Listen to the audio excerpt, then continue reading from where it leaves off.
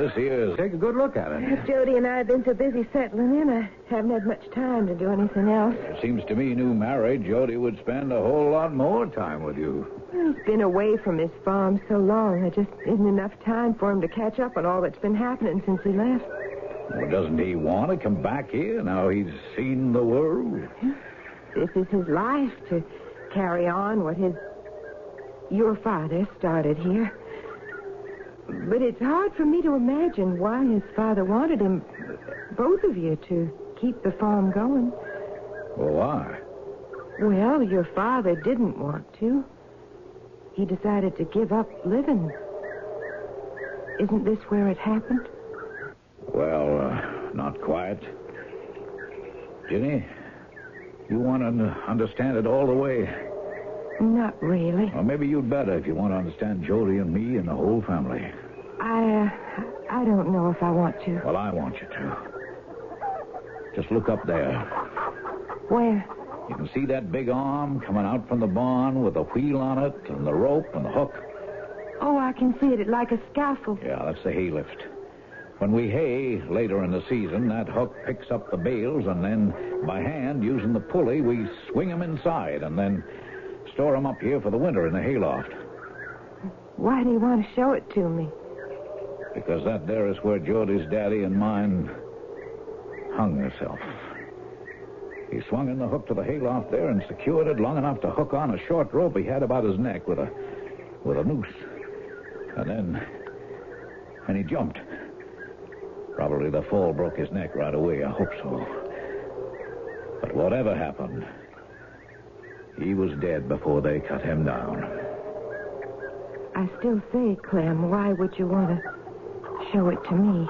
You're a part of the family now. I want you to know the truth. And I'm the only one who can tell it to you all the way. Jenny, why did you have to go and meet my little brother before you did me? What's that supposed to mean? Don't tell me when I move close to you, you don't respond.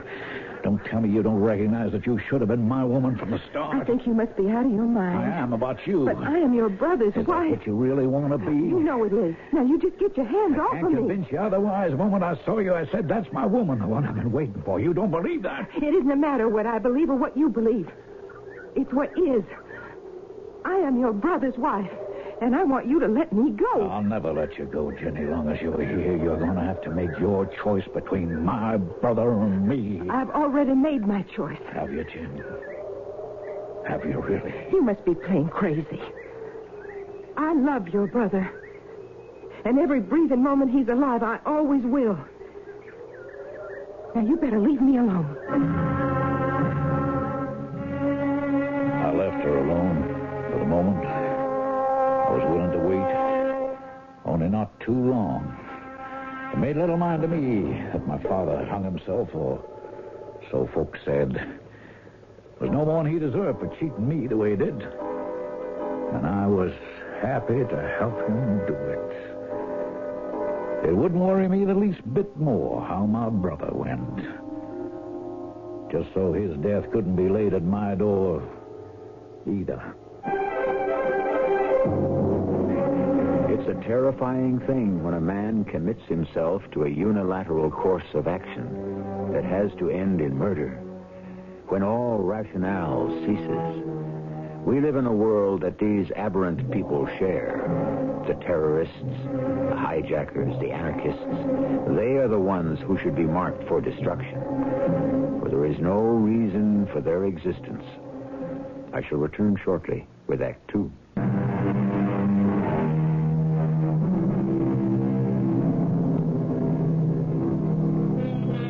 How often have you heard, or even spoken, the phrase, "It's all in the point of view"?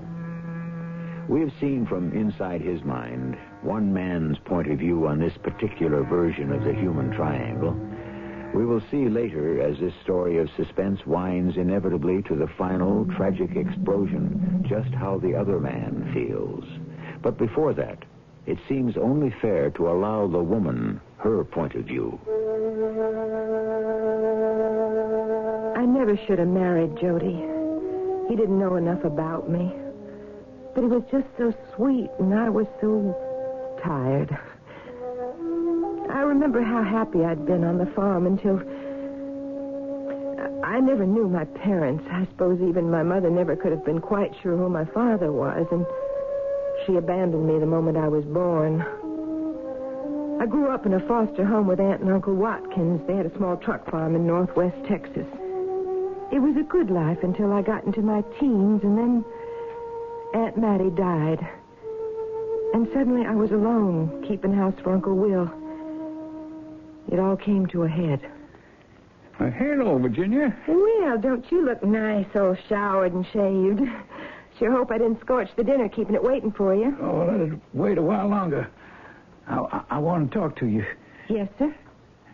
You know, Jenny, it's been almighty lonely since Mattie went. I reckon we both feel the same way, Uncle Will.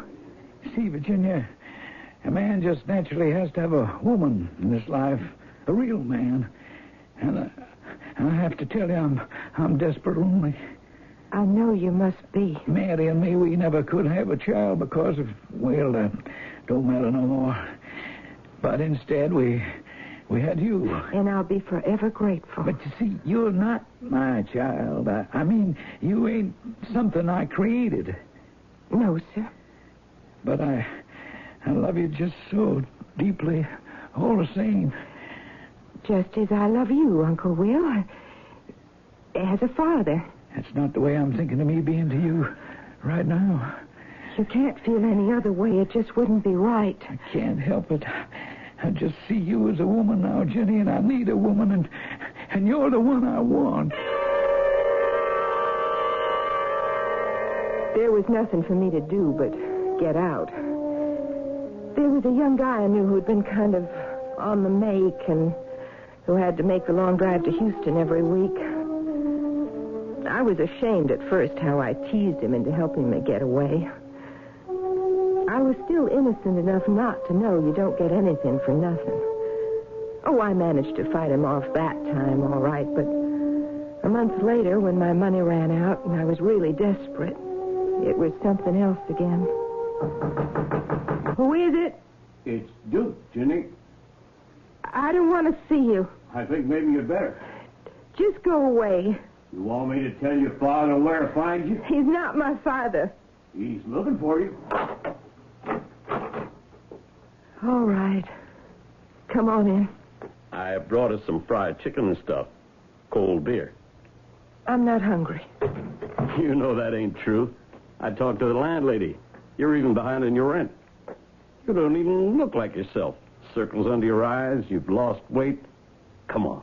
Let's eat first. Talk later. I hadn't eaten anything but a can of soup and some old moldy crackers in 2 days. I was 18 without a cent or a friend in the world except maybe Duke. And how many times had I fobbed him off? And that night, he was so sweet. How could I deny him anything? You were powerful hungry, Ginny, baby. I was. I can't tell you how grateful I am to you, Duke. You don't have to. Just show me. Are we going to start all that again? Don't make it sound that way, Ginny. I love you. You do? Would I still be hanging around any other way, you figure? Oh, Duke, I don't know. I don't know any way to think. I'm out of money. I can't find a job. I can't go back to the only home I know. You don't have to. You could let me take care of you. You mean marry me? Why not, hon? We're both young. It could work out real swell. Why, I don't know what to say, Duke. Why don't you just relax and say yes, Ginny? Be yourself and do what comes natural. I don't know if I love you, Duke. Let time take care of that. Oh, Duke, I'm so tired and so lost. I don't know what to do. Take care of me, please.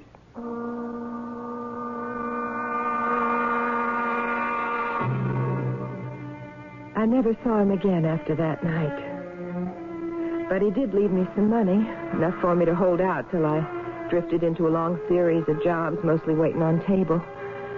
But whatever they were, it always turned out that they included being nice to the customer. Sometimes I was, if I wanted to be. Most times I wasn't. And then 3 years later, I was sick of my life and myself, and I got a job as a waitress near the college, only to find out that college boys weren't all that different. Till Jody. Yes, sir, what'll it be? Oh, I don't know.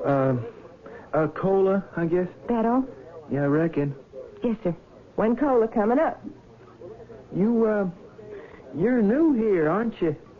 That's right. You've been here a week and a half. A week and 4 days, to be exact. So? Oh, nothing. I just wanted to be friendly. Will there be anything else? Well, I was just wondering if, No. But I haven't even said what I wanted. You don't have to, mister. Here's your check. Pay the cashier. I just wanted to be alone. But I didn't discourage Jody. He kept coming back no matter what I said to him. And I was lonely, and he seemed something I could handle. Hello, Jenny. Did I keep you waiting? Here. What is it? It's, my mother would have called it a posy.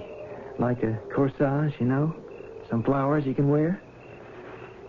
Oh, that's beautiful. Violets. They, sort of go with your eyes. Well, where on earth could you find violets this time of year? Oh, I got a friend at the college. He's deep in hothouse cultivation and all that. Talked him into letting some of his violets go. So you could bring them to me? Well, I wanted to have something special for you. Oh, they're very special, Jody. And I thank you. Would you like to pin them on for me? Yes, ma'am. He was very close to me, touching me. And I waited for the pass. It never came. He was a gentleman. And I loved him with all my heart. I couldn't wait to get back to the farm and start our real life together and start raising children. I was a new woman. The woman I'd always wanted to be.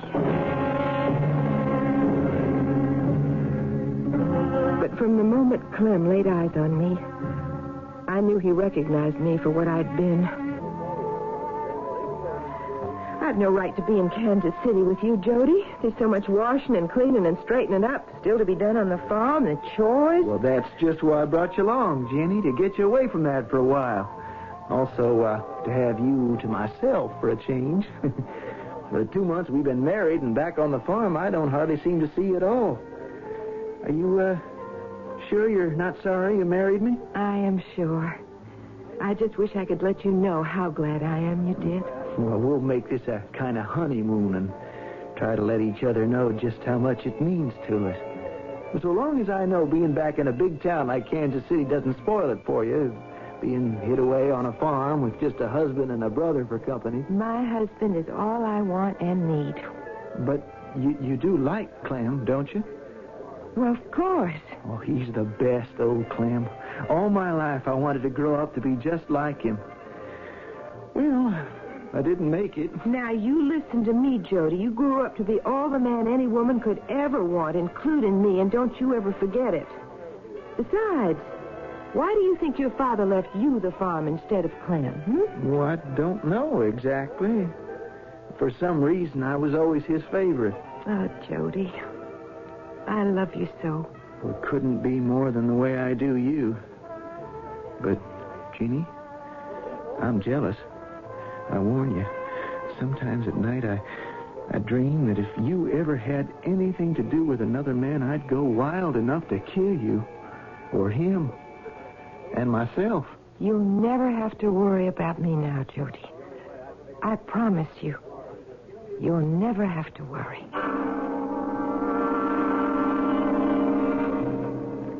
I meant it with every breath in my body. But haunting me deep in the back of my mind, although I swear I was speaking truth, was the specter of Clem. As we turned in to drive up to the house, Clem was coming up from the fields with Rusty running along by him. As we stopped and Jody got out, the dog broke immediately from his side and headed for us, paying no heed to Clem. Even at that distance, I could see the fury and hurt pride and hate on Clem's face. Rusty, heel! Hello, Rusty boy. You miss me? Hey, good dog, Rusty. Down, boy, down. He's all right, Clem. Just glad to see the rest of his family back. That hound has got to learn his manners. Come when he's called. I'm going to teach him a lesson. Oh, shucks, Clem, he's just glad to see his home. Aren't you? Why, sure, sister. You got a hello kiss for your ever-loving brother? Why, of course. Well, how's everything since we've been gone? Oh, well, little Star, your favorite mare is in foal. That's with her now. Maybe you want to go and take a look. Oh, I sure want to. You mind, Jenny? No. On you go. Well, I won't be long. Clem will help you unload the ranch wagon. Come on, Rusty. You have a nice little fling with Jody? We had a honeymoon. Oh, now that's real nice. Oh, by the by, you remember when you left that feed salesman who come driving up? I can't say I noticed him, no. He sure did notice you, though. Yes, sir. His name is Fred Whitaker. You remember? Why should I remember? Oh, seems he used to have the Houston territory. He remembered you right off. Tells me you were kicking up your heels some in those days. Had quite a reputation. Or maybe I'd say lack of it. What is it you want, Clem? A lot of things, Ginny, you included, and I aim to get them one way or another. Don't you ever forget it. Now, let's get you settled back in. I could have killed him right at that moment, in a mad blood rage if there'd been anything to hand. Thank the Lord there wasn't. But that didn't mean I wasn't going to. Because I've learned enough about men to know about this one. He'd destroy anything to get me, even his brother. I didn't care about me right then, just Jody. And I knew, sure as I breathed, that if I didn't kill Clem first, one way or another, he'd be the death of his brother.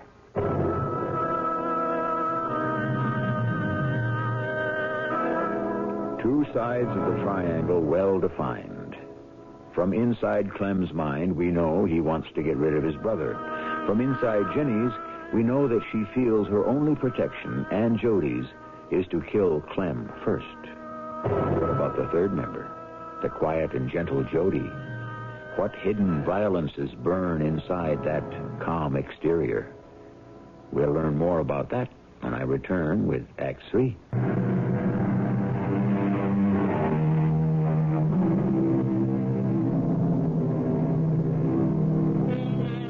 At some time in everyone's life, he is ready to kill someone. But obviously we don't carry out the impulse. On the other hand, there are perfectly normal people who do translate the fantasy into reality.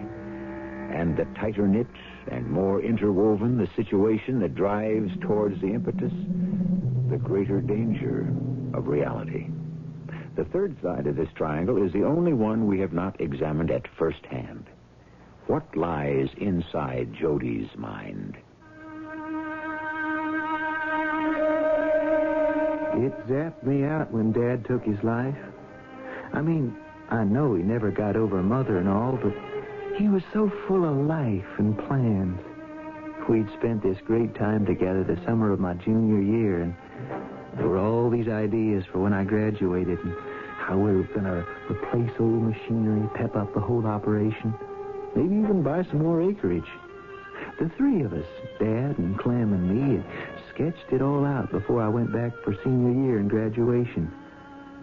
And when Clem called me to bring me back after Dad took his life, I remember I was like a zombie or someone in a dream. Right here, Clem? Right here, Jody. But how?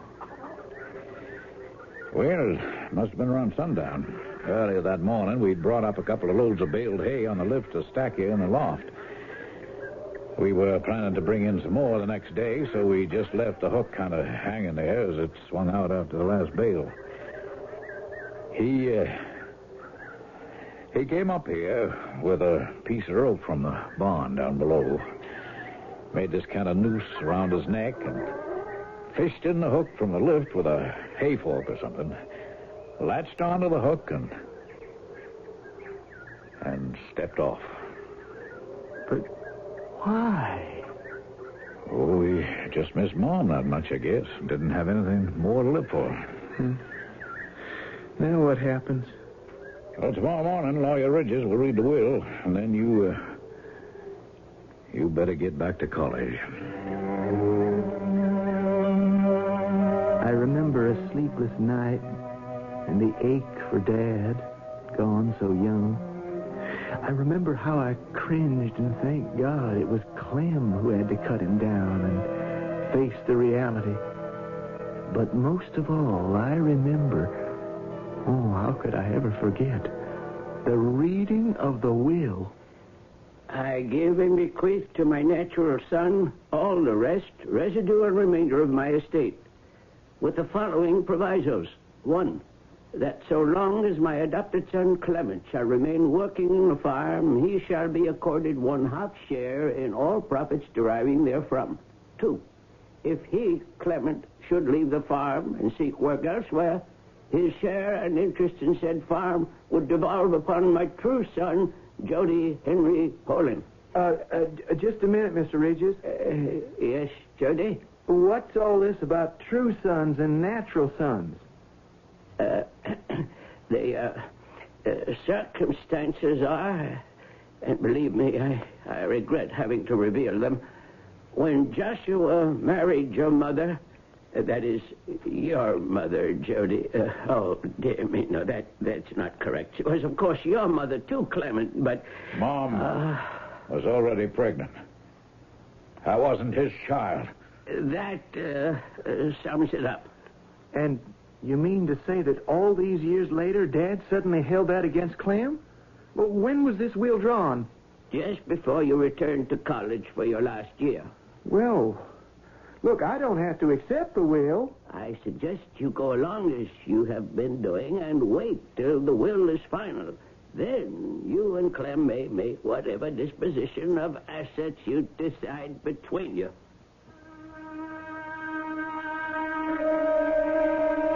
I remember at the time I was amazed that Clem took the whole thing so well, particularly the parentage thing. I went back to college, met Ginny, graduated, got married, and brought Ginny home. The first couple of months back, digging into things, I was appalled at how run down the farm was. Our equipment old and obsolete. The books haphazard, tangled. But that was only the beginning. I never told Ginny I had another reason for being in Kansas City outside of buying new machinery and having a real honeymoon. I was there mainly because Mr. Ridges had sent me a secret message. I'm going to be blunt. You intimated you might cross your father's wishes and turn over an equal share of the farm to your... Well, for the sake of clarity, shall we just call him your brother? We can just call him Clem.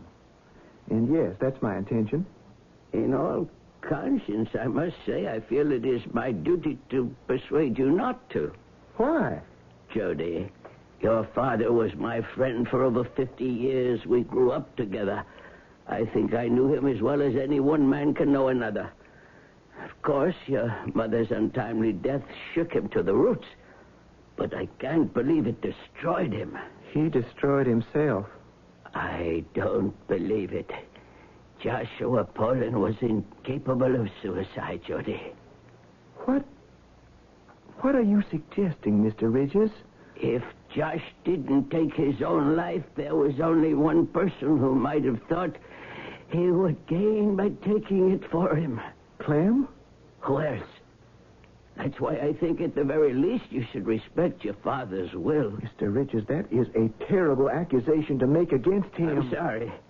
As a lawyer, I only want to protect Joshua's son. As a friend, I wish I knew how to find justice for my friend.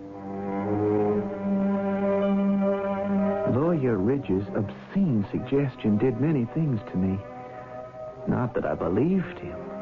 Not Clem, that I'd grown up hero-worshipping.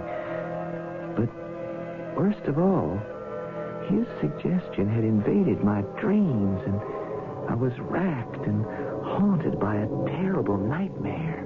Why does Jody get all the best and I keep taking the leavings? It's my decision. Here, tie off the line. Help me swing this bale in. All right. But you haven't answered my question. If you have to know, because you're not my son. What do you mean, not my son? Your mother was pregnant when I married her, but the son she carried was not by me. I have to protect Jody. I have to protect my own. Then I have to protect myself, too. What are you doing? I'm just making sure I get my share before you decide to change your will. No, listen, boy. I have... You're choking me. I can't breathe. Father? Paul? Paul, I didn't mean to. Yeah, sure, of course I did. Why should I care about you or anyone but myself? And now I got to protect myself. Strangle. No, I can make it look like he hung himself. Hung himself. Hung himself. Jody, honey. What is it? You were having some kind of a nightmare, darling. I didn't want to wake you, but... No. I'm glad you did. What were you dreaming about? Oh, nothing, darling. Nothing. Forget it. How can I? Jody, the honeymoon was so special and so sweet till just this last morning when you came back from the lawyer's. Then it all seemed to have changed somehow. What was it, darling? Just something I got to handle as soon as I get back. Can't I know? Better you don't. I could smell trouble in the way Jody greeted me. That damn lawyer, he'd had his innings alone with Jody, and I could guess that I was out. But they couldn't know I killed the old man.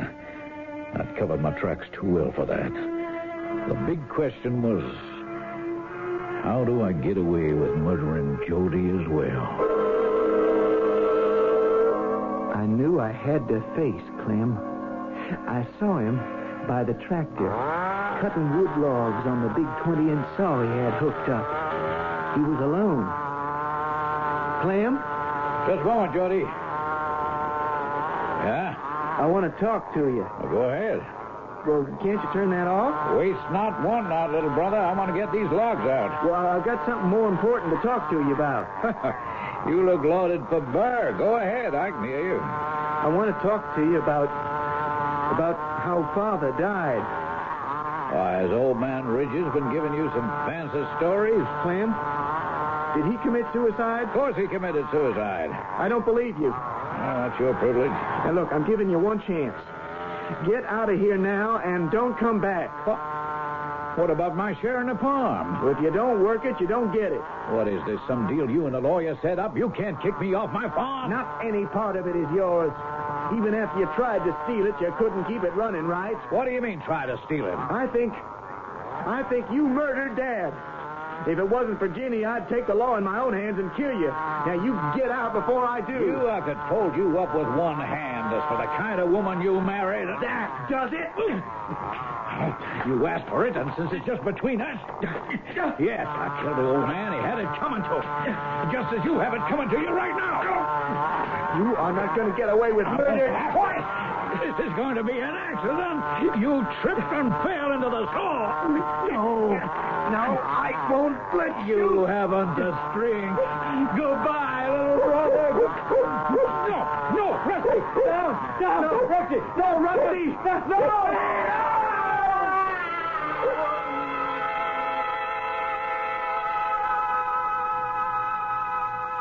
Lawyer Ridges, what are you doing here on the farm?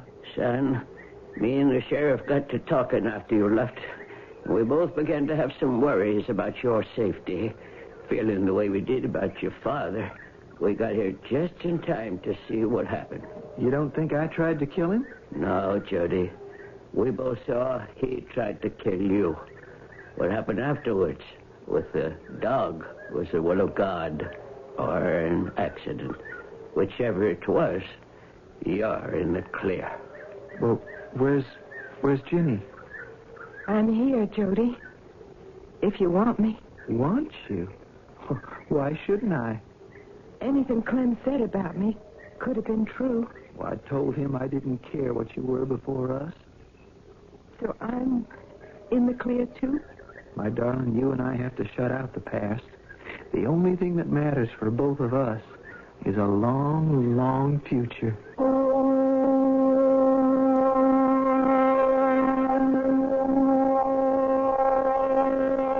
All of us have hidden corners, buried shadows which can haunt and torment us.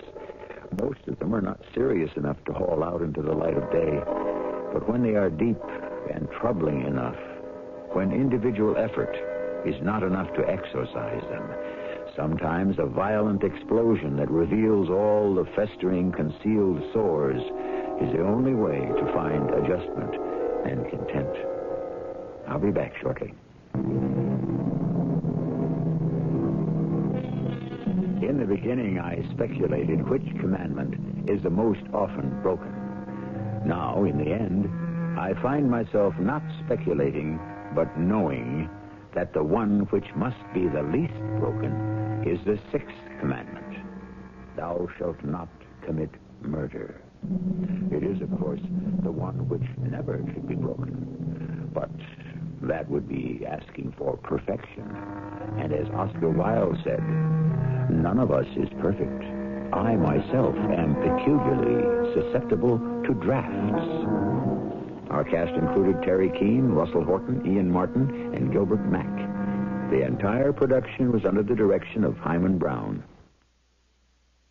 This is E.G. Marshall inviting you to return to our Mystery Theater for another adventure in the macabre. Until next time, pleasant dreams.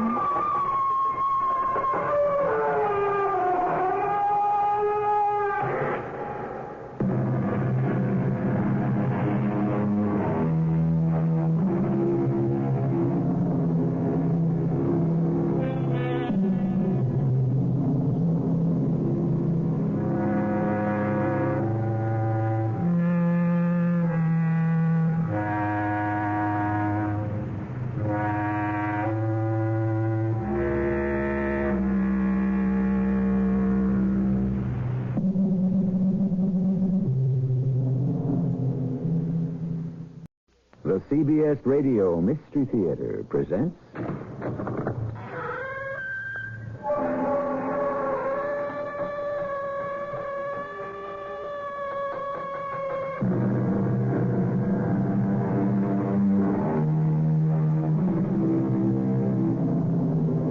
Come in. Welcome. I'm E.G. Marshall. To put us in the frame of mind to accept the deviousness of man, we reach into that philosophical legacy bequeathed us by the immortal bard, Shakespeare. Men, he says, should be what they seem, or those that be not, would they might seem none. The lie or the truth? Who is false, who is not? And we have 60 minutes to find out. We find it peculiar, Professor Versaghi, that the man who robbed your safe left cigarette stubs of a brand you say are made only for you. Let me see. They are mine. I cannot deny it. Isn't cannot deny a peculiar way of putting it? I don't understand you, police. I report a robbery and you treat me as if I had stolen from myself, as if I were the criminal. That, sir, is entirely possible.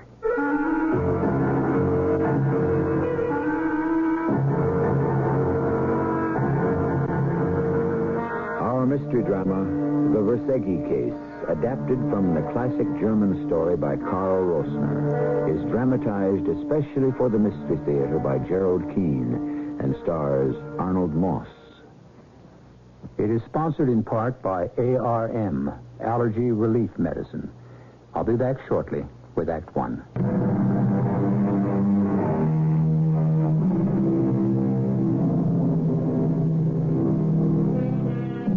We are in Budapest, in the era of wine, women, songs, and swindlers. In many ways, life in the 1800s is as exciting as life in our century. There are just as many good men and certainly just as many bad. Where then to begin? Why, at that address at which you'll find both good and bad, the Central Police Office. Plout? Plout, come in here. Good morning, Commissioner. What's the problem? Shut the door behind you, will you, Plout? Secrets. Secrets. No more than the usual in this place. Now, I thought it better for the morale of the other detectives and police if I extended my compliments to you in private. Compliments?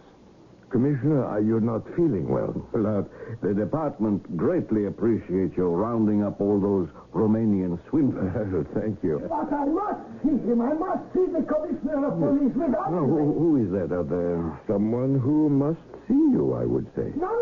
I do not wish to see the lieutenant, nor do I wish to see the captain. Either a nut or rich. Perhaps both. I'll take care of it. I am Detective Plout. Perhaps I can help. There has been a terrible robbery, and I am the victim. That is my wife and I. You must tell the commissioner I am here. Professor Sandor Versäge. Professor Versäge, if you would be good enough to wait, I shall tell him the moment he is free. No, I cannot wait. I will not wait. Which door is his? Oh, yes, there I see it. No. You cannot go in there. Can't I, though? Commissioner Franz? Yes, Professor Versäge. Come in. How do you know my name? I would say there isn't anyone in this entire building who is not aware of your presence. I am sorry, Commissioner. The gentleman insisted. No, Plout, stay here. It's all nerve. I took such nerve for me to come here to the police station. I am on the edge all the time. All the time. You see, I am... let me explain. As you have probably gathered, I am... at least the doctors say I am extremely nervous. I am in a highly nervous state. Very excitable. Professor, sit down. Now, go ahead. The chair won't bite you. Yeah, well, what I wish to explain... Detective Plout, would you pour the professor some water from the pitcher by the window, please? Some water? 2 glasses there, Plout. Fill them both and give one to the professor. Oh, that's very kind of you, sir, but I am not thirsty. Here is your glass, Professor. Well, why not? Professor, would you be kind enough to drink the entire glass of water? Glad to. I am thirsty after all. Splendid. It is a scientific fact that water is an effective tranquilizer. Now, quietly, and as reasonably as possible, will you tell us why you are here? I am attached to the Budapest University, from which I had to retire last year because of nervous disorder. Last night, my wife and I returned from Vienna, where I had gone for treatment, and I was very tired from the journey. I went to bed immediately. This morning, to think of it. Plout, the other glass of water, quickly. No, I'm all right. I'm perfectly all right. This morning, you discovered you had been robbed. Commissioner Franz, how extraordinary. You should know that. I was told you had a sixth sense. It is Detective Richard Plout here who is blessed with a sixth sense. I have only the other 5. Now, to continue, Professor, you were robbed? In my study, I have a safe. The safe was open. I looked inside. 150,000 gulden worth of securities and almost all my wife's best jewelry are gone. And is there anyone in your household who might have a duplicate key? No one.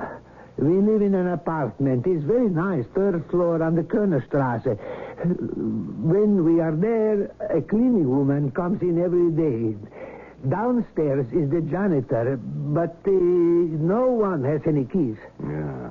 Do you suspect anyone you know who might rob you? Someone I know. Exactly what I said, Professor. Someone... Oh, no. Decidedly no. You are married, Professor? Yes. My wife accompanied me to the sanatorium near Vienna. She was with me the whole time. We closed up the apartment. Your wife was actually in the sanatorium while you were there? Oh, yes. They have accommodations for relatives. It was not very pleasant for her, but she is a devoted wife, and she wants me to be well again and get rid of this hateful nervous disorder. Fortunately, I have only been plagued with it this past year. Oh, she has been wonderful. One could not ask for more. I am a lucky man, and I know it. Why, I am 50 years old, and Helena is half my age. Indeed. 25, huh? That would interest you, Detective Plaut, wouldn't it? And extremely beautiful, I am proud to say. Detective Plaut, I would like you to take on this case. Knowing your interests and expertise, I think you might enjoy it. I mean, solve it. Well, there's nothing more we wait for. Professor, take your umbrella and let us all go directly to your apartment.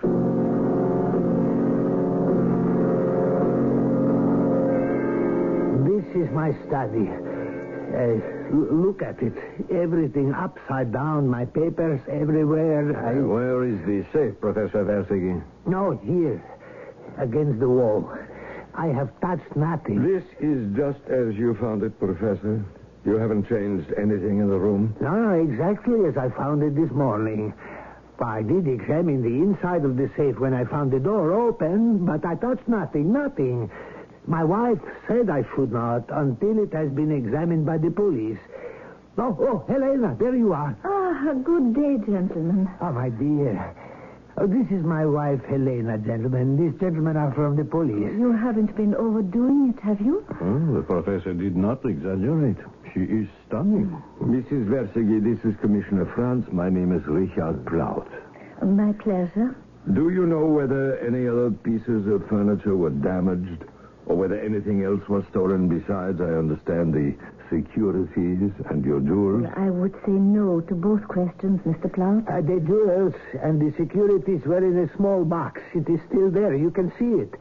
But empty. That thief got himself quite a lot for his trouble. Plaut, over here. Used matches, pieces of burnt candles. And what's this? I would say pieces of iron broken off. And there on the floor, that piece looks like it was broken from a file. That's strange. I'll slip these into our envelopes. Anything else? I've already taken the cigarette ashes and the stubs. A very careless robber leaving the ends of cigarettes about. You are both very careful about your work. We try. Whatever is found at the scene of a crime is like handwriting. A personal message, in this case, from the thief. And you can trace the criminal with cigarette stubs and so on? We hope to. Commissioner, I would like your opinion over here, please. What is it, Plaut? Will you examine the door of the safe? It's been hacked about. The hinges and the lock have been filed in a haphazard way. And if you look more closely, those marks have nothing to do with opening the safe. Yeah. You're right, Plaut. The door was opened with a key. You agree, then? Oh, absolutely. The marks were made on the safe door after it was opened. An amateur trying to make it look as if it had been forced open. What are you two looking at now? These marks. Yeah, whoever it was certainly made a mess trying to open it. A mess, exactly, Professor. Have you an axe in the house? An axe? Oh, you had better ask Helena. She runs the household. Do we have an axe, dear? Or a hatchet? I'll go see. I'll be back in a minute. I don't understand. Professor, this safe has not been subjected to what we might call professional treatment. You mean you can tell what kind of a person did this? No, there isn't a burglar tool used by a professional thief that does not leave its mark. We know them all. Here, however... This is our hatchet. We keep it in the kitchen. Will it do? Very nicely. Commissioner, would you like to do the matching? Thank you. Uh-huh. Yes. Here, too. Yes. Yes, what? This hatchet and these deep scratches and cuts match. Is that unusual? I don't think the professor understands what you are getting at, Commissioner. Unusual? Yes. I find it remarkable, sir, that the thieves should have maltreated your safe with your own hatchet. Obviously, that is, obviously, to those who follow the workings of detection, Commissioner Frank of the Budapest Police has already made up his mind. But then, if renowned Sandor Versegi has falsified a robbery, there must be a reason. That may be the most interesting path to follow. Not the how, but the why. We shall pick up the trail exactly where we left off when I return shortly with Act 2.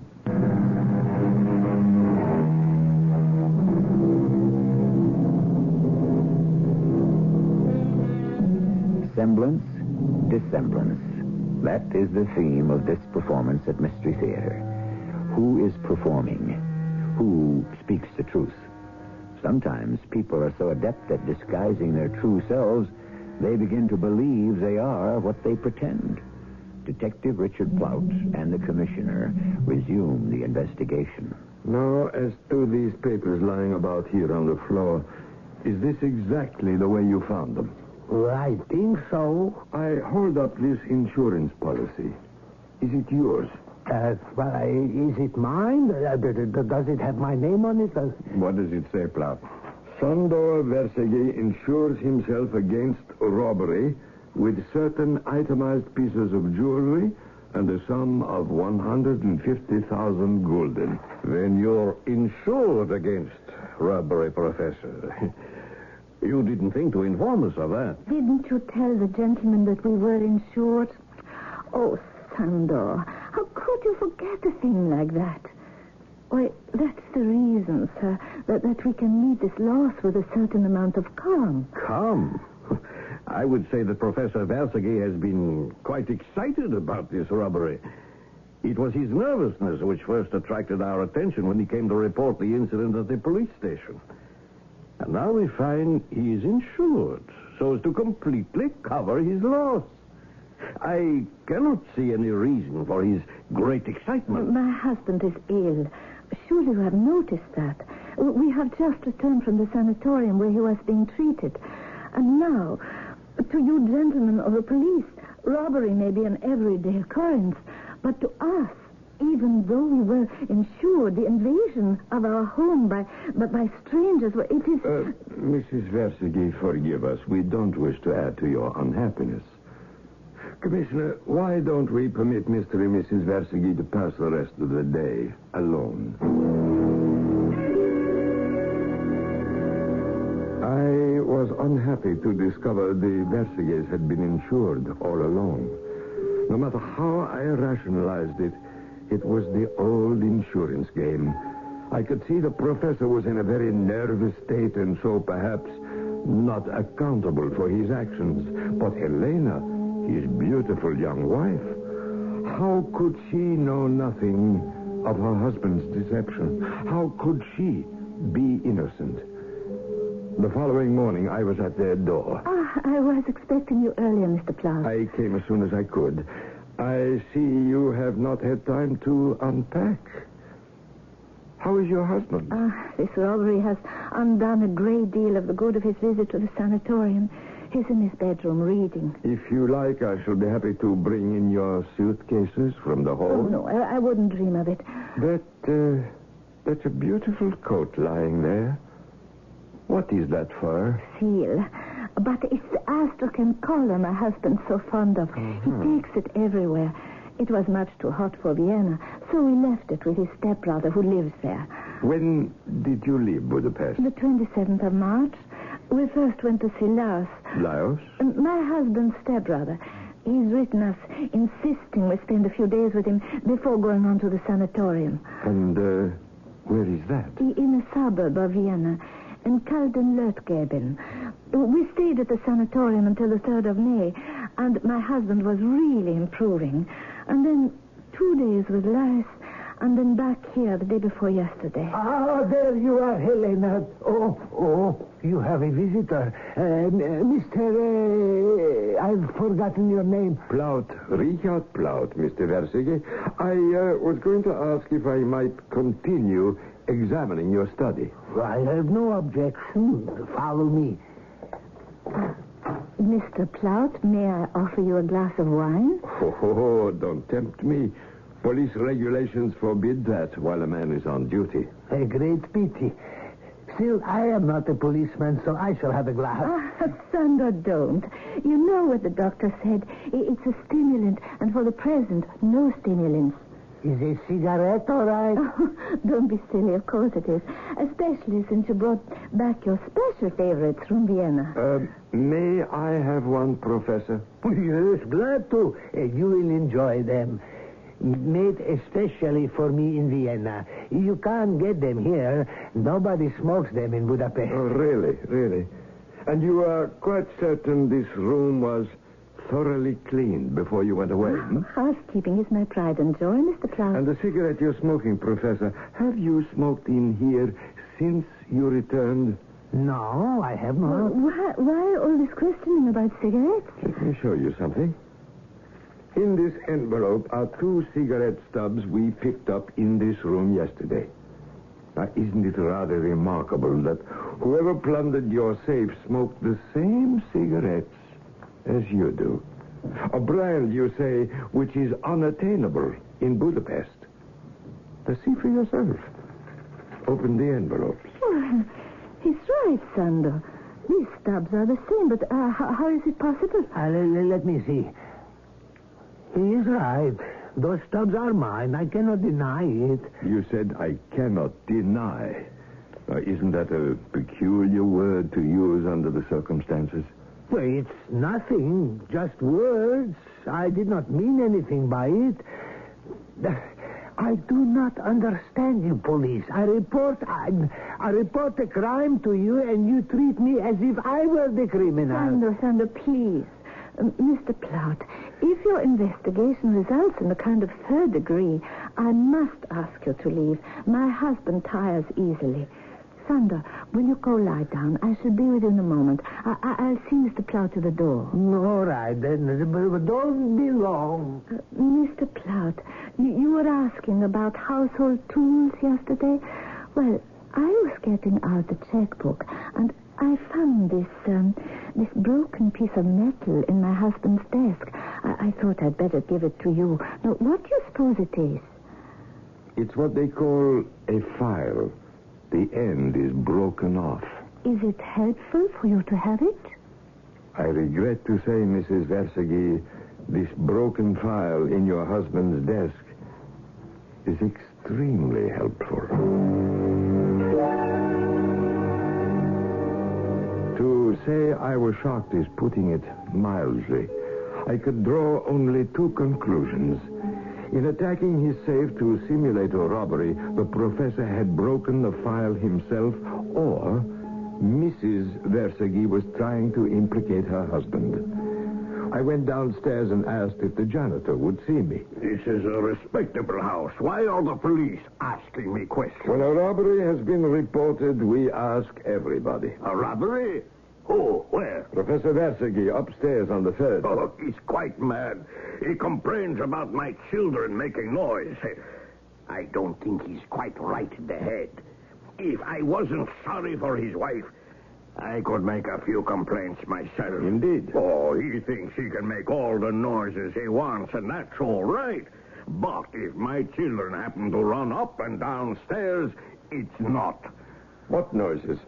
I thought they were away for a month. Don't you think I know what's going on here? What kind of a janitor do you think I am?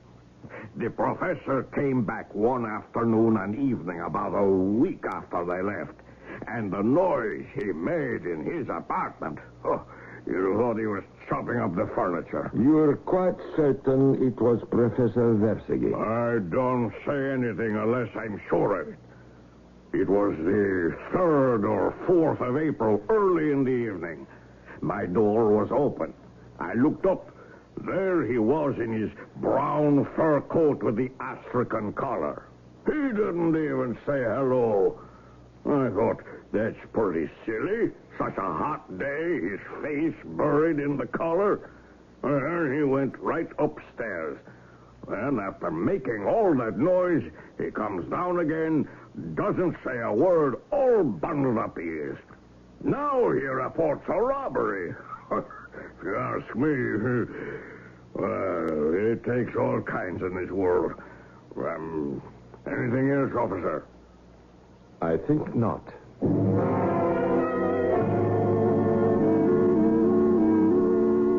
How is the case going, Plout? It's not going very well. Oh, I'm sorry. I have some information that might cheer you. That list of Versegi's stolen securities we sent out. Here's a wire from a bank in Vienna. As per your inquiry, on April 6th, Hungarian bonds valued 40,000 gulden presented at Anglo Bank, Vienna. Money paid out. What do you say to that, Plout? Our man is supposed to be in a sanatorium, and he cashes in some of his own bonds. I better take the overnight train to Vienna. If you're going to the Anglo Bank to get a description of who cashed in the securities, you might also visit the Austrian Bank. I have their telegram, and they bought 60,000 gulden worth of Versegi's securities. May I have both telegrams, please? Certainly. Have a good trip, Plout, and try to keep away from the ladies. Hello, Plout. Is that you? Yes, Commissioner Franz. I'm calling you from Vienna. I have been to both banks. The man who cashed in the securities in each could not have been Versegi, nor are the signatures for the money his signatures. Versegi could have had an accomplice. Oh, yes, that's possible. But why would an accomplice be that stupid, A, to sign Versegi's name, and B, to wear a conspicuous overcoat in both banks? The Astrakhan collar, eh? The same one. Just to be completely certain, I am going to the sanatorium in Kalten-Leutgeben to make sure Mr. and Mrs. Versegi remain the entire month there. Then I am going to have a chat with Versegi's stepbrother, this Lajos. See what he can tell me. So you won't be back in Budapest before Wednesday? I don't expect so. But you can always reach me at the central Vienna police station. I think I may go pay Versegi a visit. No, I would not do that. No? Why not? I think by tomorrow I may have evidence that clears him. And he's such an excitable man, I wouldn't like anything to push him over the edge. Promise me you won't go see him before I get back. It's open and shut. There's no question. You promise. I would like to be the first to see the professor. All right. Till Wednesday, then. I never got to see Sandor Versegi. The next morning, I was handed a telegram at the Vienna police station from Commissioner Franz. Stop further investigation in Versegi case. Guilt proven by me beyond doubt.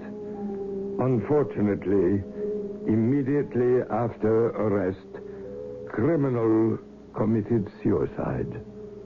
Come back.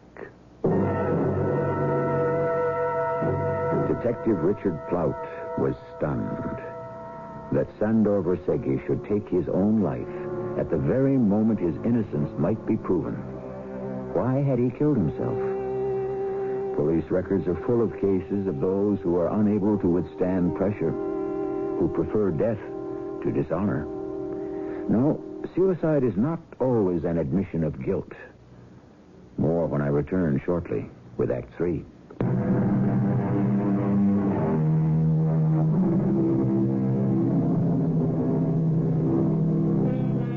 A trained investigator leaves not one stone unturned, whether it be a slight case of theft or a serious case of murder. It is the very nature of the man to seek after the truth, however cleverly it may be hidden. Such a man is our detective, Richard Plout. He takes up the story. Verseggi Lajos, Schwind Street 3 was the address in the directory. I know that the Verseggis had stayed with his stepbrother before and after the professor's month in the sanatorium. Lajos Verseggi was a heavily built, clean-shaven man with thick black hair. He sat me in his drawing room, his back to the window, keeping his face in the shadow, an old trick. So you are from the police, are you? Is something the matter? You have a stepbrother in Budapest? Yes, indeed. Sandor, very fine professor at the university. I have just received a message from Budapest, Mr. Verseggi, which tells me your stepbrother was completely crushed by the suspicion. More than that, but he is dead by his own hand. Oh, no. Oh, merciful heavens. Oh, the poor man. How unfair, how wicked. Look, I'm sorry. You must think me absurdly emotional. He was my stepbrother. And only a few days ago, he was in this very room. He and his wife, they stayed in my guest room at the end of the hall, and we... How terrible this all is.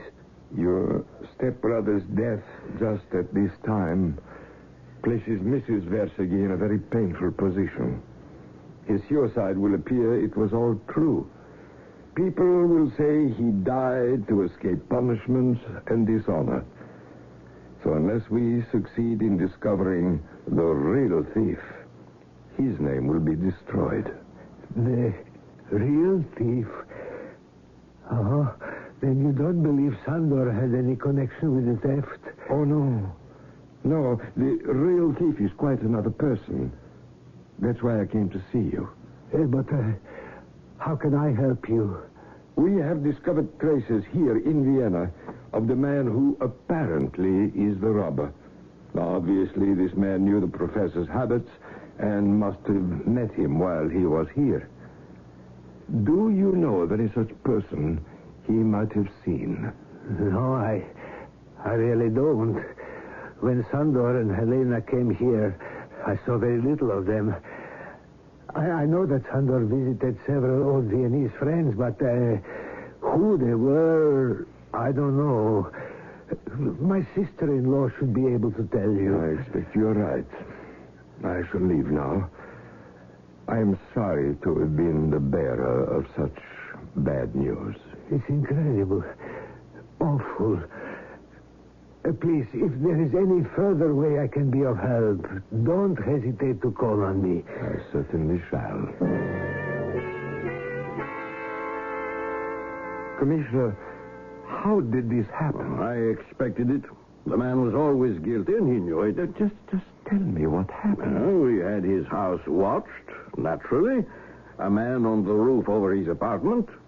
One morning, the janitor was seen moving a small trunk from the basement. When questioned, he said the professor was taking a trip. Now, if you were in my shoes, Plout, what would you have done? What I did. I went to see him directly. Commissioner, what are you doing here? Where are you going, pushing your way in here? You appear to be packing to go on a trip. That's rather odd. Yes, I am. Well, what I do, where I am going, is no business of yours. It is my business. You are going to Vienna. Well, since you know it, why do you bother me with questions? Now, please, I'm in a hurry. I've sent for a cab to take me to the station. Spare yourself the trouble, Professor. The cab will not be here. We have had this house under surveillance, and no one comes or goes without our permission. How dare you? But what do you want of me? How dare the police put a watch upon me? I want to know what takes you to Vienna. I owe you no accounting. As you like, but then I shall be obliged to forbid your departure. Professor Versky, I must do my duty, hard it may be. And my duty, after all the evidence we have against you, is to arrest you. Professor, come back here. What happened then? He ran down the stairs, but I had a policeman on duty there. So he turned around and raced up the stairs, crying all the time, I am innocent, I am innocent. He went up another flight, calling out to his wife, who hadn't come home yet. Oh, how ghastly, the poor, demented man. Another one of our men came downstairs from the roof. Versky kept running back and forth, calling, Helena, Helena. Then I think he lost his head completely. I tried to reach him, but he eluded me on the stairs, ran out into the street blindly, right into a big van which could not stop. He was dead when I got to his side.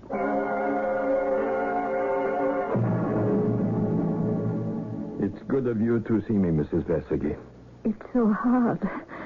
Anyone connected with the police, I know. You have every reason to despise us. They drove him to his death with their suspicions. Sander was the kindest, gentlest man who ever lived. Mrs. Versky, I am certain your husband had nothing to do with the crime. You believe in him? Yes, I do. How well did your husband get along with his stepbrother? Well, for a year, they've been very good friends. And before that? Mrs. Versky, it's important for me to know that. They avoided each other for many years. And why was that? It was because of me. My husband married very late in life. I was a student of his at the university. We'd only been married for 5 years.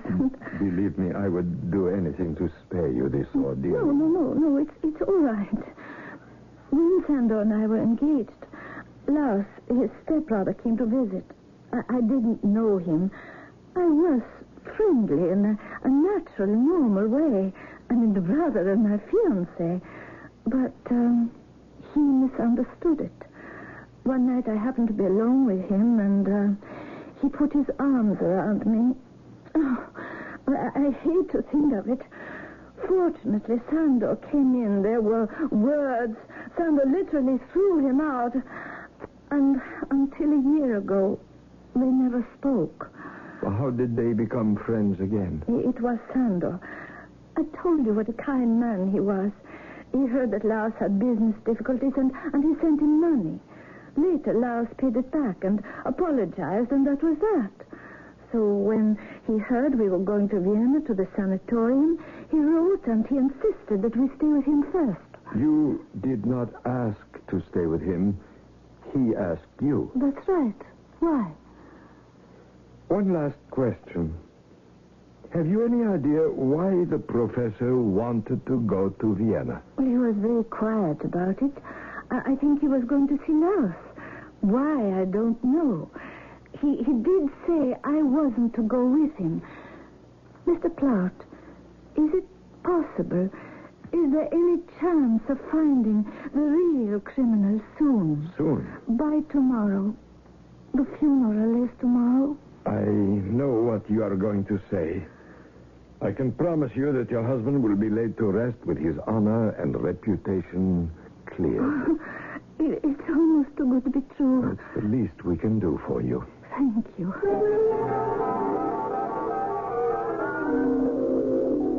Mr. Plaut, I did not expect you back in Vienna so soon. Please forgive this confusion, but I am here in the midst of work. I am extremely busy, so it is going to be impossible for me to go to Budapest for the funeral. You have probably seen in the newspapers that officially the police believe your stepbrother guilty, and they have stopped any further action in the case. Yes, I read that.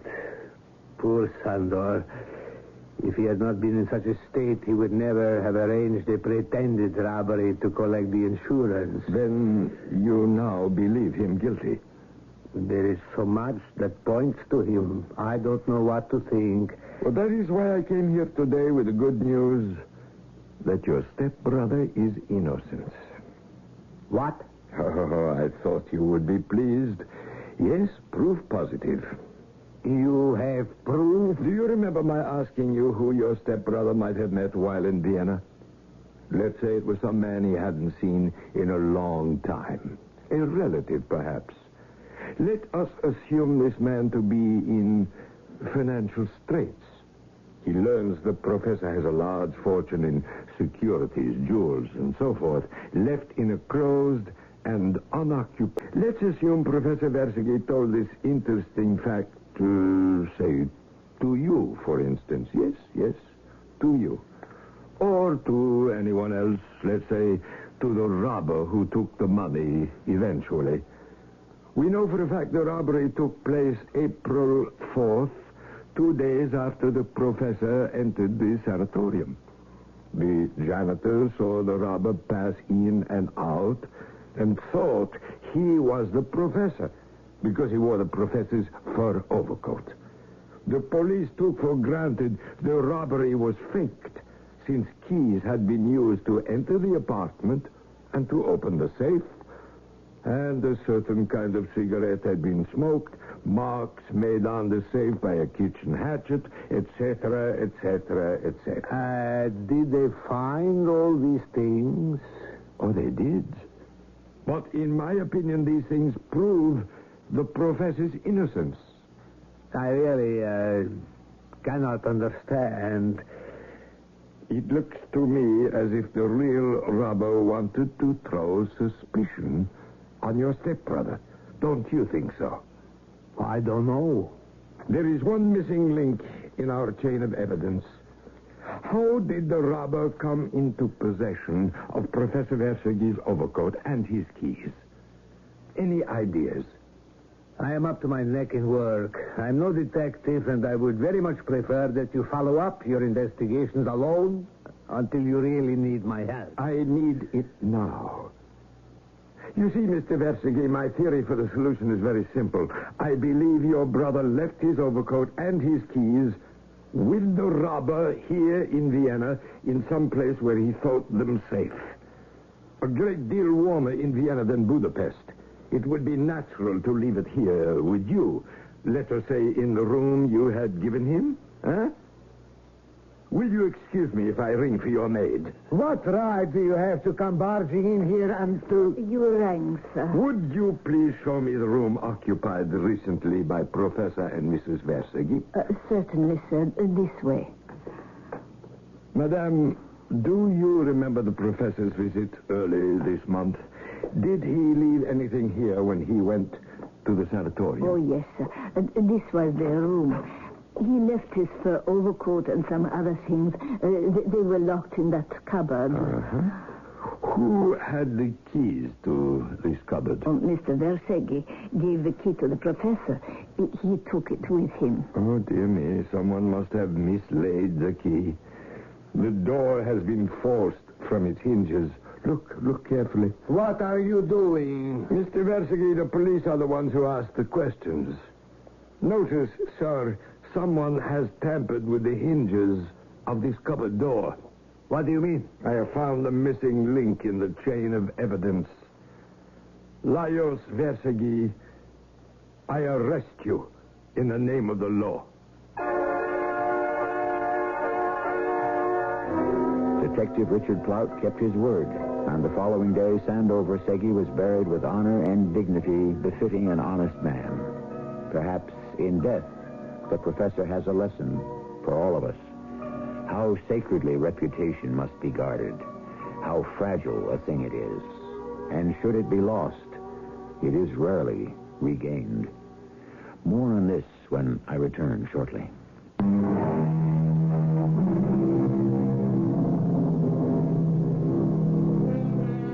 We began today's story with a word from Shakespeare, a favorite pastime of ours. For the tragedy of Sandover Seghi was also the tragedy of Othello, who said, "Who steals my purse steals trash. 'Tis something, nothing, 'twas mine, 'tis his, and has been slave to thousands. But he that filches from me my good name robs me of that which not enriches him, and makes me poor indeed." Our cast included Arnold Moss, William Griffiths, Carol Teitel, and Robert Dryden. The entire production was under the direction of Hyman Brown. This is E.G. Marshall inviting you to return to our Mystery Theater for another adventure in the macabre. Until next time, pleasant dreams.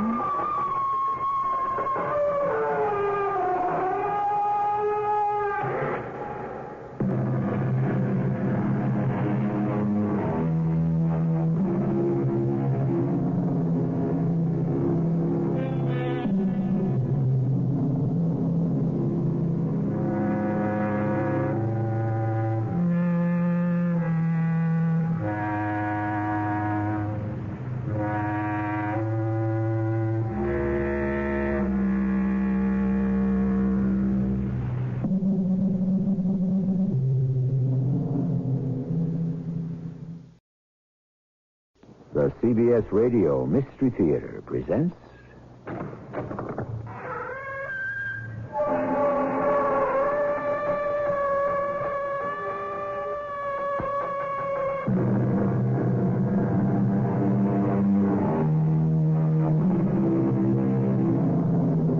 Come in.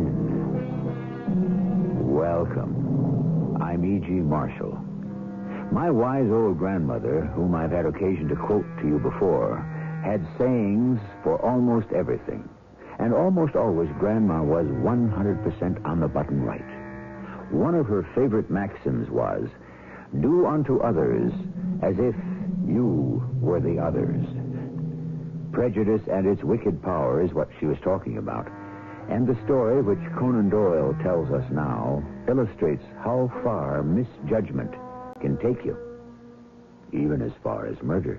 Pop, are you going to let that fella marry Susan? Eduardo? Yes, I think I am. You mean you don't mind? But he's a foreigner. Well, I can't say I do.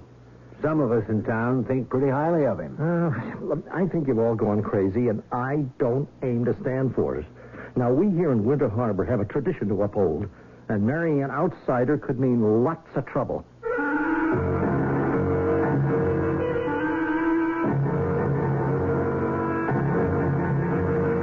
Our mystery drama, Dr. Eduardo, adapted from a story by A. Conan Doyle, was written especially for the Mystery Theater by Gerald Keane and stars Norman Rose.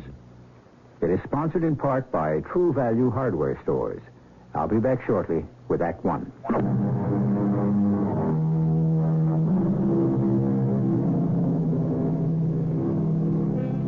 One has to remember when America was first settled, there were no roads or telephone or telegraph to link one town with another. So the settlers had to go it alone. The years passed, life became more standardized, more the same. But those folk who were there first, the town founders and their sons and daughters, always felt very special. And outsiders had better stay out.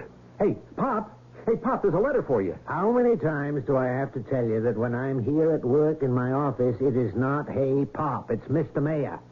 And not hey, Mr. Mayor either. Do you understand that, Matthew? Gee, I forgot, Pop. I mean, but you're Pop at home. Mom calls you Pop. Sue calls you Pop. Dad. It's hard for me to remember that when you're in the mayor's office, you're not my Pop, you're Mr. Mayor. Here's a letter for you. Thank you. Put it on my desk. Well, gee, Pop, ain't you going to open it? But this is the first letter we got in Winter Harbor since the spring thaw. Matthew, haven't you anything better to do than stand around jawing? It's 8:45, and you've got a great many windows to wash in our public buildings, so get to it. Oh, Pop.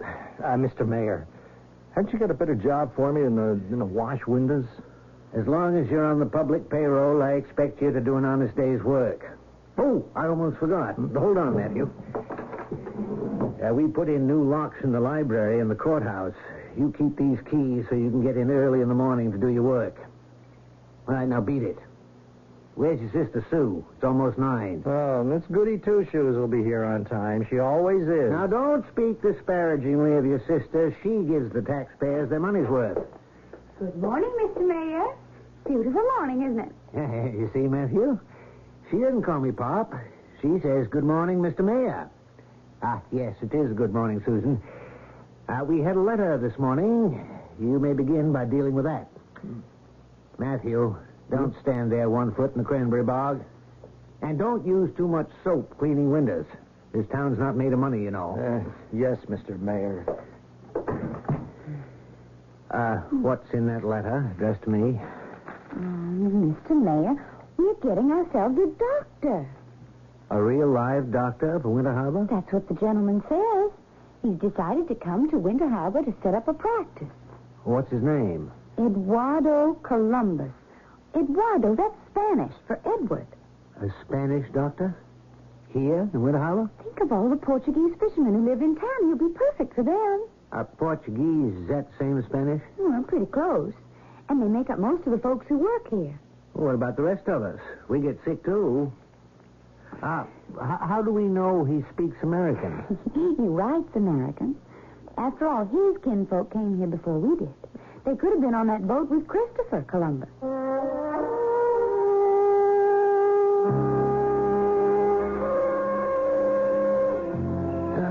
Susan, the best time of the evening is when your mother's gone to bed and I can rock peacefully in my rocking chair on the front porch. Dad, what do you think of Dr. Columbus? Well, let's see now. How long has he been in town? 6 months. Well, I think most folks like him. Some don't.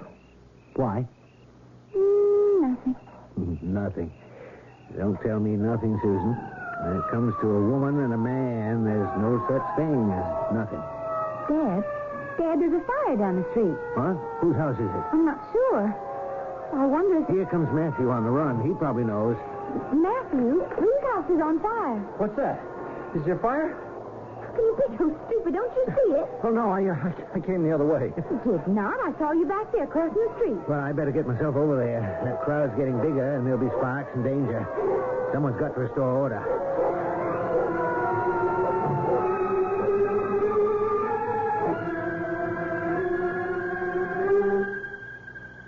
Doctor, have another cup of coffee. I'm not going to sleep much tonight anyway. Yes, coffee. Susan, more coffee. Dad, Mom's gone to bed. You want to wake the whole house? Oh, I'm sorry. Bring the coffee pot from the stove, will you? The doctor could use another cup. Why do people do things like that?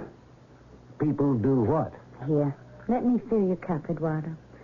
Are you all right? Excuse me. Thank you, Susan. I'm sorry if I'm a little... You see, this has never happened to me before, to see my house go up in smoke. There hasn't been a fire like that in Winter Harbor for 100 years. There's no way it could get started. There is a way, Mayor Greeley. I wish I did not know it. Eduardo? You mean you saw something? 6 months I have been here. I thought we could be friends. I love this town, but I see that feeling goes only one way. The town does not love me. What are you saying? Everybody likes you. Well, sure, in the beginning... You do know something, don't you? About how the fire got started. One must be thankful. Only my clothes and books are gone. The medical equipment is safe in my office. Eduardo, there is something. Dad, it wasn't an accident. That's what he's saying. How do you know? I bring here your son's wallet. Take it, please. It is your son's, is it not? Matthew!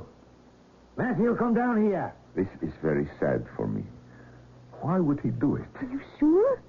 Maybe he dropped it another time. Your brother is not the only person in Winter Harbor who thinks I do not belong here. Chief Hop, how's the slate? What's the problem?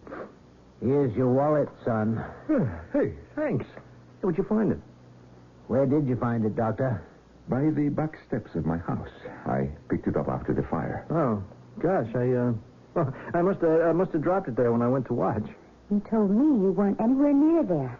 You didn't even know the house was burning. Also, the fire chief and we went inside, and he found a can of gasoline all burned. And I picked up these keys. Do you know whose keys they are, Mr. Mayor?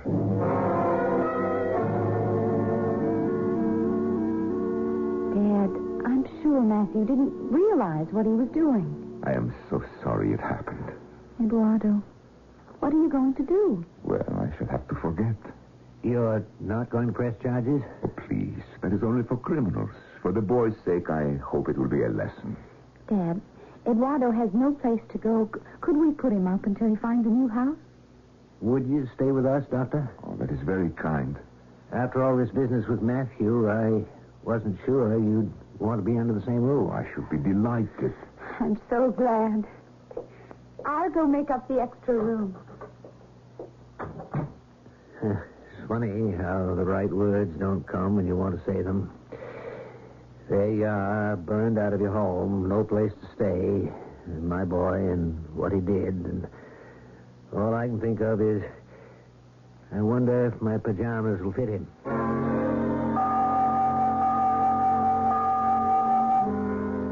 Eduardo, you know what day it is today? Oh, let me see. No, Mr. Mayor, I do not think I do. It's exactly 1 year since you hung out your shingle on Main Street. That long, Mayor Greeley? Mm-hmm. I asked you personally to come to my office for 2 reasons. One, I want to thank you for everything you've done for Winter Harbor. We haven't lost a baby. No measles, no chicken pox. And that child care center is really a fine thing. Just the same, though, you worry me. I do? You're probably the most eligible young man in town. Most of our boys have gone off to the big cities. But I never see you with a young lady. We have square dances, hoedowns, sleigh rides, social... It is only because a doctor does not have much time for those things. Well, anyway, I've said it. My wife asked me to ask you, and I've asked you. Well, I've said it. I guess the young ladies in town will just have to take care of themselves, huh? Anyway, on Saturday, we're having a special birthday party for you. Just us menfolk. At the Fisherman's Hall. But it is not my birthday. No, but it's the town's birthday. And we thought, good. We'll celebrate 1 year of having the best doctor in the state right in our own backyard. Well, I do not know what to say. Well, you be there at 7 o'clock. Eduardo, I'm going to make a little speech. You know, this town is over 200 years old. We don't take to strangers. But when we do, we do. And that brings me to the other reason I asked you to stop by here. Yes? Eduardo, I wanted to ask you, now that we know each other a little better, Eduardo, can I call you Eddie? It's more American.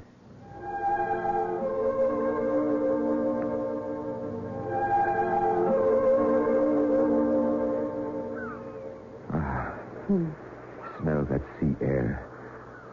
Susan, I do not think you realize how lucky you are to live here. The ocean. I love the ocean. Eduardo, I've lived here all my life, and I never came to this spot until you and I started picnicking here. It is a little dangerous for a young lady alone. A lighthouse behind us, the steep cliffs to the sea. Where I was born in Spain, a little town like this, it is called Vigo. In Spain, you have lighthouses, too. Oh, yes. It has been my dream to live in one. What a coincidence. Mine, too. That's the truth. You know, your winter harbor is much like Vigo. We have Portuguese fishermen there also. You miss Spain. Oh, no. America is my home now. You know, I think our town has finally accepted you. Susan, it is not the people in the town who have made me feel at home. It is you. You think anyone watches us taking walks, spending time together? Now, what does it matter? Your father has no idea. He asked me why I did not take one of the local beauties on outings and dances. I had to stop myself from saying, Mr. Mayor, I am in love with your daughter. Susan, let us do it. Will you marry me? Oh, yes, Eduardo.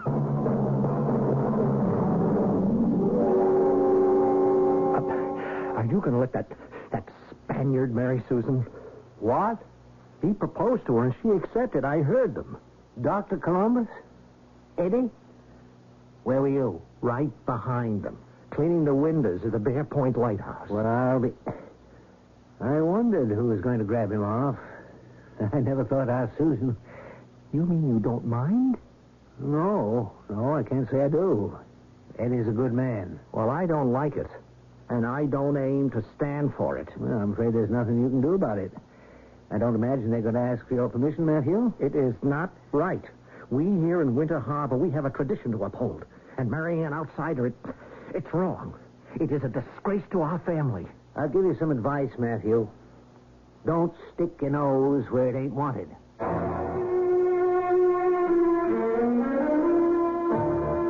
First a fire, then a threat. Danger signals to watch for from the prophetic pen of Conan Doyle. How far will bias and blind spots push our tale into tragedy? People like the mayor's son are hard nuts to crack, for, as they say, there are none so blind as those who will not see. I shall return shortly with Act Two.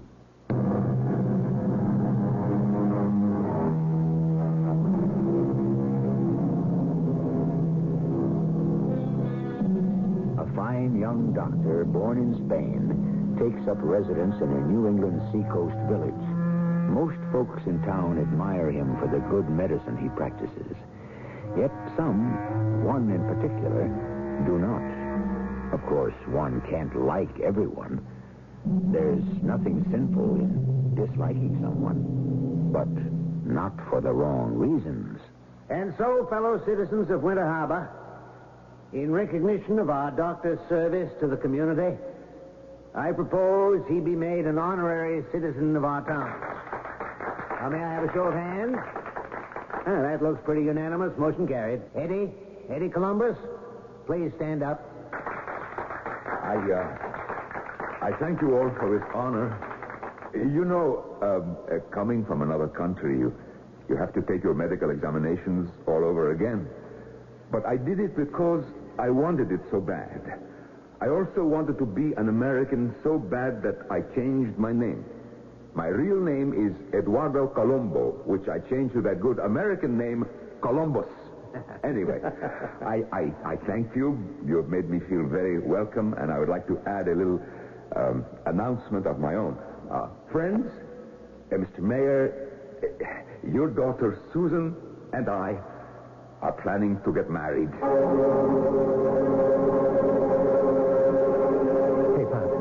Did you know the doctor got a letter with a foreign stamp on it today? Matthew, I couldn't care less.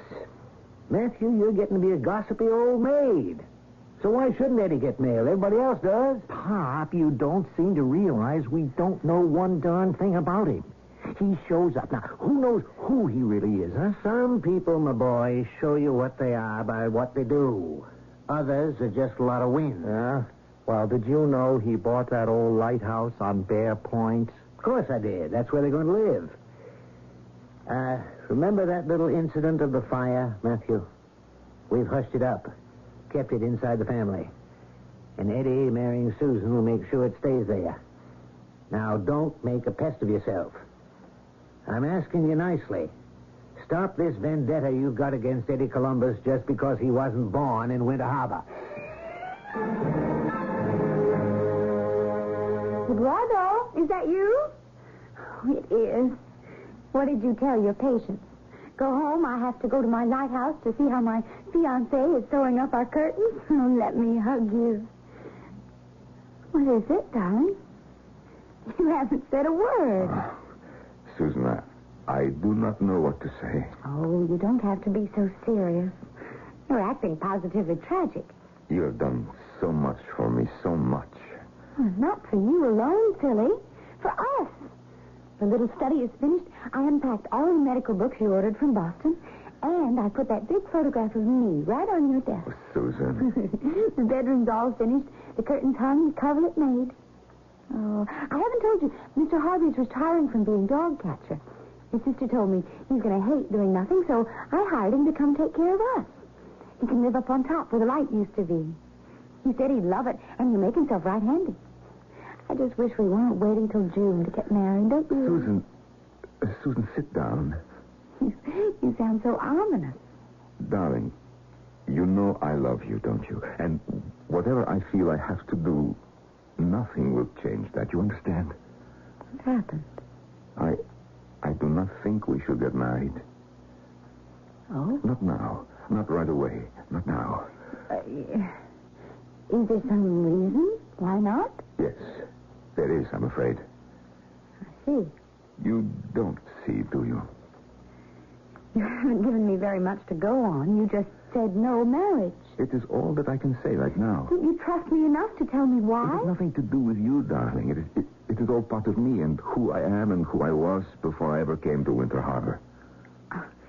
Is there a date on your decision, a time limit? I wish I could know. Of course, it is not forever. I mean, I am not breaking off just like that. How could I? You seem to be doing it very well. Susan, do not be angry, please. Angry? Out of the blue, you say the wedding's off and no date for when it's on? If it's ever on?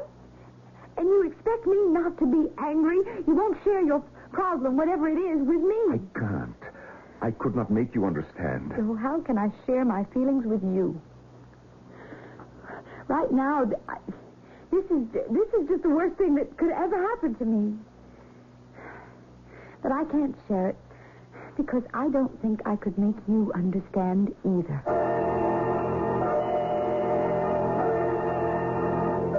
Pop, are you going to let that foreigner treat Susan this way and do nothing? Matthew, it's between the two of them. Yeah, well, I think he ought to be run out of town. Oh, Matthew, use your head. What good will it do Susan to stir things up? There are plenty of folks around here who never liked him. People who weren't raised here are different from us. They speak different. They are different. Well, of course, you're upset. So am I. I keep telling myself it's a lover's quarrel. They'll make up and everything will be all right. Yeah, well, that's not what Susan says. It's off, over, finished. I asked her to give any reason, and she just shook her head and went up to her room to cry. Listen, I'm not hanging around this town any longer. Everything about it gives me the creeps. My sister gets kicked in the teeth, and my pop says, well. Well, I don't see it that way. She can't protect herself. But I am not letting that guy get away with it.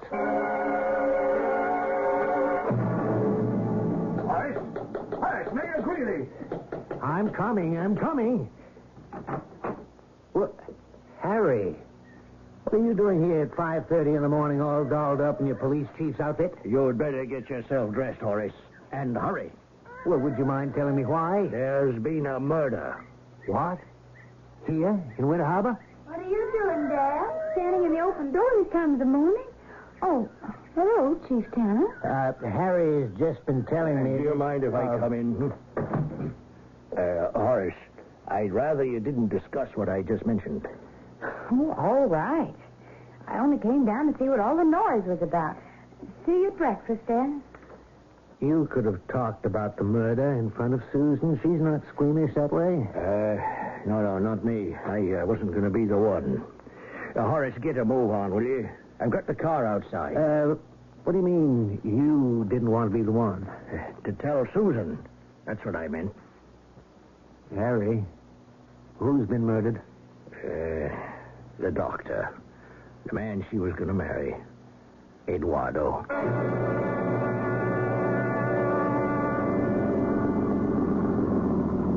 Hey, this is quite a place he picked out. Imagine wanting to live in an old lighthouse. Wait till you go inside. Susan's made this into a really nice place to live. As I was inside an hour ago when old Harvey first called me. There he is. Oh, back again, Chief Tanner? Morning, Mayor Greeley. Yeah, well, you haven't touched anything, have you, Harvey? Oh, no, sir. I left the body just as you saw it. Good. Well, a few questions before we go inside. First of all, Harvey, what are you doing here? What? I live here. Thought you lived with your sister. The doctor hired me to take care of the place. Mm-hmm. When did you last see the doctor alive? Well, I didn't exactly see him, but I heard him. Well, tell me, go on. About 11:15 last night, I heard the doctor call out, so I went down the stairs. You should see those stairs, Mr. Mayor. They wind down and down like a corkscrew. I'm way up top where they used to burn the light. Mm-hmm. The lantern gallery. Oh, what a view. Well, you came downstairs. 11:15, and I knocked on the door, and I said, "Did you call?" And he said, "No, I didn't call, and go back up to bed and don't annoy me." Well, I was kind of surprised. He never talked so snappy-like to me before. Well, did you go right up to bed? No, I didn't. I'm not used to living on the top of a lighthouse yet. So I opened the little door, and there's a railing, and I can walk around the light. It was a clear night. You could see for miles. And then you went to bed. After I saw Matthew. Matthew? Yes, Matthew. May have been about midnight, maybe later. There he comes along the path with a flashlight. Then he turns out the light, and I do not see him anymore. Are you sure it was my son? Oh, yeah, I'd know Matthew anywhere. He was just taking a walk, I guess. And when did you discover the body? About 4 o'clock, I'd say. What time did I call you, Chief? There was very little noise.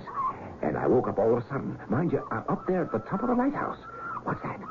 50 feet up. 75. And I hear the front door squeaking open. And I'm thinking, what's going on?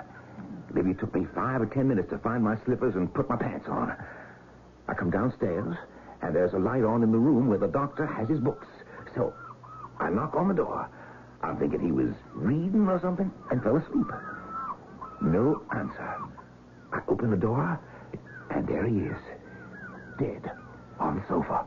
All right. Let's go inside and have a look.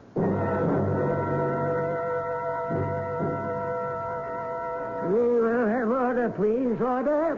Quiet, everybody. Coroner's inquest in and for the town of Winter Harbor in Summit County is in session in the matter of the apparent murder of Dr. Eduardo Combo. I am George Payson, the coroner, and witnesses will come forward as they're called. Will Chief Police Harry Tanner step forward to give evidence? Chief Tanner? Yes, sir. In what condition did you find the deceased? The deceased was lying on his back on a sofa, and it was evident he'd been subjected to violence. And while he was fully dressed and had on his slippers, the soles of which were perfectly clean. Chief, was there any traces of the assailant? The inside of the door in the carpet had traces of dirt and boot marks, presumably made by the murderer, the assailant. From the size of the footprints, I would say it was clearly a man. Evidence of robbery? Oh, no, I would say no. Only one item appears missing, and that's an 8x10 photograph which has been removed from a frame on the doctor's desk. You know who this photograph is of? No, sir. Is there anyone present who knows who the photograph is of? I do. Oh, Miss Bailey, if you don't mind, would you step forward, please? Harry, let her get closer to the bench. I know whose picture it was. It was of me. Yeah, and it's missing. Thank you, Miss Bailey. You may return to your seat. Yes, Harry? May I have a word with you, George? What is it? Well, my theory is Susan's brother, Matthew, may have a good deal to do with this case, sir. I'll explain later. Where is he? That's just it, George. He's disappeared. It puts quite a different complexion on this case, don't it? Well, we've got a couple of leads. I think in a day or so, we'll be able to bring him in. Good enough. We'll adjourn then. Ladies and gentlemen, this inquest will stand adjourned. To further notice. You each be notified when to appear. I caution each of you here today not to leave town.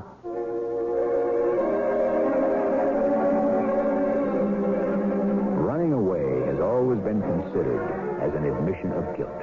Yes, going back as far as the days of Adam and Cain.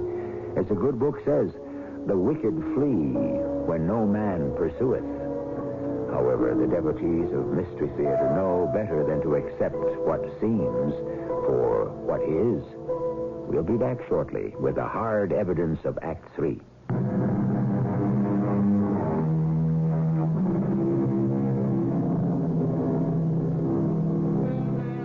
It's a well-known fact that the smaller the town, the quicker the justice.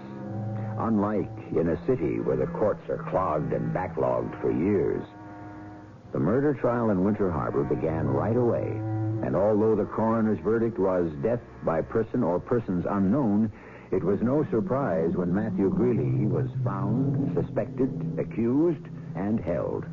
It is now the second week of the trial. Horace, I can't tell you how terribly I feel that your boy is charged with this crime. I understand you had to bring him in, Harry. He hasn't given me a satisfactory answer why he left town. He keeps saying he didn't know anything about Eddie being murdered, that there weren't any newspapers up near that cabin. I kind of believe that. I know that boy. He may talk big all over town about what he'd do for the honor of his sister, but he's gentle. What went badly was him admitting he had gone to see the doctor that night, but then didn't, and decided to leave town. Who's being put on the witness stand today? Susan. I said to Jack Smite, she was on the stand yesterday. Why do you have to call her again today? She really loved Eddie. This must be traumatic for the poor child. Here we go. The judge is coming through the door. Your Honor, I'd like to recall Susan Greeley to the stand. And may I remind the witness that she is still under oath? Now, Susan, yesterday you told us that your engagement to Dr. Columbus had been broken at the doctor's request. Did he tell you why? I understood there were personal reasons connected with his family. Mm-hmm. And your brother, Matthew, how did he take the news of the broken engagement? Well, not very well, I'm afraid. Do you harbor any ill feelings toward Dr. Columbus? Oh, no. He acted in a perfectly honorable manner. Did you ever hear your brother, Matthew, utter any threats against the doctor? Yes, I'm afraid I did. But he couldn't have killed him. Well, why do you say that, Susan? Because Dr. Eduardo Columbus is not dead. With your Honor's permission, I would like to resume questioning Miss Greeley. Now, would you tell the court, Susan, how you know Dr. Columbus is not dead? Because I have received a letter from him since the date of his supposed death. Have you the letter? Yes, I have it with me in my handbag, but I should prefer not to show it. Well, may we see the envelope? Yes. Would you take it out, please, and tell us the postmark? Portland. And the date? June 5th. Please excuse me. I'm not feeling very well. I'm sorry, Miss Greeley. These questions must be painful to you. It's not that. It's just that... Can you tell us what is particularly upsetting? Well, you see, June the 5th was the date on which Eduardo and I were going to get married. Susan, are you prepared to swear that this letter is in the actual handwriting of Dr. Eduardo Columbus? Yes, I am. Now, Susan, there will be those who say you have been in possession of this letter during the proceedings at the inquest. And then when your brother was apprehended by the police, and at the beginning of this trial. Why did you continue to conceal evidence which might have brought these proceedings to an end? Dr. Columbus wrote, asking me to keep his secret. Now then, why have you made it public now? To save my brother. I ask the indulgence of the court to declare a recess until tomorrow. We shall bring forth witnesses to verify that the letter is indeed in Dr. Columbus's handwriting. However, it does present us with a dilemma. That if the deceased is not Dr. Columbus, then who is he? Your Honor, this morning before the court resumed, with the consent of the prosecution, Miss Susan Greeley has been excused from cross-examination. I now call the next witness, Dr. Eduardo Columbus. Did you know about this, Horace? No, I sure didn't. Don't tell me this is a surprise to you, too, Harry. Well, until they brought up that letter, I was sure the deceased was the doctor. I wasn't. For one thing, didn't the autopsy show the deceased had a congenital heart defect? Eddie didn't have a bad heart. Well, doesn't look the better for wear today, does he? I'm looking at Susan. She still loves that man. Will you look at her? He's been sworn in. He's taking a stand. Your full name, sir? Dr. Eduardo Columbus. Do I understand you wish to make a statement regarding the events on the night in question? Yes, I do. You are aware, Doctor, that anything you say in this trial may be used against you. I am aware of that. Proceed, Doctor. Your Honor, a week or so before the night in question, I received a letter sent to me by my brother from Argentina. I have a twin brother whose resemblance to me is so great that when we were together in Spain, people could see no difference between us. Although it is painful for me to say this, from an early age I conceived a horror of him. Because of him and his dishonest actions, I was compelled to leave Spain and seek a new life and a new career in America. The letter told me he had discovered my whereabouts and would shortly be here. On the night in question, I was sitting in my study in the lower part of the lighthouse by the window. Your Honor, I saw his face looking in at me through the window. The resemblance between us was still so great that for an instant I thought it was my own reflection in the glass. I went to the door and admitted him. My dear Eduardo, you look well. Enzio,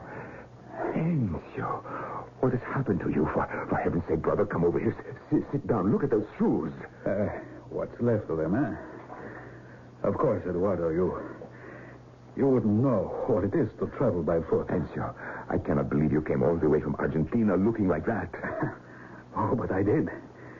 In these ragged clothes, I blend perfectly with the bales and boxes in the airplane baggage compartment. Not the best way to travel, although the cheapest. You see, they don't heat the baggage under 25,000 feet. You can freeze. But frozen or not, I had this urge to visit you. Enzio, why were you in Argentina? When did you leave Spain? When the police became impatient. They thought I had broken the law once too often. And besides, there was a little matter of a watchman with a crushed skull in a warehouse. Oh, Enzio, stealing, housebreaking, robbery. How did you come to it? Very easily. When you have no profession, no ambition. And a watchman, stupid man. He died. What he deserved, trying to resist me. So I disappeared. Had to. I went to Argentina and lived like a dog. I do not suppose you wish anything to eat. Oh, how well you remember my dear brother. No food, thank you. But the largest bottle of the strongest drink will be appreciated. I'll see what I can do. I am not really installed yet. Oh, I'm freezing to death. There's nothing worse than a chill when the weather turns warm. Here. Give it to me. Do you want a glass? What for? The neck of the bottle fits into my mouth. Enzio, I know you are past reasoning with. You should look at yourself. You're sick, not only in mind, but in body. You have abused yourself like a sick animal. You always had a weak heart. You have diseased your liver. Your face is swollen. I cannot believe you are my twin brother. I cannot. That's better. Well, thank you for the medical lecture, dear brother. But now let us be serious. First of all, you can have these rags. I want clothes. Good clothes. Then money. All the money you have here. And don't think you shall be rid of me when I leave. Oh, no. I shall return whenever I feel like it, and you shall give me more money. What was it Cain said to the Almighty? Am I my brother's keeper? Well, so you are, Eduardo. For as long as I choose, you shall be my keeper. Enzio, sit still. Let me help you. There. Enough. Stop. You see, you do have some brotherly affection for Enzo. But believe me, it is quite one-sided, for I despise you, Eduardo. Detest you. Always have.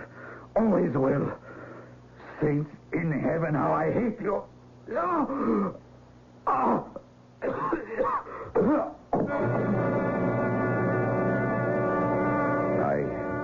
I lifted Enzo up from the floor and carried him to the sofa. I felt his pulse, but the hand I held in mine became cold and clammy. His diseased heart had broken down. His own violence had killed him. Your Honor, I am not very proud of my cowardice or my fears. Although Enzo lay dead and was no longer a threat, I had seen enough of the people here. Hasty judgments, unkindness, prejudice. Now, suddenly, I had the chance to make a clean break with the past. I dressed Enzo in my clothes, and I put on his. I would be discovered dead, and that would be the end of it. And so, to cut all ties with this town, you left that night? No one saw me. I did not think about tomorrow, what would become of me, the career I was throwing away. All I wanted was to leave a dead brother and a dead town behind me. Where did you go? I'm sure I could find the places on the map. I did odd jobs. People were friendly, but I thought, once they get to know you, they are not so friendly. I traveled light. All I carried was a photograph of the woman I loved. And you wrote to her? To Susan Greeley? Oh, yes, almost right away. I told her not to grieve, that the body in the lighthouse was not mine. I told her to forget me, that I could never return to Winter Harbor. It never occurred to me that someone might be accused of killing me.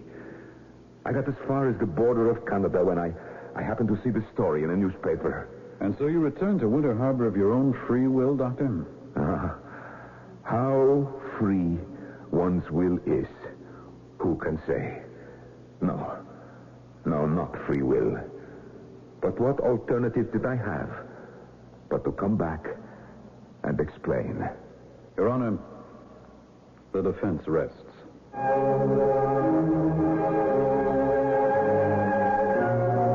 I said at the beginning that Conan Doyle had invented for us a story of prejudice and crime. I'm happy to inform you that shortly after the trial was over and the town returned to normal, Susan Greeley became Mrs. Eduardo Columbus. Did I say the town returned to normal? No, Winter Harbor was never again the same. I shall be back shortly.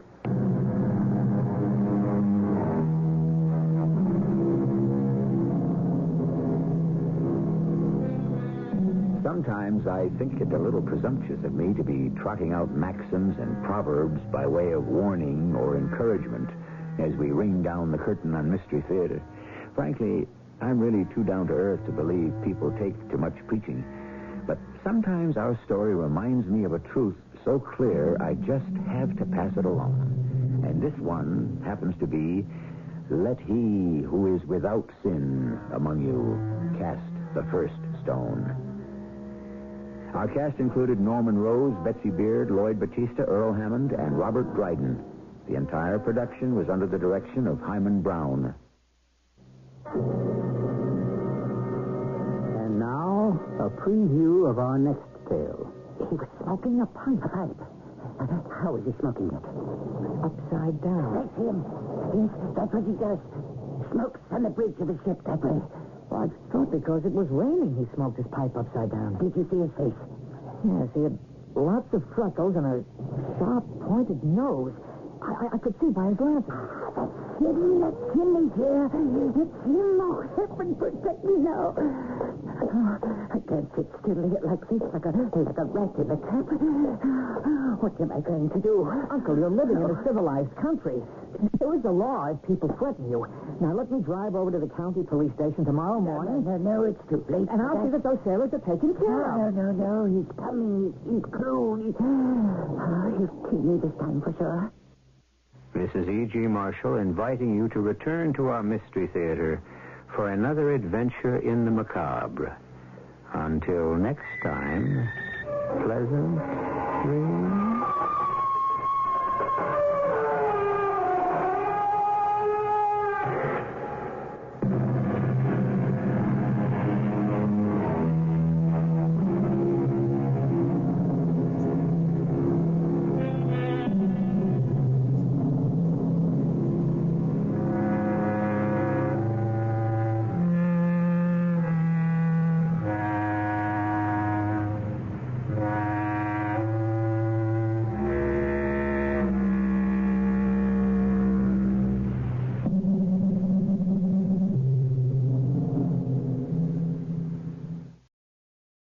CBS Radio Mystery Theater presents...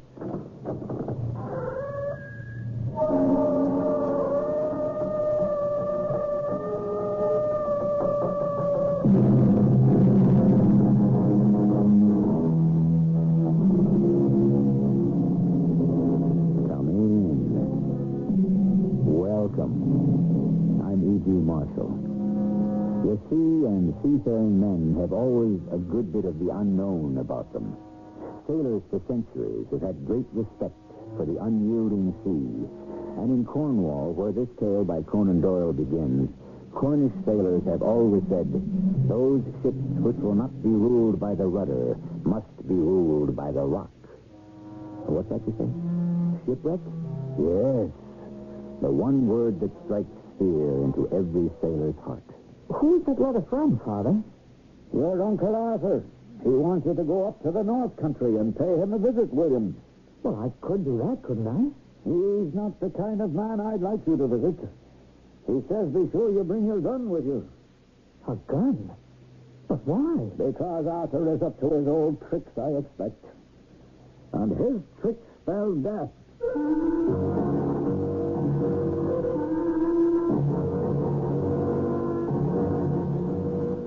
Our mystery drama, The Black Sheep and the Captain, by A. Conan Doyle, was adapted especially for the Mystery Theater by G. Frederick Lewis and stars Jack Grimes. It is sponsored in part by True Value Hardware Stores. I'll be back shortly with Act One.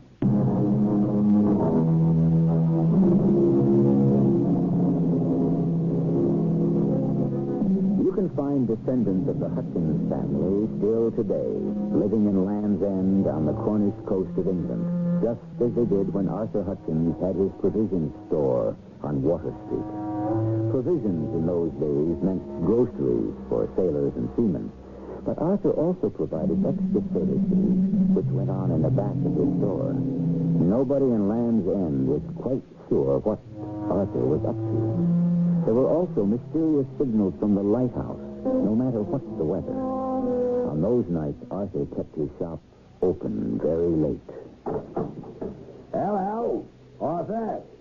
Anyone here? It's Captain Tanner. Hey, come in, sir. I shall do just that. Had a good voyage, Captain Tanner? So. Profitable? Not as profitable as the last one. You remaining in port for long? That depends. Perhaps I shall retire. You give up your ship? I've sailed 40 years, since I was 10. Well, you're just in your prime, Captain. I know I am. That's why, now that I have the money, I aim to enjoy it. A little farm down the Cornwall coast. Some sheep, cows. I say on £1,000, I could manage comfortably the rest of the day. Who couldn't? You couldn't, my dear Arthur. Your neighbors couldn't, nor your relatives. But I can, because you're making it possible, eh? Well, now, don't keep an old sailor hanging from the yard arm. Let me have what I came for. You mean now? You know why I'm here. Oh, well, of course I do. But I was just wondering... What is it? Surely you got an excellent price. I was thinking, Captain, could you come back later? Later tonight? Why? I'm afraid the news isn't good. What news? About your retirement. Arthur, I don't understand you, and my nose is beginning to itch. You know what that means. Now, please, don't lose your temper, Captain Turner. I can explain it. When my nose itches, it means a fight. Now, all I'm saying is, stop this ring around a rosy and let me have what belongs to me. I wish I could. But what happened was, a week after you left them with me, this place was robbed. Ransacked. What? Please, Captain Turner. No, get away from it. Don't get away. Will you?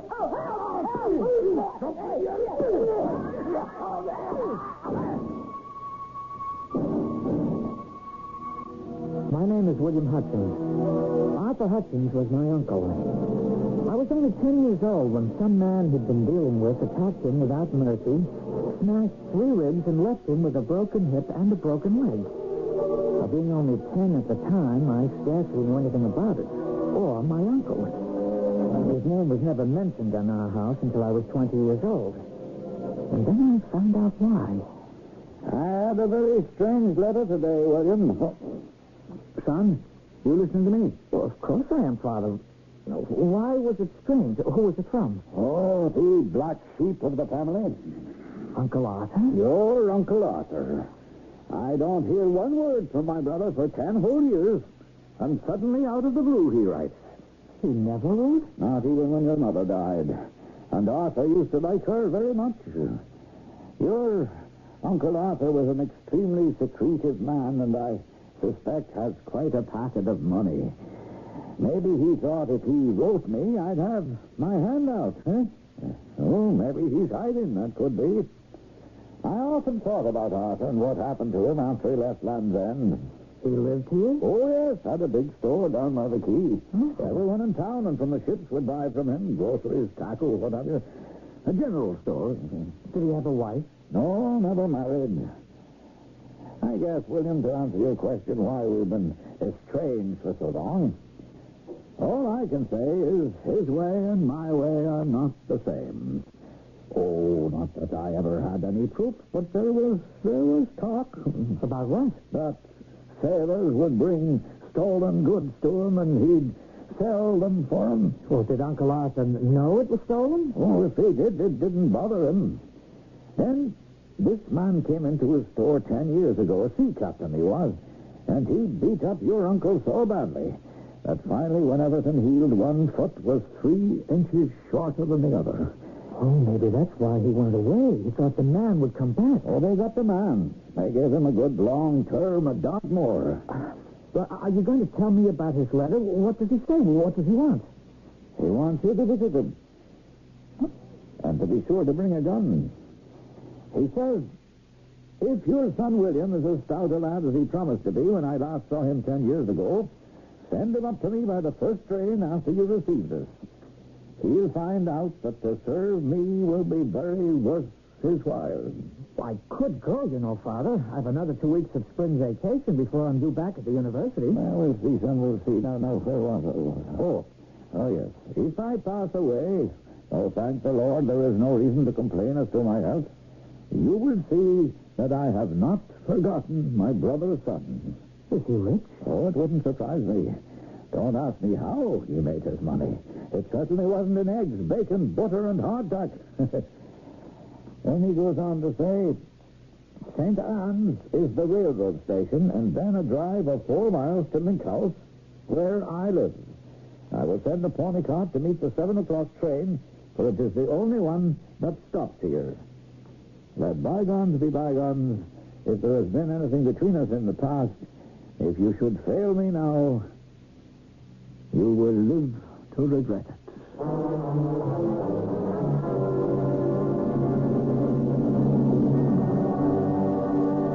Oh, good morning, Father. I thought I'd be on my way. So, William, you decided to go. He is my uncle, isn't he? Yes, and I didn't care for his threats. Oh, maybe that's just his way. And I didn't like him saying you should bring a gun. He sounds like the same old Arthur to me. What's the difference? I borrowed Mr. Warbury's gun. He even gave me the ammunition for it. He's glad to let me have it. But you don't even know how to aim a gun. I can learn. My boy, going off like this, you're crazy. I'd better start. It's an hour's walk to the Land's End station. I'll answer it, Father. What's this? A telegram for you, Father. Thanks for bringing it over, Mr. Sharp. Now, what's it say, Father? Well, it's from Arthur. Oh? On no account let William get out of St. Anne's. He will find a pony cart waiting at 7:15 at Stedding Ridge, one station further down the line. He'll be taken to the Garth farmhouse. He will receive instructions. Do not fail me. Don't forget to have William bring gun. Good hunting, Arthur.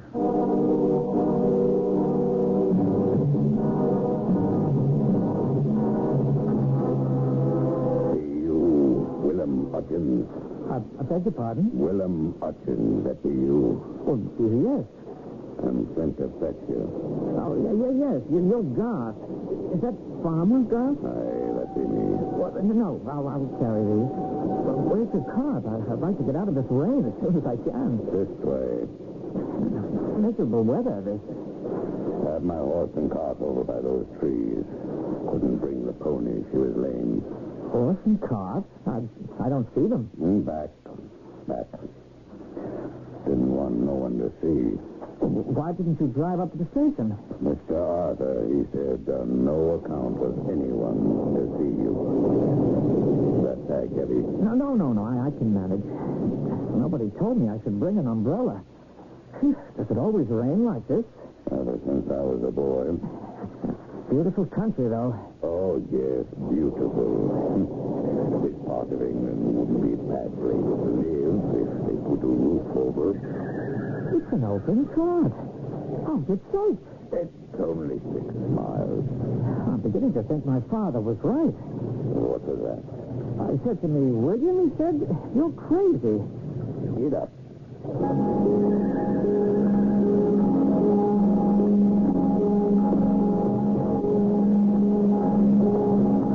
You said it was only 6 miles. How far have we come? 2 and a bit. Look, there's a man running across the moor. I don't like that. Big burly fellow. I wouldn't like to meet up with him on a dark night. You're going to. He's coming right for us. He's waving. He wants us to stop. No, stopping for him. Hey, mate. Hey, you in the wagon. Oh, we can't leave the man standing in the rain like this. Whoa! Wait a minute, my horse. Don't just stop a minute. There's enough room to take another man. Say, mate, where are you bound for? Garth Farm. Oh, which way is that? Fenchurch way. Now, if you'd been going my way, I should have made bold to ask you for the passage. Fenchurch, eh? Well, that's not where I'm headed for. You know the way to St. Anne. Over there somewhere. Get up. Notice those earrings? Get up. He's a sailor. Now, what's a sailor doing out in the moors? We're but a few miles from Morecambe Bay. I don't have much to do with sailors. Keep away from them. Don't like them. You seemed frightened of that one. Perhaps I was. I've got good reason to be.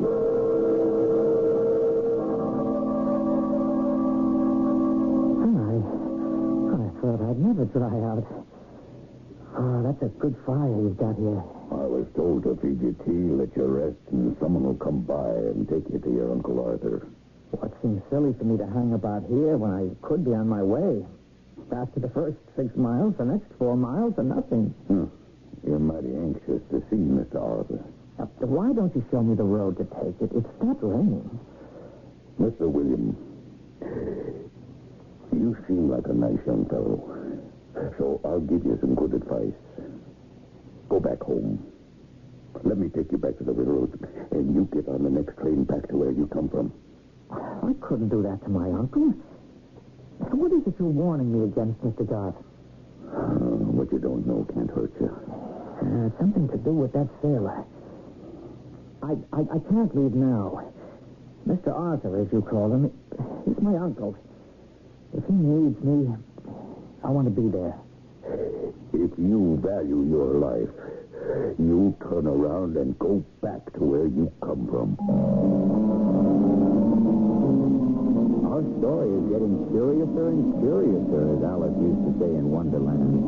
Only this is no fairy tale. The moors of the north of England and those who live there are like creatures from another world.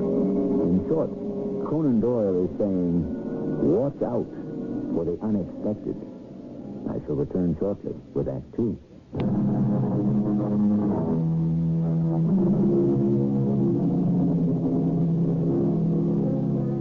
To those who have never traveled the moors, picture rocks and sand covered with heather, bracken, coarse grass, moss, and peat bogs. A wasteland, empty and desolate. Clumps of dark green trees. The only color, the rich purple of heather. Here on the moors lives Uncle Arthur. Here, waiting to be taken to his house, his nephew William. 9 o'clock. 10 o'clock. And then the storm.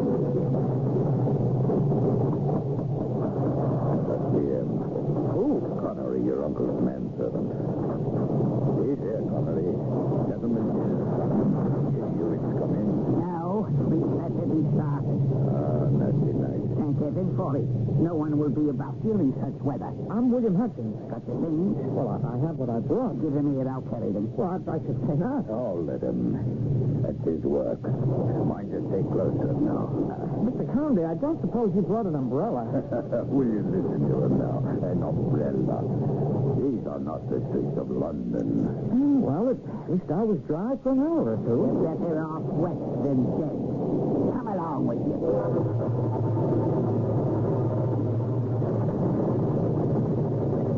I thought my uncle was just a few miles from the farm. I've taken the long way round to Link House. It's the safer way. Connery. Your name is Connery. I see. Have you known my uncle a long time? Since you were a foot high, Master Witches. What am I saying? Years before that? You knew me when I was a baby? Aye, that I did. Then you've been working for my uncle for at least 20 years. Oh, aye. Longer than that. What is all this mysterious goings on? Can you tell me? I'm not the same after William. Down, my boy. Stop. Why are you pulling me? The life that's beyond this strength will make Mary a sound. I see him. That man with the lantern.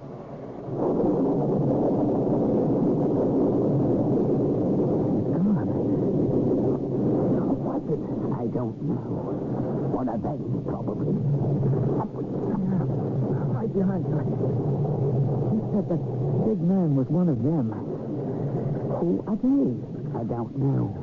Come off it, Connery. A great big man in a seaman's coat carrying a lantern, smoking his pipe upside down, and you don't know who he is? Then why hide ourselves there watching Link House? Your uncle is scared of them. That's why he told me to take clear of them, and that's why I've been dodging the long road. Now look there. See? That's it. Is that Uncle Arthur's house? Up ahead? Move carefully now. Don't want him to take us for strangers and shoot us. Why is it all dark? Is my uncle inside? He can see out, but no one can see in. Who's there? That's him. It's I. Who? What? Who is it, I say? It's me, Connery. I've brought the young gentleman. We were pulled inside quickly. The door closed behind us and bolted with 2 iron bars and a crossbar of wood. My uncle lit a lantern. Was this man my uncle? His bloated face, those red pig-like eyes? This was my father's own brother? Here I was, face to face with a stranger. And all I could think was, he's the black sheep of the family. So, nephew, you've come at last. You must be hungry, William. Connery, make haste with food. Come over by the fire and take off your wet things. I don't expect I'll ever be dry again. I feel like a fish. You've got a sense of humor. I like that. Connery, food, hurry. Yes, Master Hudson. Be along presently. I've had Connery with me for 25 years. There's no hurrying him. When he's ready, he's ready. Oh, you sit there, William. I'll be right back. I want to fetch something to show you. I suddenly became aware of my uncle's limp. I remember the story of his having been so severely attacked that one foot had become shorter than the other. On his short leg, he wore a 3-inch wooden platform boot. Here it is. Look at the sign. What does it say? Arthur Hudson's Provisions. That sign hung outside my store in Land's End for 25 years. I took it down when I left. Took it with me. I came up here to live on the moors. That sign. Oh, it reminds me always of the life I had. Pitiful, isn't it? 25 years and only a piece of wood and paint to remember them by. You miss those days, Uncle? I never look back. Unless it's over my shoulder to see who's coming at me with a knife. Connery, set the plate in front of nephew William. Strong, strapping boy, isn't he? You did right to send for him, Connery? Oh, you like cold mutton? Oh, yes, anything. Connery, you'd better go and pack in. We want everything in shipshape by tomorrow evening. I see you've got a great many boxes against the wall. Yes, all packed and corded. Yes, William, tomorrow night I shall be rid of these moors. Now, while you have your supper, I'll tell you about it. I can see you're the right sort and can be trusted. First, the morning news. Now, where is it? Connery, that newspaper, where is it? On the trestle table, Master Hudson. So it is. Now, look at this. It's 10, 11 days old. Do you know what it says? No, what should I be looking at? He's out. Out of Dartmoor. 6 months before his sentence was served. Who is he? You see this foot? It's his daughter, it is. That's his mark. He's been doing time for that. Now, he's out. And he's after me again. Why should he be after you? Because he wants to kill me. He thinks I've wronged him. Back in Land's End 10 years ago. Him and his friends are after me. Who are his friends? Sailors. I knew they'd come when I saw that in the papers. And sure enough, about 2 days after it came out, I was looking through that window, and 3 of them were standing looking at the house. It was right after that I wrote to Father. Father said I was daft to come here, but he didn't stop me. They're out there. They found me and marked me down. Now they're just waiting for him. Why don't you send for the police? Police are no use. I've got you. You are the one that can help me. What can I do? See those boxes? Yes? By tomorrow night, everything will be packed and ready to go. I've got friends in Leeds, and I'll be safer there. Not safe, mind you, but safer. So tomorrow you're leaving? At night. You stand by me, young man, and you'll never regret it. What do you do? Well, I'm going to the university. I'd like to study law. I'll see that you can. It takes money, lawyer education, you know that.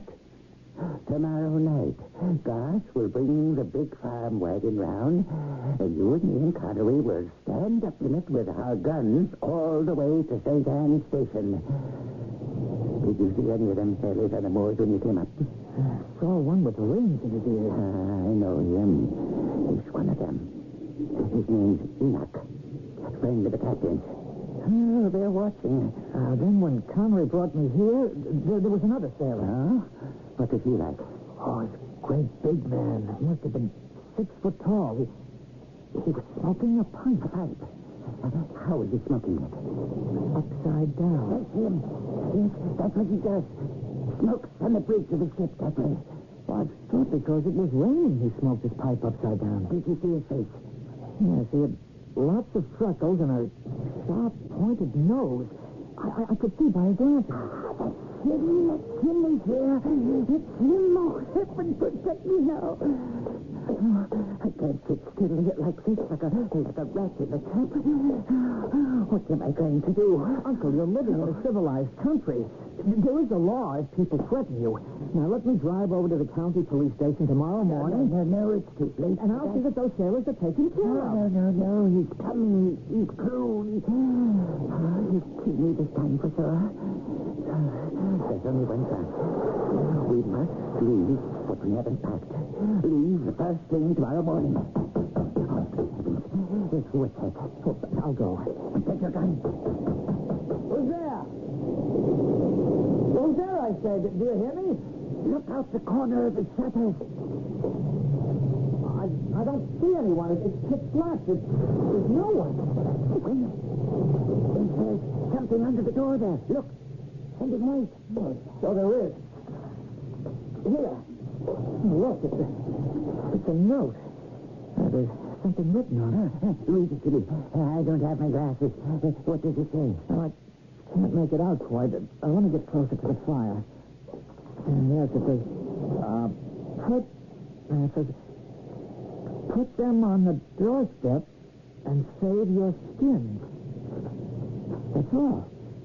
What do they want? What they'll never have. By all the powers in heaven, never. What's mine is mine. I shall never give them up.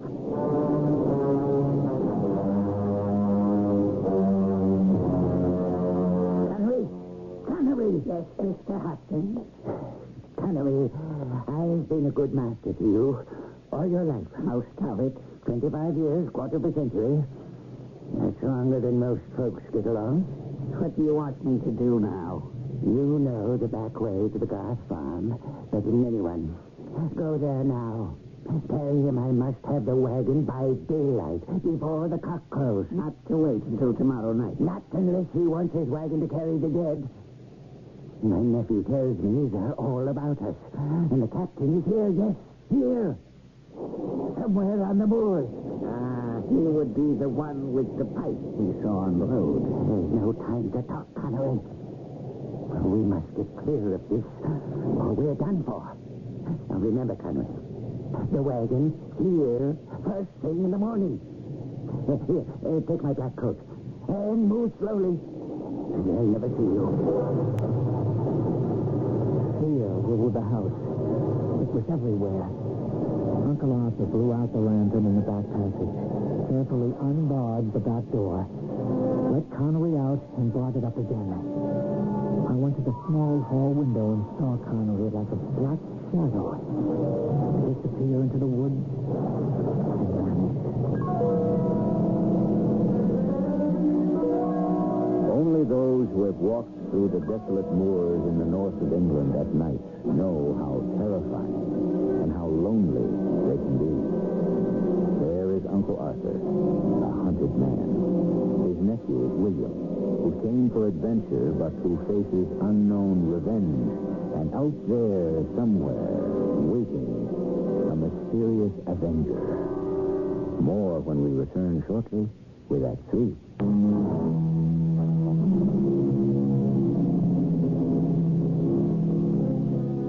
The old man with the red, runny eyes, Uncle Arthur. The man nobody liked. Where did he make his money? Was he a Scrooge or a scourge? His nephew, young William, doesn't really care. Uncle Arthur is in trouble. Uncle Arthur needs him. So, when he says, Will you help me, William? What a question to ask. Of course I will. We're kin. Like it or not, Uncle, we have to stick together. You're a good lad. And now, William, we have only a few hours before daylight. You'll never regret this night's work. If we come through safely, it will be the making of you. Stand by me till morning, and I'll stand by you while there's breath in my body. Now, are you frightened? More than I've ever been. I just was... never mind. That's right. Tell me. I wish I knew what I was defending and why. The less you know, the better for you. The wagon will be here by 5. What is me packed? Leave behind. We've only to load up and make for the early train at St. Anne's. Will they let us go? In broad daylight, they won't dare stop us. I have 2 guns, one for Connery, one for myself, and you have yours. 3 guns. Huh. Like a naked guns, common ordinary sailors. Oh, a pistol or 2 at the most. Uncle, if you won't tell me what you've done to those men, can I know what it is that they want? Don't ask questions, William, and just do as I ask you. He's Connery. Oh, Lord, even has caught him. They're killing him. Well, we have to do something. I need that lantern. Oh, no, you hold it. Go to the window and shine it through the shutters. I'm holding it to the window. What do you see? I see Connery and his black kid turning around in a circle. Stop. Now someone's just cut him off. He's turning. Oh. He's turning this way now, right to the front door. I'll open the door. This way, Connery. Come this way. It wasn't Connery who came in that door. It was the tall man I'd seen with the pipe on the road. The man Uncle Arthur called the captain. Behind him stood 4 sailors. I recognized the one with the earrings. They were ugly and menacing. Uncle Arthur turned white as a sheet. Good evening, Mr. Hutchins. Look at him, lads. What would you say is written on his face? Guilt or fright? It's Captain Turner. It's you. Yes, it's me, all right, Arthur. I borrowed your man's cape, but inside it is me. Lads, let's step forward into the fire. Close the door behind you. Well, whatever is the matter with your foot, Arthur? Lads, will you look at our dear old friend? He's wearing some strange kind of boot. Is that the latest fashion in these parts? It's you, Tanner, who done this to me. And crushed in a few ribs. Oh, yes, I remember now. Well, and who might you be, young sir? Well, Speak out, or we'll find a way to make you. I'm Will Hutchins. I'm his nephew. Are you now? Well, I wish the joy of your uncle and your visit, too. We shan't be staying long, the lads and I, will we, lads? Just in and out like an oar in the sea. Tanner. Captain Tanner in your place. When did you get out of Dartmoor? Quite recently. For good behavior. For saving a warden's hide. So they commuted me 6 months. I thought, with all that freedom, what should I do? So I gathered my mates about me, and we went to Land's End to visit our old storekeeper. And keeping of other interesting things, eh? Well, imagine our surprise to walk down Water Street, and where Arthur Hutchins' sign used to hang is now a pub. I'm sorry about Dartmoor. 10 years for teaching a lesson is a long time. What's the hour, Enoch? It's late. Very late. We must be aboard before morning. Now then, any ideas what to do with Pegleg? Price him up, I say. He'll talk. Any other ideas? I was never a stubborn captain. I always listened to one of my crew if he had a good idea. I could twist his arm ever so slowly. Uncle, you give them what they want, whatever it is. Never. So you won't tell us, eh? Enoch, tie the boy up. And then give me a hand here. I think my old friend needs a little persuasion. They seized my uncle and pulled his coat and shirt over his shoulders. He sat slumped in a chair, his body shaking with cold and fear. Then they lifted him and tied each of his wrists to one of the hooks where the smoking meat used. Captain, I think my belt could make an impression on your friend. You cowards, to beat an old man. There'll be few next if you don't restrain your tongue, boy. All right, I'm ready, Captain. Arthur, would you care for one more chance to save your eyes? I tell you, that was stolen from me years ago. Now, he's a stubborn one, isn't he? You leave us no choice, old friend. Have at it, Enoch. You cowards. Oh, my, such language. Would you like us to tie your feet as well as your hands will? Go ahead, Enoch. Swing the belt. Oh, stand clear. Stop. Listen. Oh, that belt never came near him. I'll talk. You see? I'm you offer would listen to me. Let me down. Get me off these hooks. My wrist. Now tell what we've come for. Where are they? I'll tell you. Of course you will. Where did you say? In my bedroom. Where would that be? Room above. Come along, old friend, and show us. Oh, I don't feel too well. What's that? He doesn't feel well, don't you hear him? You ought to be strung up, all of you, torturing this poor old man. Well, no one's laid a hand on him. Well, let him be. Let me just rest here a spell, Captain Tanner. I wish I could trust you, Arthur, but I can't. My lads and I come all the way from Morecambe Bay because I promised them this here. It isn't as if I'm not the kind of man who doesn't trust people, because I do. But not after they've tried to cheat me. Now, I'm not letting you slip anchor while we're upstairs looking. On your feet, Arthur, up the stairs you go. Help him, lad.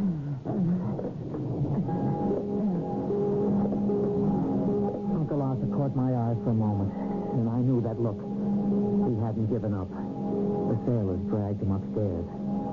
I was alone, my hands tied, but not my feet. Should I stay and try to help him? Or run for it, get the police to stop these rascals before they reach the sea? Stop him! Stop the old man! Uncle! Oh, Lord! Listen, mate. It was no doing of ours. The old man threw himself out the upstairs window, that's the truth.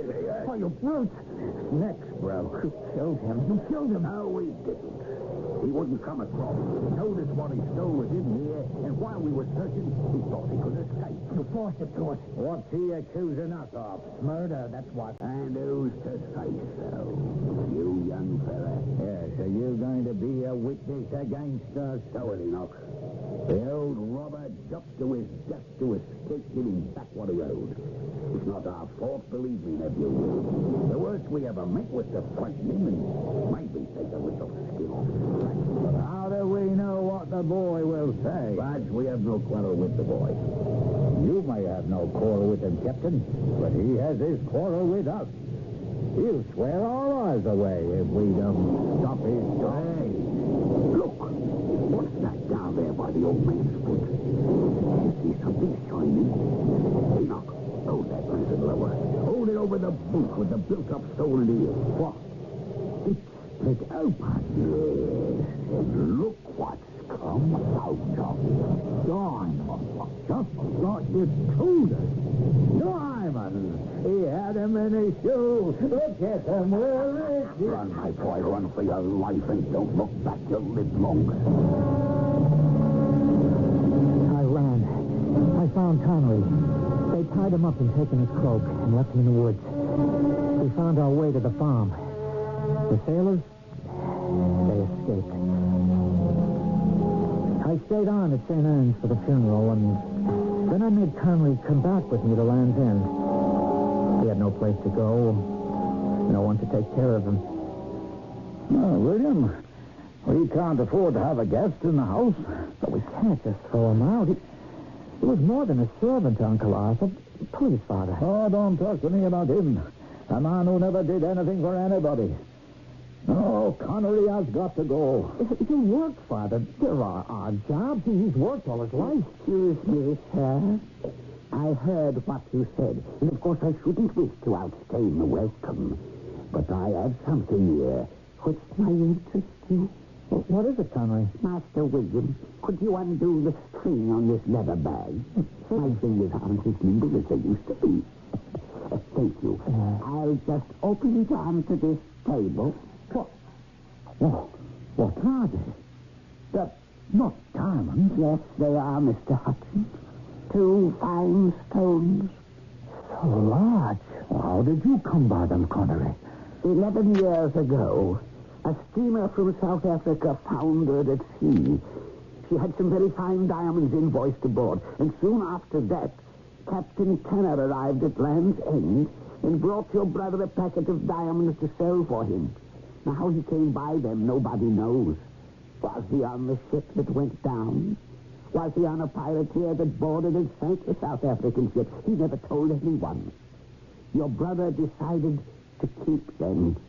I told him not to do it, but he wouldn't take heed of me. And when the captain came by the next time, your brother said they had been stolen. Well, I must say, sounds like Arthur. He was always greedy. He said the diamonds had a peculiar hold on him. He would take them out and look at them. He simply couldn't let them go. When he told the captain they'd been stolen, of course the captain didn't believe that. He beat him sorely.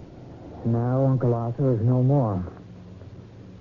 Whatever he did, he didn't deserve to die. Master William, do you remember that evening when he sent me to Garth's farm? That's when he gave me these 2 stones. He said, they're for you, Master William. For me? He said you would know how to spend them. You see, Father? And I must say, William, I'm surprised. Perhaps I never really knew Arthur. Perhaps he wasn't such a black sheep after all.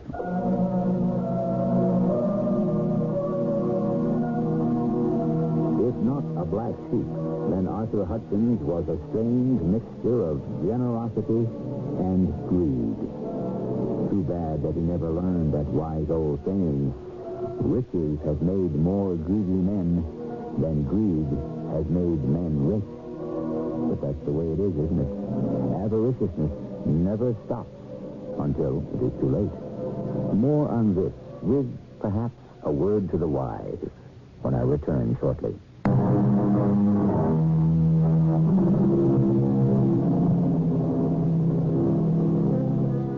From time to time, I think I have recalled for you the wisdom of my dear grandmother. Of today's tale, I'm sure she would have said, the profits of ill-gotten gains are empty. For we brought nothing into this world, and it is certain we can carry nothing out. Black sheep, whoever you are, take note. Our cast included Jack Grimes, Ray Owens, Jackson Beck, and Ian Martin. The entire production was under the direction of Hyman Brown.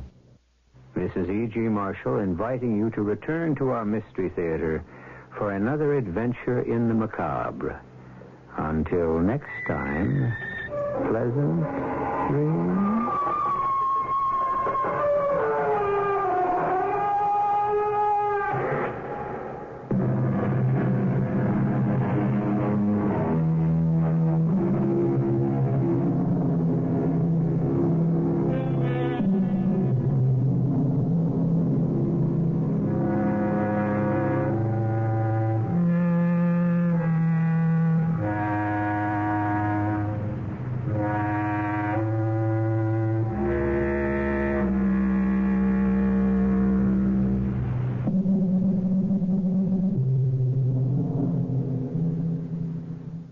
The CBS Radio Mystery Theater presents...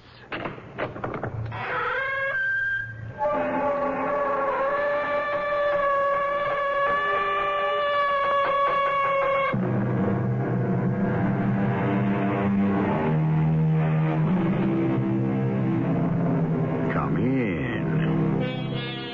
Welcome. I'm E.G. Marshall. Above our heads, a myriad of airplanes trace their contrail patterns in the sky. Beyond them and the stratosphere, countless satellites ride their fixed orbits. We have conquered the air. We are reaching towards space. But on a globe, 4/5 of which is covered by water, beneath the surface of the restless sea lies the real unknown. This story will take us there. I've made up my mind, Steve. It's up to you to decide. What's to decide? Count me in, Mr. Hunter. That's what I need to hear. Oh, one more thing. The name is J.C. Partners. Can't be strangers. We live through this one, we won't be. Anything this big, one way or another, none of us will ever be quite the same.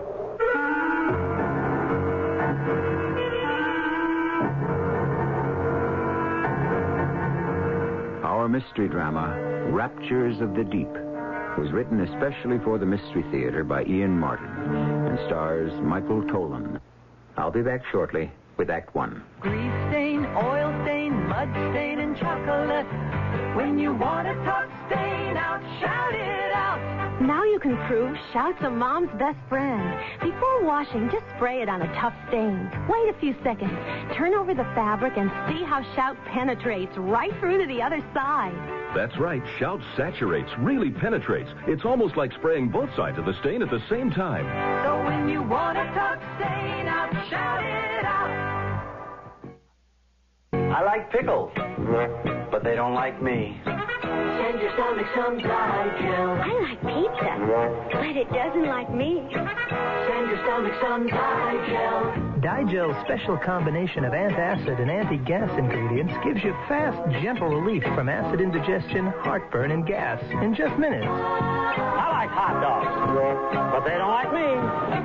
Send your stomach some Digel. For occasional use only as directed.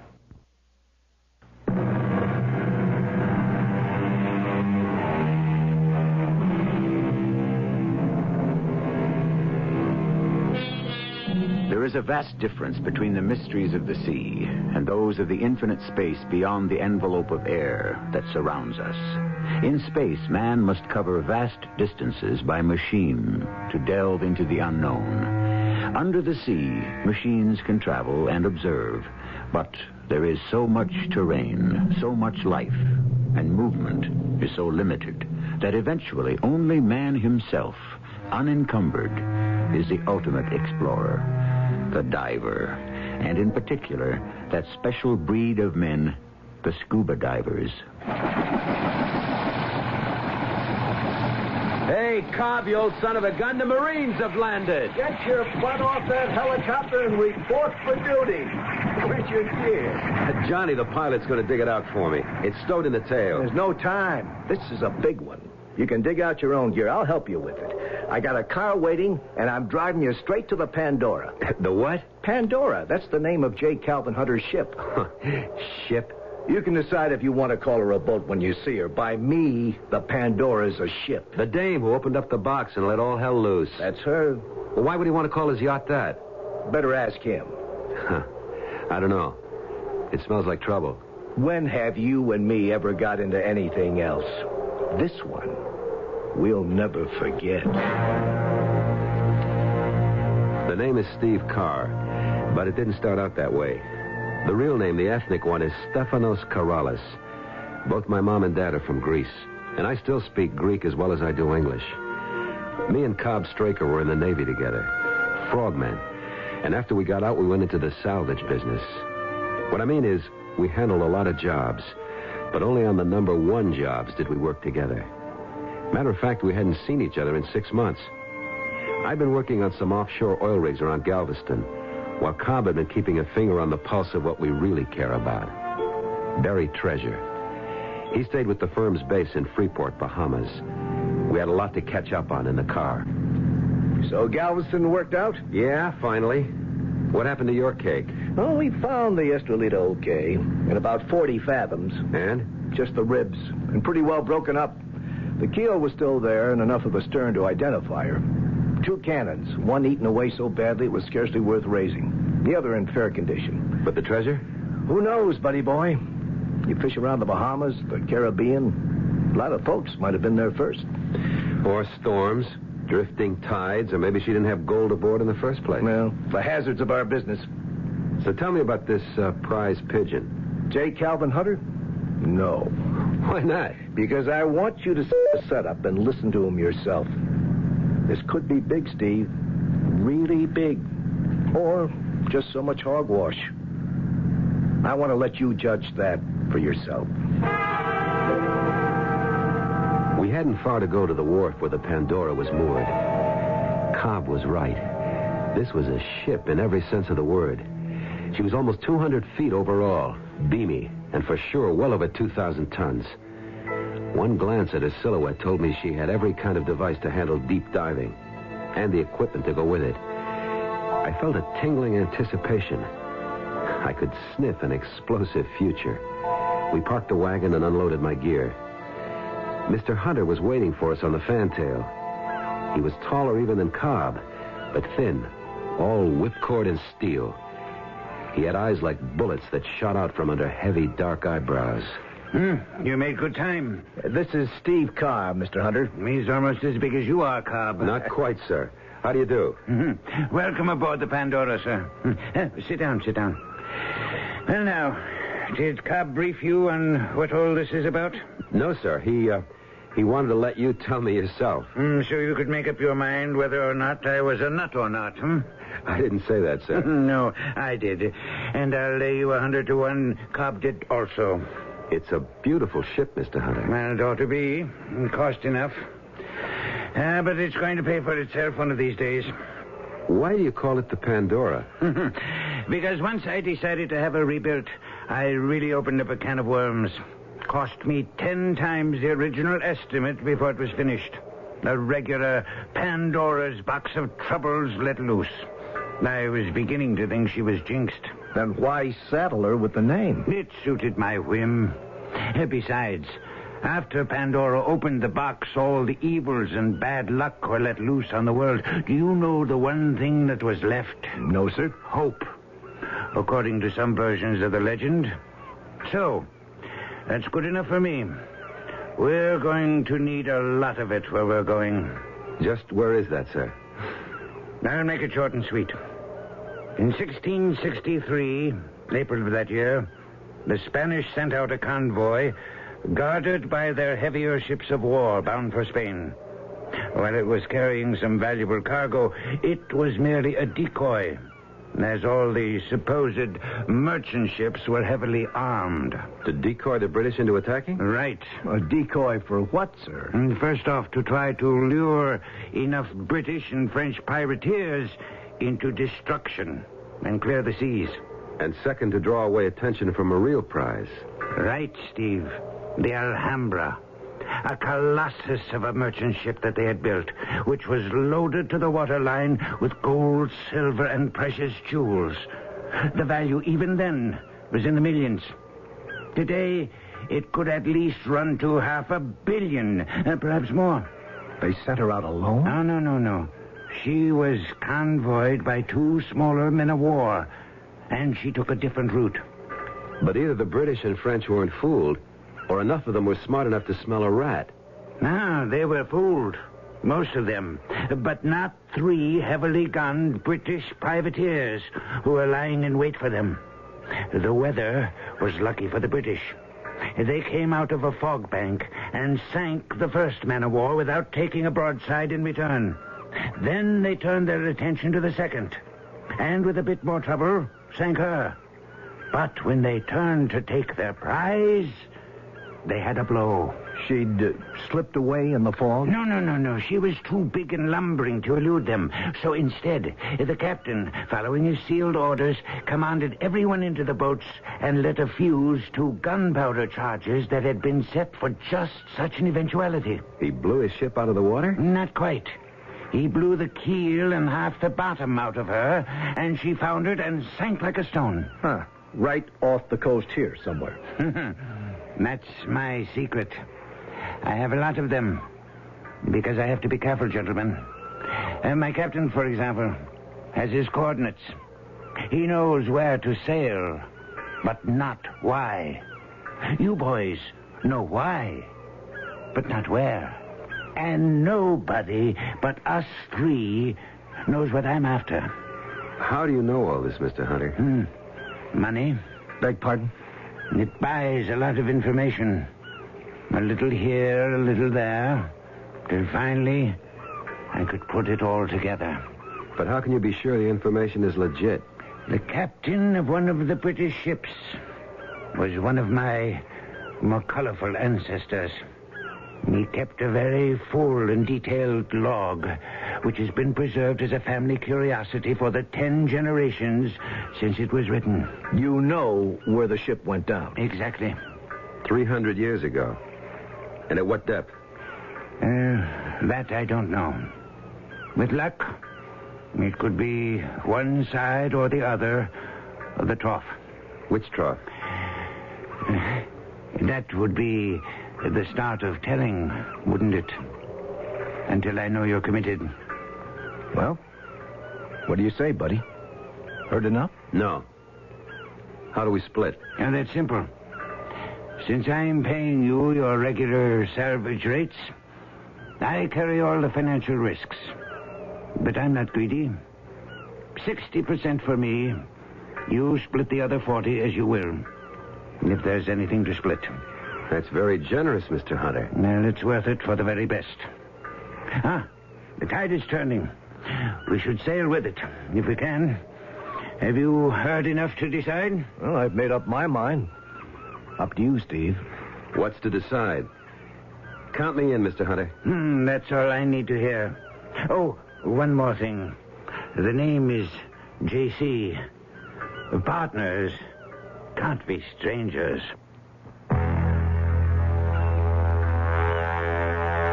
Hey, Steve. Yeah? You know where we are? Well, I can look at the sun. I don't have instruments. Roughly the eastern Atlantic, not too far south. Yeah, but where are we headed?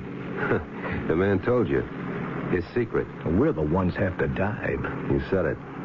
How deep? You mean free or with heavy equipment? If we're going to explore, you know it has to be free.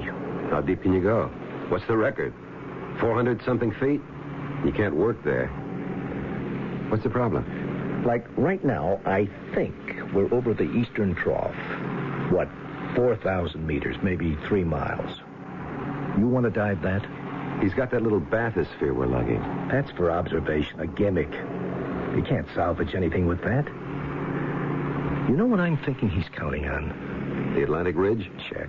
The Azores, the Canary Islands, something like that where the ocean bottom is within reach. Wherever that is. Maybe we'll turn up the lost continent of Atlantis or something. Who knows? Well, it's worth a whirl. At these prices, any day. What have we got to lose? Hold it. What's that? They cut the engines.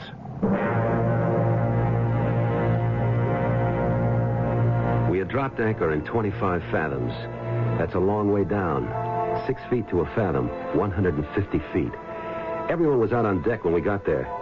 It was just at sunrise, maybe 4:20 in the morning. J.C. signaled us. He wanted us down in his quarters. There was coffee there, and a large chart on a table marked out in a grid. He pointed to a dot in the middle. This is our position right here. You and Cobb will take sectors and scout them. We'll use marker buoys to indicate what has been searched. Blue. With the red one, in case we turn up what we're looking for. Now, when do we start? How about this morning? Just what I wanted to hear. Suit up. Let's get going. You going over with us, J.C.? No. I'm a little old for these depths. Well, maybe we all are. Now, look. We have a decompression chamber. I want you to take the least amount of time on the bottom that's safe. If it's too deep, we'll helmet you and put you on the air compressors. It's deep, all right. How long will you be down?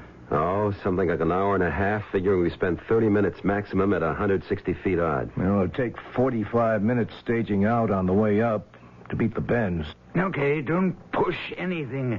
We've got all the time and most of the money in the world. I have a syndicate backing me. Now, be careful. Our middle names. Ready to go, Cobb?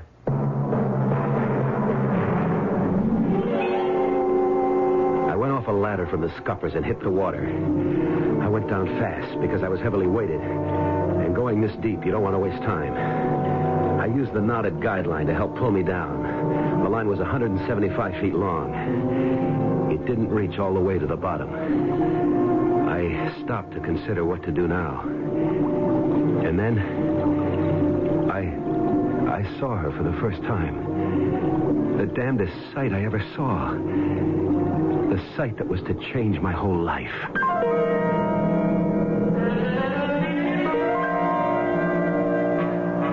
What does a young man see in the ocean at nearly 30 fathoms deep that will change his life? And whatever it was, what does the term her mean? A female of some species? Or a female of the species? A woman? And if so, what kind of woman in the depths of the ocean? I'll return shortly with Act 2.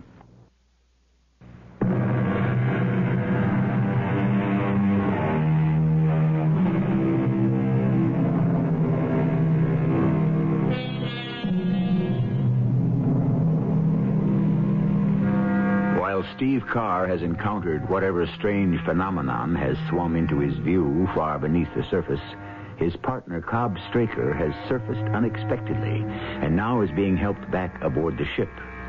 His relatively sudden reappearance has been a surprise to everyone aboard, and J.C. Hunter is the first to lend him a helping hand, reaching to take his fins as he shucks them in order to climb the ladder back aboard. You all right? Sure. I came up because there's no point to the dive. What do you mean? Adams, take Mr. Straker's equipment. Help him out of the tanks. I don't know what your anchor hook snagged, but it must be some kind of a hill or mountain. What do you mean? Well, we've got 175 feet out of weighted guidelines, but mine at least still don't reach bottom. Once I got to the end of the line, I chickened out. I wasn't going any deeper on my own. And what about Steve? He's still down there. Well, maybe he's lucky. He hit a slope or something. I'll catch my second wind till he comes up. Maybe we can replot this whole dive better. How long will he be? Well, any minute now, unless he narked out. He what? Nitrogen narcosis. Raptures of the deep. A sort of deep-sea drunk. Complete euphoria, and you lose all track of time. Hey, he went down before me. Where the devil is he? Maybe you'd better go down after him. Well, if he doesn't break water in the next couple of minutes, I sure as shooting will. Oh, there he is. Well, where you been, Jerkola? What do you want to do? Give us all the hives? You all right? Just cutting it. You want to gas me aboard, Cobb?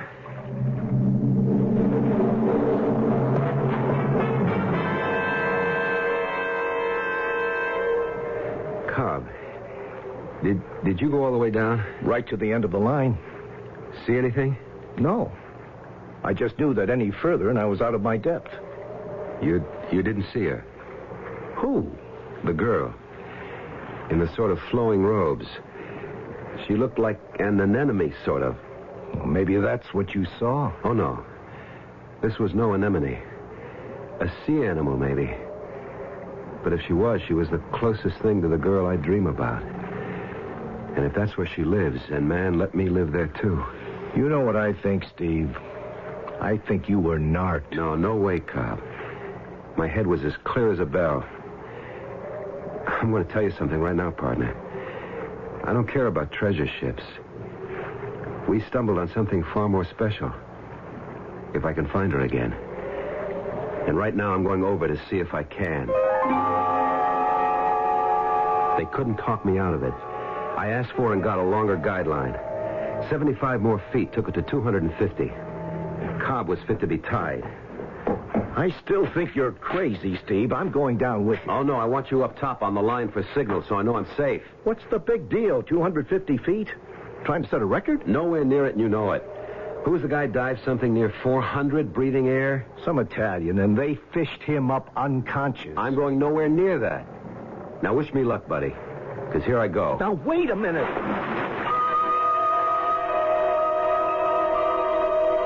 I went down the guideline, hand over hand, like a circus flyer climbs to the trapeze platform. I wanted every minute I could have on the bottom, if I ever got there, or wherever I ran into her again, if I ever did. But outside of the beam from my torch, everything was as black as being locked in a closet. Where is he, Cobb? Last signal he gave me was at 225. Fruithead, it's too deep for free diving. Signal him to come up. Well, what do you think I've been doing? Hold it. He just reached the end of the line. Well, at least he ain't going no further. I don't know how long I hung there, but at last I gave up.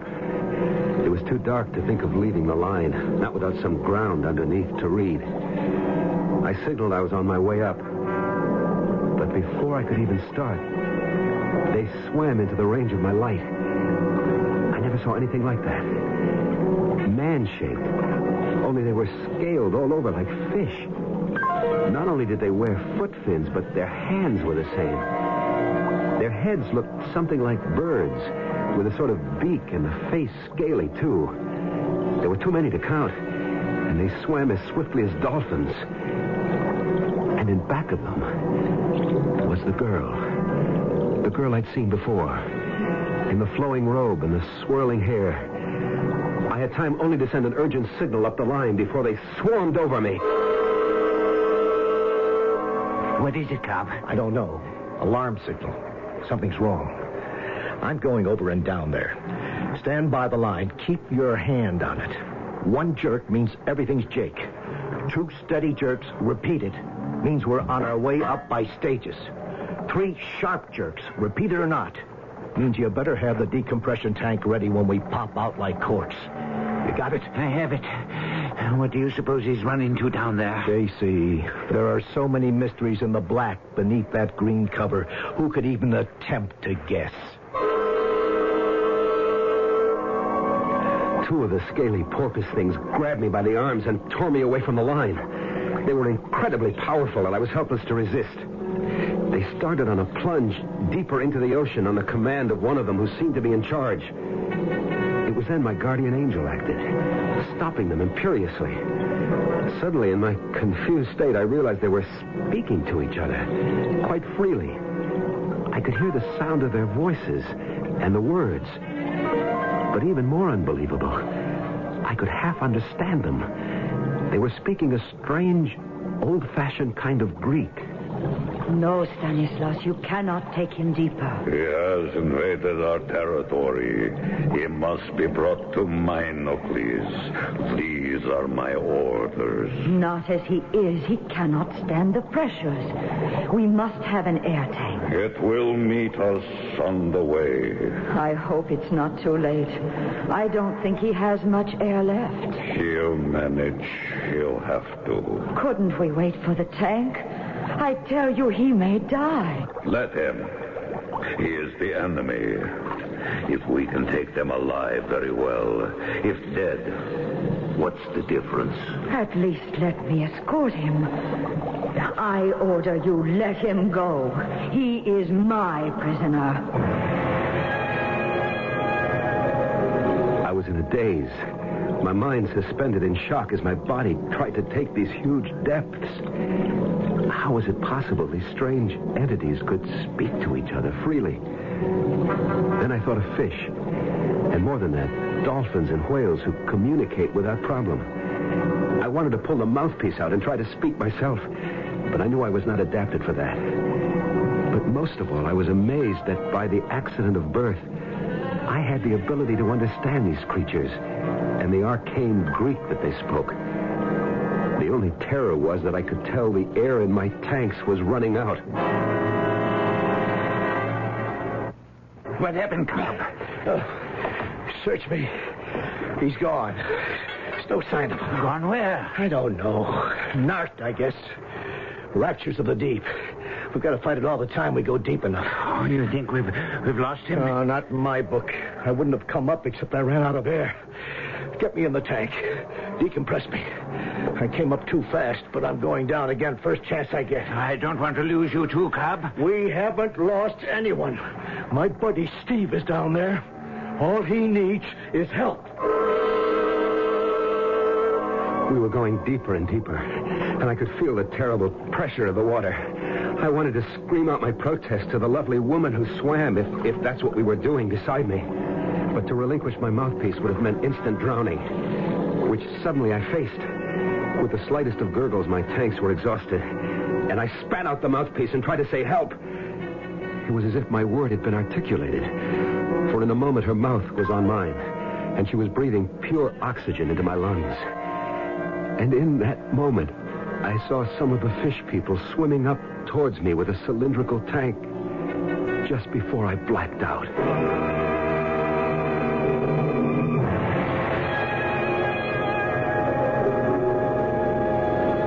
When I came to, I was lying on a kind of couch on the inside of the tank, and beside me was the girl, woman, the apparition, or whatever she was. The tank was transparent, and outside, like the men at the oars of some ancient slave ship, I could see we were being propelled by the fish things. I took a deep breath. Oh, a breath of delirious satisfaction and gratefulness. Whatever was ahead of me, at least I was breathing air again. As I did so, She opened her eyes and looked into mine. You are all right? I guess so. You can breathe? Or shall we adjust the pressure? No, it's fine. Just fine. Who are you? I am a halfway and in Group 1. My name is Ariadne. And yours? The name is Steve. Steve Carr. Steve Carr. It is a strange name. And you are a stranger. Yet you speak our language. Well, not quite. It's close to my family tongue. You see, my real name is Stephanos Karalis. I'm Greek. Ah, Greek. I have heard legends of them. They are a people who borrowed our language. Beg pardon? They came in ships, so the great book says. But we drove them off and sank them in the sea. But some, it is recorded, escaped. And they stole our language and our culture. What culture? The one you are being brought home to. Oh, how I hope you can survive. Don't worry, I'll make the attempt. But what am I going to survive to enjoy? You do not like me? Lady, that's beside the point at the moment. Where the devil are you taking me? To my home, and the home of my fathers. To my country. To Atlantis.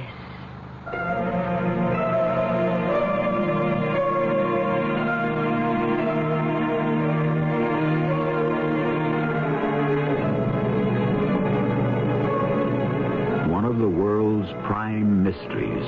Is it possible that here is the answer to that mythical island of Atlantis that was, in ancient times, believed to have existed in the Atlantic Ocean? Could someone in our modern times actually have found his way to that fabled land?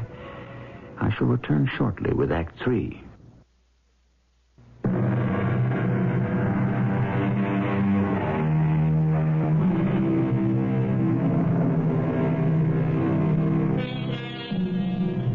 The lost island of Atlantis was first mentioned by Plato, the Greek philosopher. Later, in the 1st century before Christ, Solon, the father of law, reported that he was told of it by an Egyptian priest who said that it had been overwhelmed by an earthquake or a shifting in the world's crust, that it had sunk in the sea 9,000 years before his time. This is only one of many legends of the lost Atlantis, including the one you are listening to in my present report. I remember being propelled by the strange creatures through a thick, waving forest of kelp.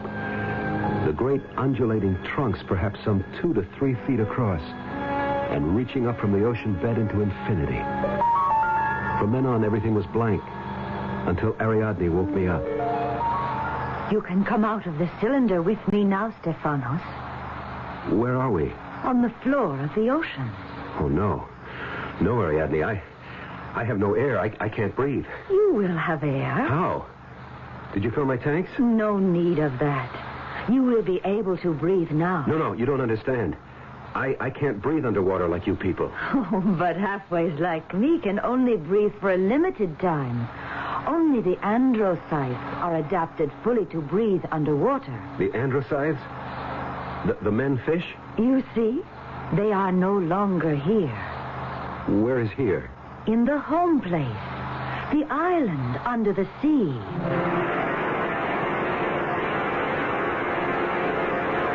I looked through the transparent sides of the cylinder, and I couldn't believe it. A whole city covered the top of this giant floating island on the floor of the ocean. People were walking freely, chatting. The women dressed in flowing garments. The men in kilted skirts, their feet in sandals. I was back in the midst of a civilization older than Christianity and the Romans.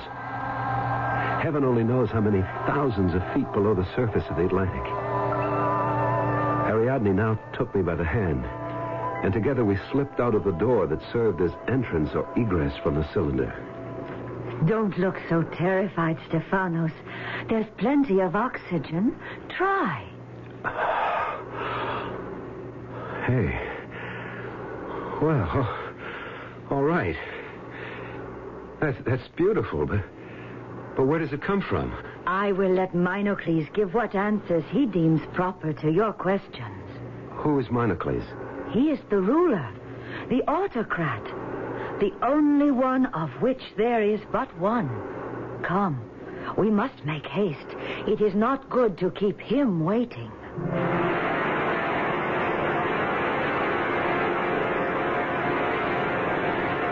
I have brought the outsider, Minocles, as you commanded. Bring him forward, that we may talk.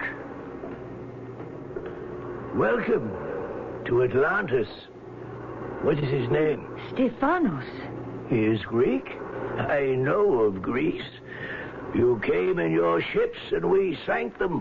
When was this, sir? Time for us is different than it is for you. In your terms, let us say in centuries. Perhaps 12,000 of them ago. 12,000? More or less. Before the sea closed the waters of its doors above our heads and we became the lost Atlantis. What happened, sir? You may call me Minocles. I do not know this other word. Was it an earthquake? At the end, yes. A convulsion of the earth that plunged us forever beneath the water. But how could you have lived? We had our warnings. Oh, yes, we were warned. How? In the second passage of the seasons after I was named as autocrat, 2 significant discoveries were made which were to preserve us even in the face of disaster. One was that our island had begun to sink slowly, and that our civilization was doomed unless we could prepare to adapt. Come with me.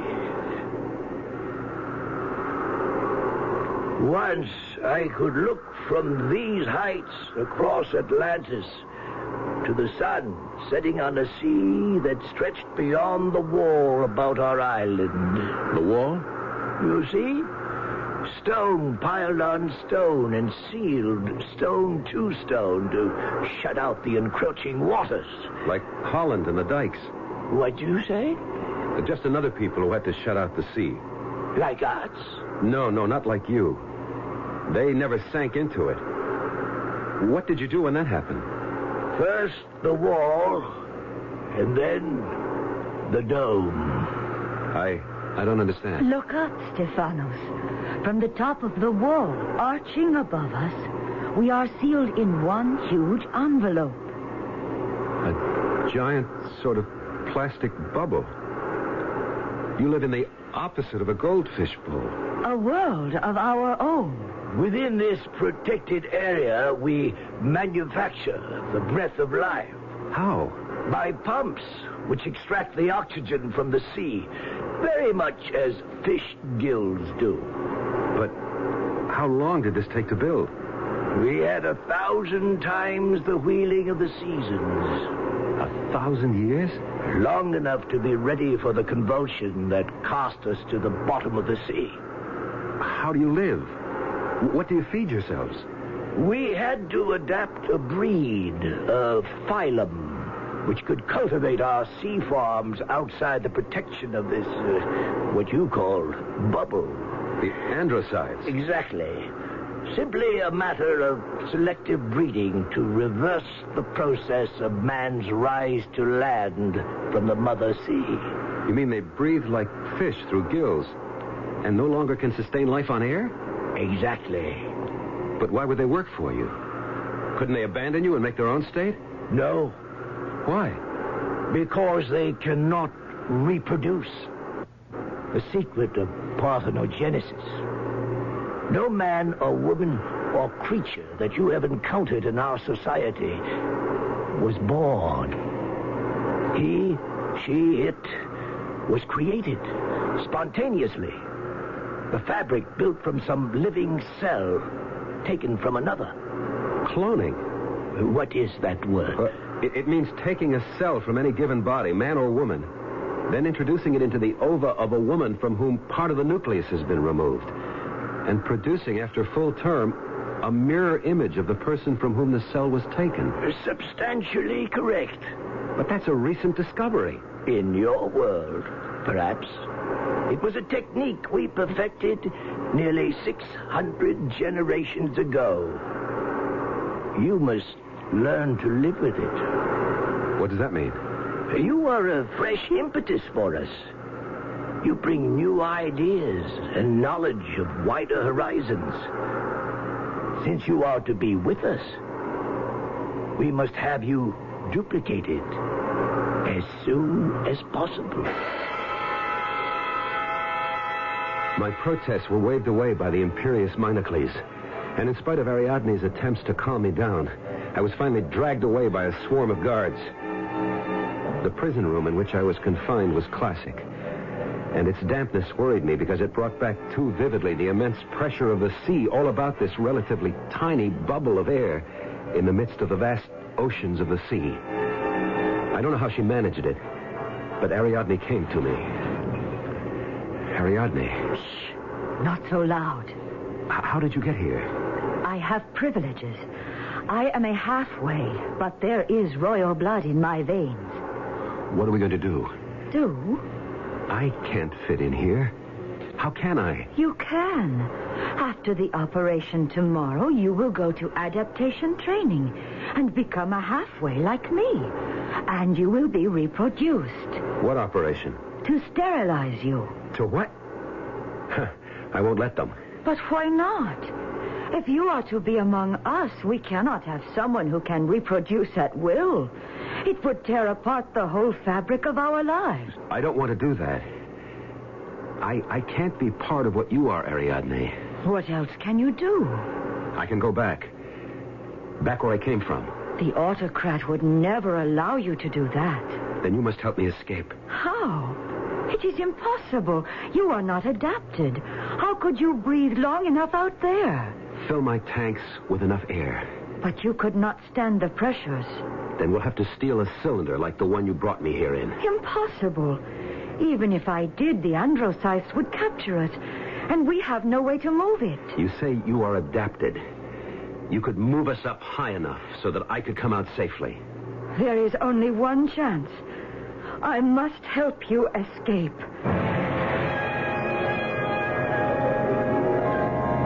The details of the escape don't matter. Somehow we got away and started up towards the surface. And we're lucky enough, or Ariadne was smart enough, that we didn't encounter any of the fishmen. Unerringly, she led me back to the spot I had left. How long ago? And there was my weighted rope, its knots climbing towards the surface and my world. I had my arm about her waist, but suddenly she squirmed free, and she spoke to me, while I was helpless to answer. Goodbye, Stephanos. I wish I had been born as you were. But we are from different worlds, and there is no bridge between them. Only let me say one thing. I have something to take away with me which makes me different. Makes me an individual in a world where such a thing does not exist. I am glad I knew that, even if only briefly. Goodbye, Stephanos. She darted away from me so fast I couldn't follow.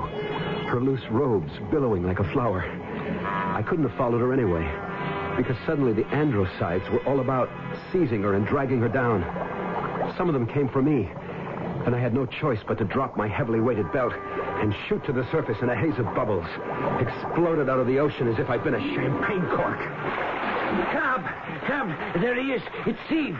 He came up without being decompressed. Get that chamber ready.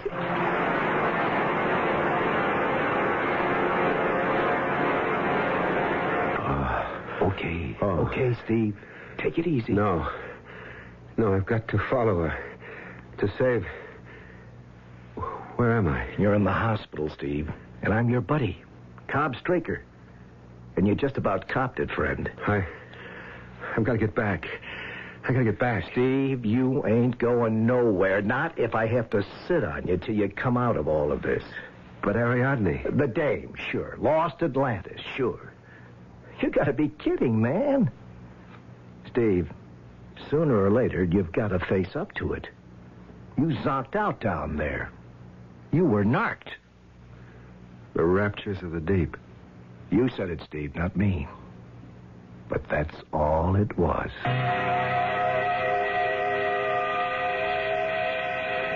It's what I've had to settle for. Leave it at that or end in a funny farm.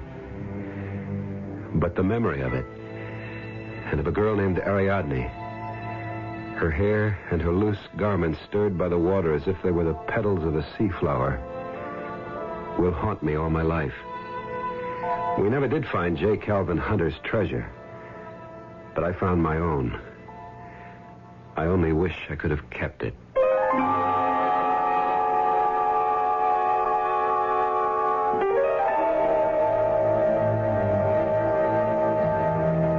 A curiously unforgettable story, which I find haunts me, too.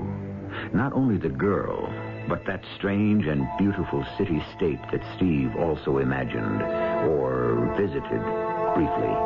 The legend of Atlantis dies hard. Could one imagine that it still does exist, buried somewhere so deep in the Atlantic East Trough that man has as yet no way to find the way there?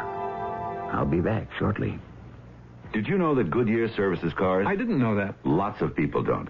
Say Goodyear, they'll say tires almost every time. Good for them. Yeah, well, how do we tell them Goodyear services cars? Why don't we tell them about the limited warranty? The what?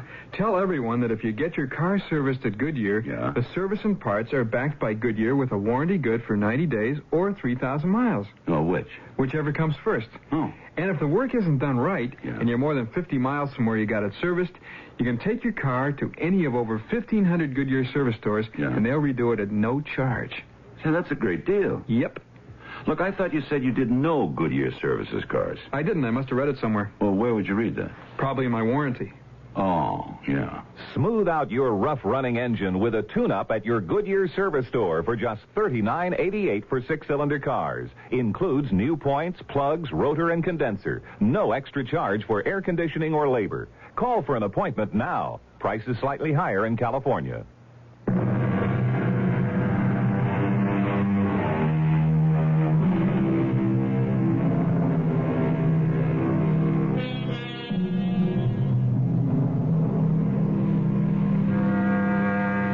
Quite recently, I read that Steve and Cobb had traced the drifting of a long-sunk Spanish galleon, and that all along the path had come up with gold and artifacts worth a king's ransom. I'm glad Steve struck it rich. I hope he enjoys his hard-bought wealth. I wonder if he would exchange it for that other treasure he found, or thought he found. Our cast included Michael Tolan, Catherine Byers, Ray Owens, and Sam Gray. The entire production was under the direction of Hyman Brown. And now, a preview of our next tale. Who's Marla? You wouldn't understand. You could explain it. You wouldn't believe it. Look, your name is Howard Spurlow. I know my name. You are about to be tried for murder. I know that, too. I'm the attorney appointed to defend you. We've been through all this. Why don't you let me alone? You have to have a defense. Why? Why did you kill him? It doesn't matter. It does matter. Premeditated murder, first degree, puts you in jail for life. I don't care. You don't care now. Wait. This state of shock you're in will wear off. You'll care. I wish you'd let me alone. On the other hand, second degree or manslaughter or lesser charges, you could get a maximum of 10 years. Maybe as low as 3 or 4. Tell me, why did you kill him? Why don't you let me alone? This is E.G. Marshall inviting you to return to our Mystery Theater for another adventure in the macabre. Until next time, pleasant dreams.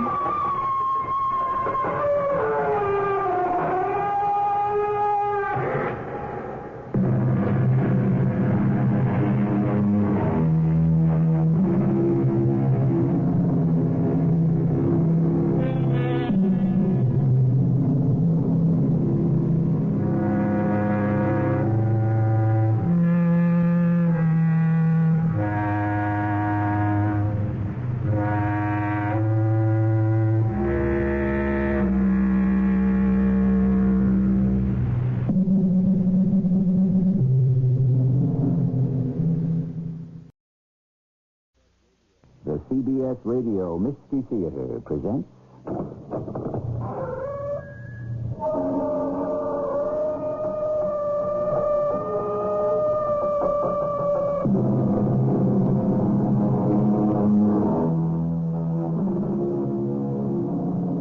Come in. Welcome. I'm E.G. Marshall. It has been said, and wisely, that there are two things to aim at in life. The first is to be bold enough to get what you want. The second is to be smart enough to know how to enjoy it.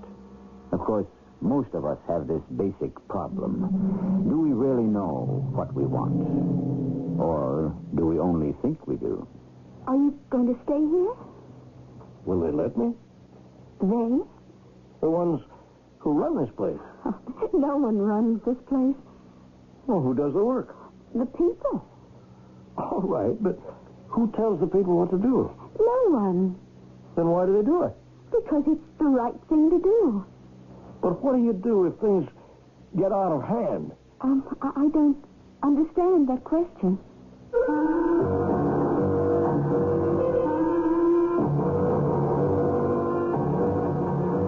Our mystery drama, Our Own Jailer, was written especially for the Mystery Theater by Sam Dan and stars John Beal. I'll do that shortly with Act One.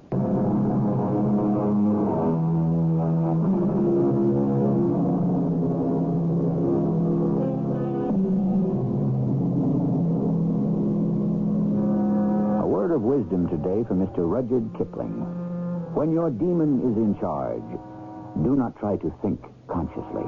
Drift, wait, and obey. When the demon is in charge, that demon which resides deep within each of us, that hidden, mysterious, unknowable spirit that constantly spurs, excites, and provokes us to do we know not what, to go we know not where, to find we know not whom, how do we satisfy that demon so that he may grant us peace? Or can it be done? Well, the young lawyer is somewhat upset. It's his first murder case, indeed, his first case of any consequence, and he isn't getting very much help from his client. Why did you kill him? Kill who? Mr. Gordon. I keep telling you why. No, you don't. You don't tell me anything. He wouldn't let me go back to Marla. Who's Marla? You wouldn't understand. You could explain it. You wouldn't believe it. Look, your name is Howard Spurlow. I know my name. You are about to be tried for murder. I know that, too. I'm the attorney appointed to defend you. We've been through all this. Why don't you let me alone? You have to have a defense. Why? Why did you kill him? It doesn't matter. It does matter. Premeditated murder, first degree, puts you in jail for life. I don't care. You don't care now. Wait. This state of shock you're in will wear off. You'll care. I wish you'd let me alone. On the other hand, second degree or manslaughter or lesser charges, you could get a maximum of 10 years. Maybe as low as 3 or 4. Tell me, why did you kill him? Why don't you let me alone? He keeps saying Mr. Gordon wouldn't let him go back to Marla. Did you know her, Mrs. Spurlow? Did I know any of them? Did I know any of the tramps he ran around with? Obviously, Marla must have been important to him. She certainly was. More important than his wife. Mrs. Spurlow, you are his wife. And what I'm trying to find out is... What was I? Just somebody to clean the house, raise the kids, cook. I was the one who had to handle the money. Please, Mrs. Spurlow... Not that he ever brought home any real money. Mrs. Spurlow, are you sure there were other women? How could there not be other women? Well, that doesn't quite answer the question. There must have been other women. I'm only asking. How do you know? No, a woman knows. But you've never seen him with another woman. I didn't have to. But you have no evidence of another woman? What evidence do I need? A man leaves the house after supper every night. Where are you going, I ask. Out, he answers. He comes home after midnight. And you're trying to tell me it isn't other women.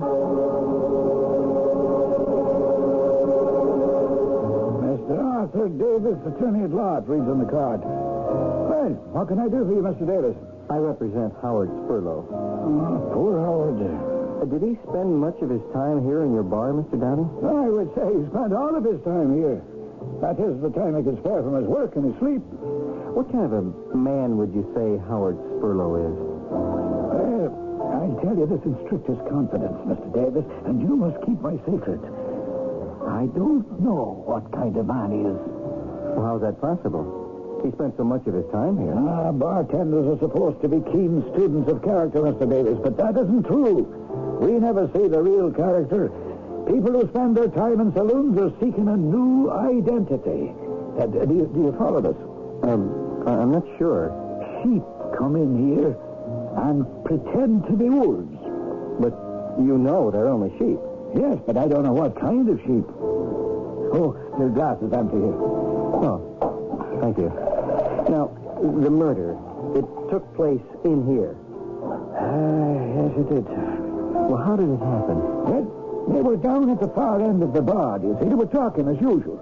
Well, what do you mean by as usual? Well, you see, for months, each of them would come in here.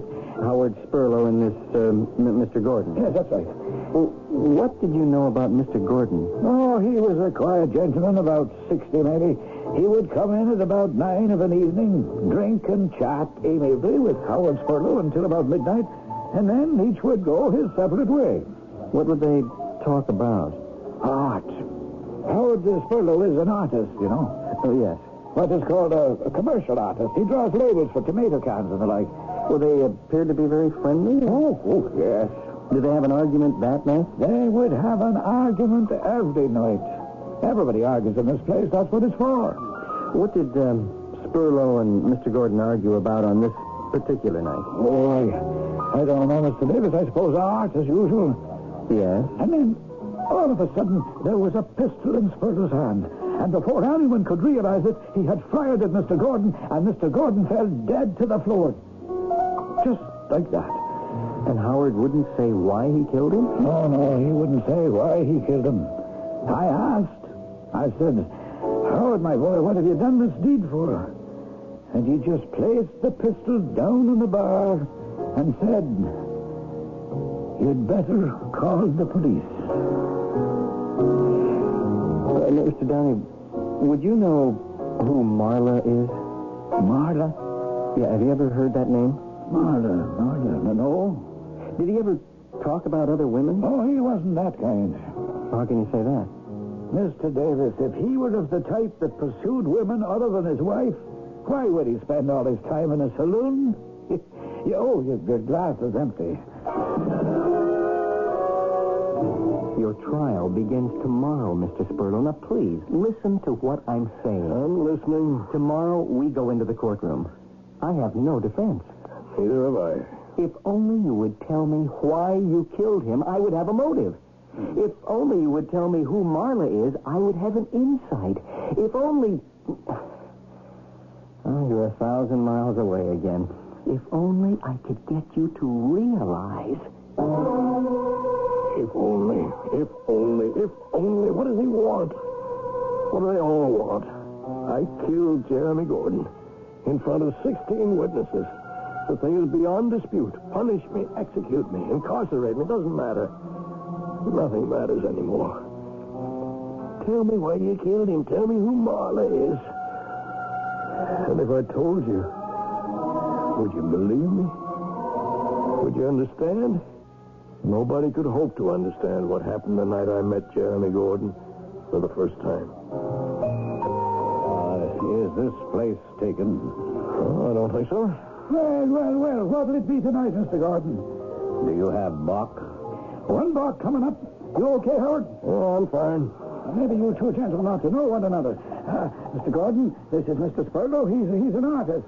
Mr. Spurlow, this is Mr. Gordon. He's a poet. Well, I'm not really an artist. You were saying, Mr. Spurlow? I'm not really an artist. Just, a commercial artist. I do lettering, layout, that kind of thing. Well, I'm not a poet either. I teach at community college. I have classes in poetry. Do you write any? No. Why not? Oh, the time for that is gone. The time? Can't you write poetry at any time? No. Only when the blood is racing. Oh. Well, Been nice talking to you. You didn't care for that remark. Why? I didn't say I did. Poetry is not for the old. Well, many poets wrote when they were old. But they didn't write the way they did when they were young. Well, perhaps not. But they still wrote beautifully. But they wrote a different kind of poetry. It belongs to the mind, not the heart. Only the young can write with passion and fire. I'm not sure I would agree. It's a physiological thing. As I said, it has to do with how the blood races when you're young. That's when I should have written. When I was young. Why didn't you?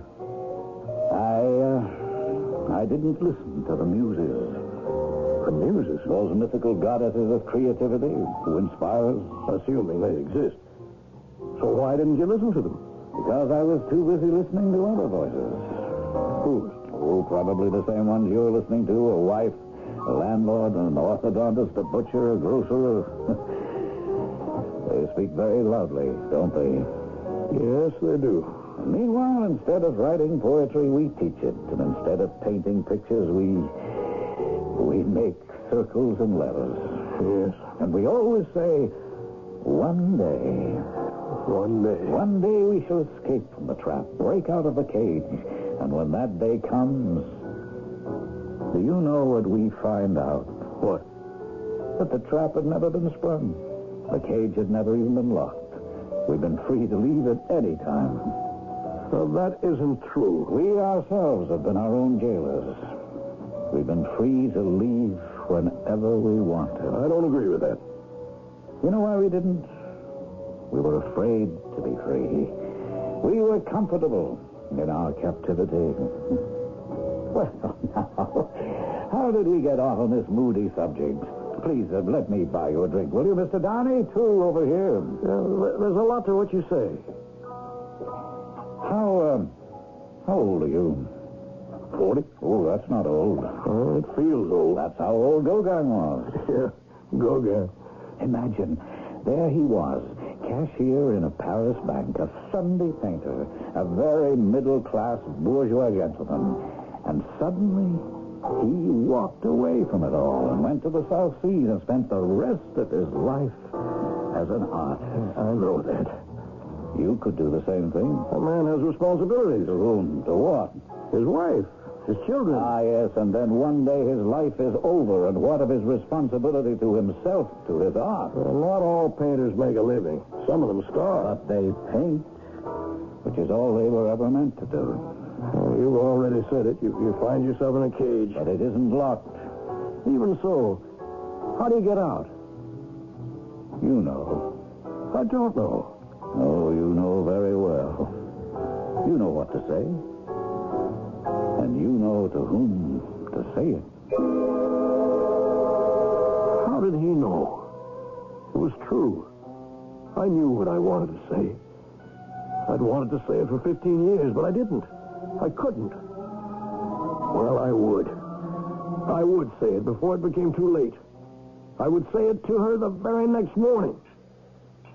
All my life, I wanted to paint. Now, who stopped you? Who stopped me? Who stopped you from painting pictures when you get home at night? Who stopped you from painting pictures on a Saturday or Sunday? Well, that's not painting. No. Painting is something you have to do all the time. I just want to paint. Paint what? I want to set up an easel right now, a canvas right now, and I want to paint right now. Oh. Well, right now, I don't see how you can swing it. You have to go to work. I don't want to go to work. What? I don't want to go to what you call work. I want to go to what I call work, which is right here at my easel. Oh. Well, might I ask, who's going to pay you for it? I don't know. Where's the rent money, not to mention all the other money, going to come from? I don't know. For 15 years, I've worked to support this family. Now you can get a job and do it.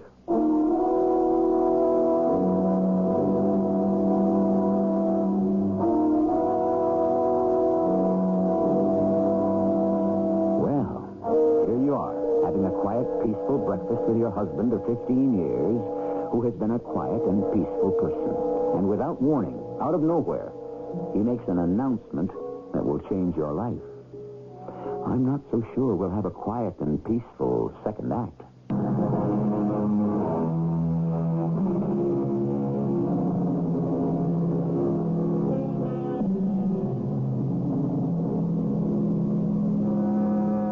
go through life, and we set a pattern.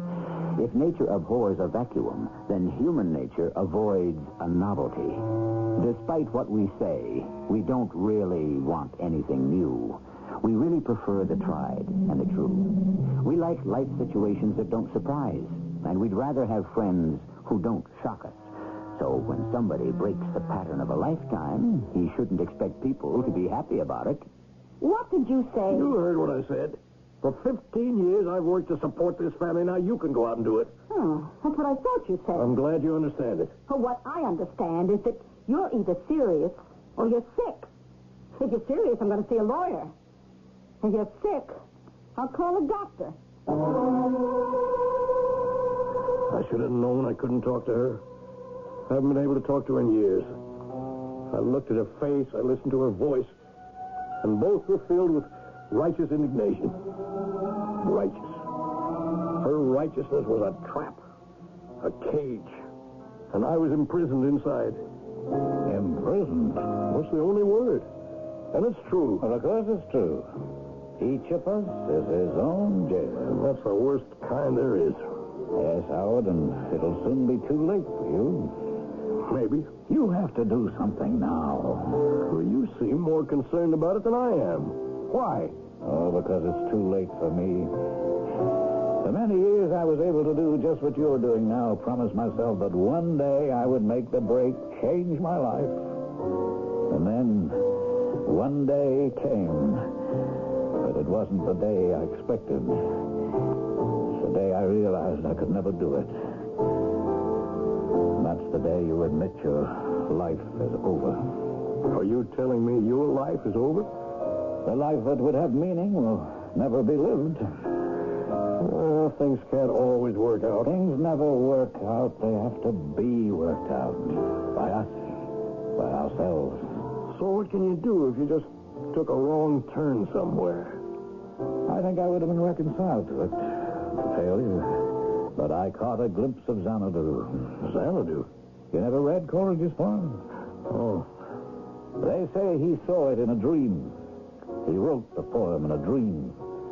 It was all a vision.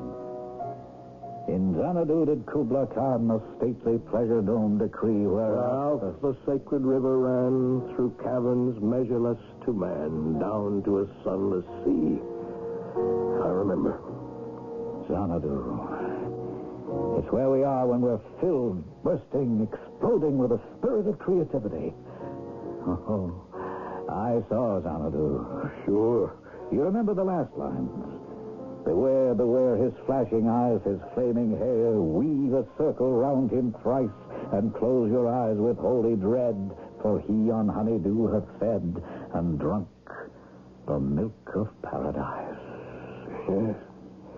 Yes, I remember. And do you know who he is, the one the poet calls he? No. An artist, Howard. Any artist who has suddenly been embraced by the muses. Have you ever known that feeling? You said you saw Xanadu. What is it? Where is it? Oh, I don't know what it is exactly. But I know where it is. Or I know where you can see it. Show me. Neither of us said another word. We walked out of the saloon. We got into his car, and he started to drive. We headed north, out of the city into the foothills, and finally into the mountains. I don't know where we went, but we kept climbing. Then, finally, we came to a place where there was no more road. We left the car, and we walked to the very top of the mountain. You can see the whole city from here. Yes, but what city is it? What city? It's not... It's not the city we know, is it? It's daylight. It's daylight in that city. It's always daylight there. But this is nighttime. It's always nighttime here. It's Xanadu. Mr. Gordon, it's Xanadu. Yes? I'm going down there. No, wait. For what? No, consider it. Aren't you the one who keeps telling me to do it? Yes, but... What about what? Perhaps I'm wrong. Perhaps you don't have the courage. No, it's more than courage. It's what? I don't know. Maybe it's what you have to have. What you have to be. A damsel with a dulcimer in a vision once I saw. Listen. There she is. I see her. Now, wait. Isn't that what I've been doing all my life, waiting? Before you go, be sure... Be sure of what? Now, don't try to stop me. You're jealous because it's too late for you, but it's not too late for me. I could only hear the music. I could only see the girl who was playing it. She had long black hair and flashing black eyes. She wore a long, pretty white dress, and she was sitting on a marble bench in a beautiful garden. Hello? Oh, please don't stop playing. But I've come to the end of the song. Well, then begin another one. My name is Marla. Marla, well, that's very pretty. And so are you. What's your name? Howard Spurlow. Oh, welcome to Xanadu. Xanadu. And to think it's just down from the mountain. What mountain? There. Well, there was a mountain over there, just before. Are you going to stay here? Will they let me? They? I mean, the people who run this place. Oh, no one runs this place. Well, then how do things get done? Oh, what things are you talking about? Well, things, you know. This beautiful garden. Who tends this beautiful garden? And food. Who grows the food? And the dress you're wearing, who made it? Who sells it? Oh, so many questions. Are there answers? Of course. People. Well, that's just my point. Who tells these people what to do? Well, nobody tells anybody what to do. And why do they do it? Because it's right. Now, the man who cultivates this garden, for instance. Yes. Well, why does he do it? Because he's better at it than anyone else. Well, suppose he says one day, I don't want to do this anymore. I want to paint pictures. But he can't paint pictures. Who told him? Well, no one had to tell him. He knows it himself. What do you do? I make music. Oh. Do you make a living at it? What's that? Do they pay you? Oh, why should anyone pay me? Don't they pay the fellow who cultivates the garden? The one who made your dress? Well, why should they be paid? Well, because... Do you mean people around here work for nothing? Oh, no. Everyone works to fulfill himself, to satisfy his need for creativity. Well, who decides who gets what? I don't understand. How did you get this dress, for instance? Oh, I asked someone to make it for me. And that's all? Sometimes, perhaps, he may wish to hear some music for an hour or so, and then I shall play for him. What do you do? I paint. An artist? I always wanted an artist. What do you mean you always wanted an artist? Especially one that was young. I'm not exactly that young. Are you living with anyone? Well, would you like to live with me? She took my hand, and we started to walk. We came to a street, a shining street. It was filled with people, everyone dressed in white robes, everyone except me. Still, no one took any notice of what was surely my strange clothes. Then we came to a place that looked like a large store.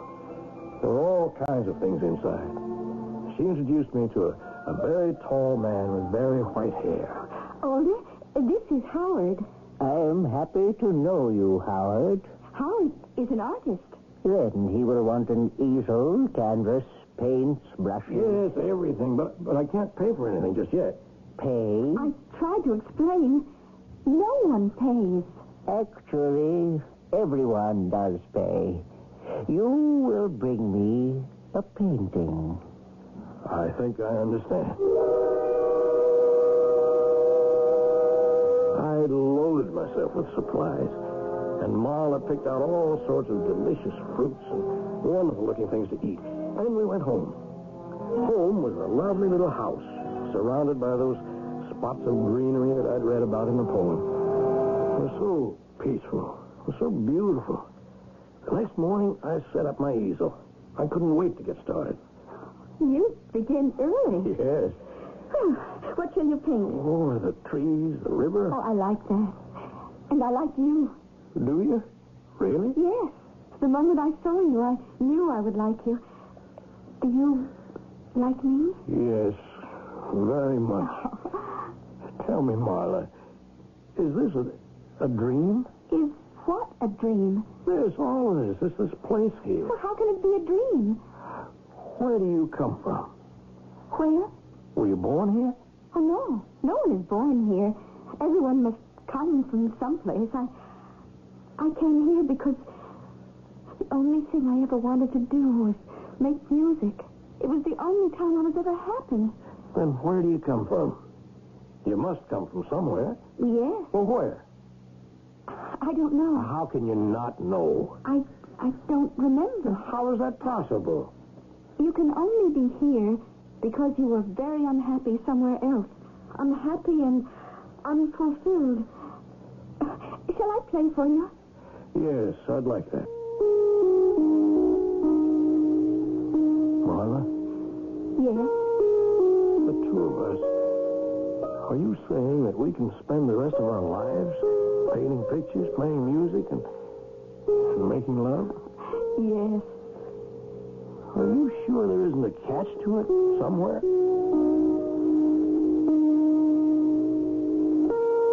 Is there?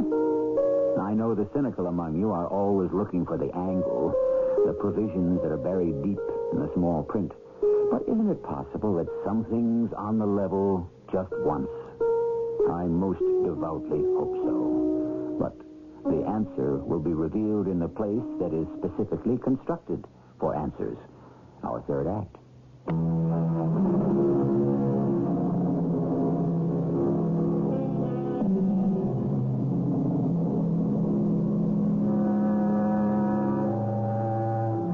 Let's look at it this way.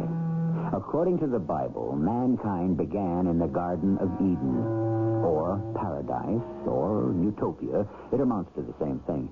And the simple fact is that man and woman just couldn't appreciate a good thing. So they simply threw it away. Ever since, we've been trying to get back in. We've been trying to build toward another paradise or utopia. Assuming we can establish one, who is to say we simply won't throw it away this time, too? Oh, it's beautiful. Beautiful. I never knew I could paint like this. Oh. That is, I hoped I could, but this is the first time I ever... Oh, everyone will love it. Are you sure? Darling, obviously, it's a masterpiece. What's going to happen to it? You owe it to Older for the supplies. Then what will he do with it? I don't know. He'll trade it to someone for something. And yet, it's a masterpiece. Oh, of course. On a canvas, say $4. The easel, $25. The paints, the brushes, everything doesn't come to more than $50. All right, say $60. Darling, what are you talking about? I'm talking about a masterpiece. And all I'll be getting for it is $60. Not even in cash. But A masterpiece. And Alder could give it away for 2 pounds of pork chops. Why should that matter? You don't understand. Well, what matters is that everyone who sees the painting will want to have it. It will go from hand to hand, making so many people happy. Well, it's a masterpiece. You said so yourself. Of course. $60 for a masterpiece. Oh, what are $60? Oh, skip it. I don't know what that means either. But I do know you're unhappy. Let's just forget it. But there's no reason to be unhappy. All the time you were painting, you were filled with such joy. Just the act of doing it, you would think that's payment enough. Well, you don't understand, Marla. And the payment never ends. It continues for as long as you live. Every time someone sees it, is moved by it, loves it, wants it, you are paid again. And again, and again. She was right. We brought the painting to Aldous. He loved it. Everybody loved it. I don't know who bought it or what he gave, but everybody was talking about it. And it was going from hand to hand, and everybody complimented me. They said that I was truly a great artist, and I knew it. I felt it. But why wasn't I happy? I had my work. I had a beautiful woman who absolutely adored me.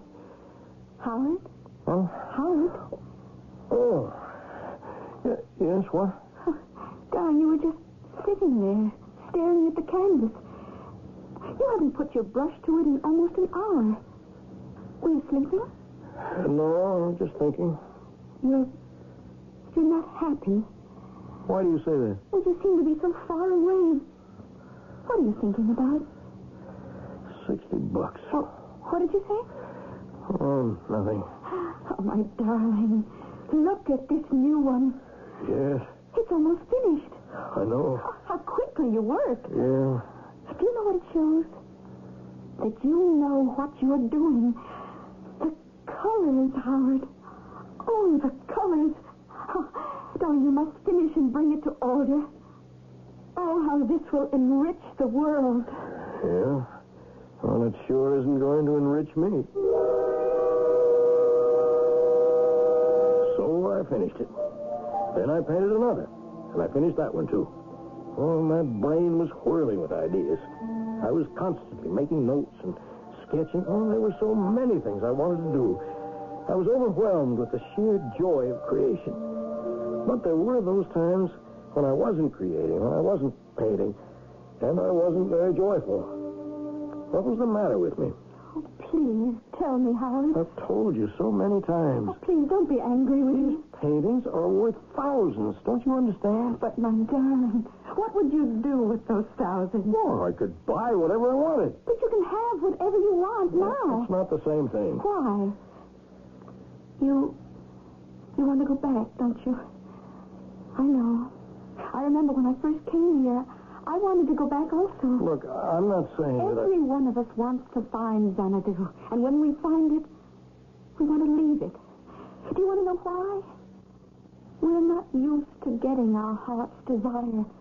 So we don't know what to do with it. Oh, it isn't that. But it passes. We lose ourselves in our work and in our joy. Well, the truth is that I have responsibilities. I had them, too. Marla, I must tell you, I have a wife and children. I know that.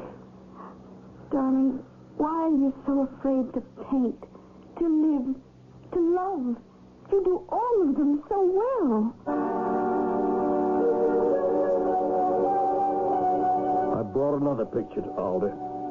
Alder, this very tall, very old man. He looked as if he knew every secret in the world. Could I talk to him? I know you're not happy, Howard. I'm not exactly unhappy. You want to go back. What are you doing here, Alder? Living. And what else? Isn't living enough? Well, you could live back where you came from. Could I? I don't know, Alder. I just don't know. Xanadu is not for everybody. What's the matter with me? It isn't you. I suppose it's mankind. For so many thousands of years, the human race has had to live with tension, frustration, insecurity, fear. Who knows? These things may have become bred into us. Like the color of our skin, the size of our body. Perhaps we cannot live without fear and frustration. Some of us. But I'm only saying that if I did want to go back, would it be possible? Isn't everything possible? Well, how would I do it? How did you get here? Well, I saw a vision. Do you have a vision of the place from which you came? A vision of the place from which I came. Yes. The apartment where I lived with Anna and the children. Suddenly I saw Anna in a new light. She wasn't mean or ill-tempered. She was just a woman who had become sour with disappointment. She'd had to work too hard because I didn't work hard enough. We got married when we were very young. And when that first excitement faded, there was nothing to hold us together. We never communicated with each other. And now we would not only communicate, we would understand each other, help each other. Yes, it would be different, so different. I could see the difference. I could see a new Anna, a new life for us both. I could see it. Anna. Where have you been? Oh, Anna, listen, it was marvelous. You just up and take off without so much as a buy your leave. I had the cops looking for you. Where were you? In Xanadu. And where's that? I don't know. Oh, don't pull that. You won't get away with it. I have such a great new insight. Huh? What's her name? I saw it all so clearly. We let the early magic fade. Who is she? I was always afraid to paint scared. Are you going to tell me? Frightened to make the commitment. So I kept putting it off year after year. What makes you think you can just come and go? But now I know. I know I can paint. Yeah? Yes. I'm a painter. I know it now. When do you see? So that's what did it, huh? Well, you better go out tomorrow morning and get a new job.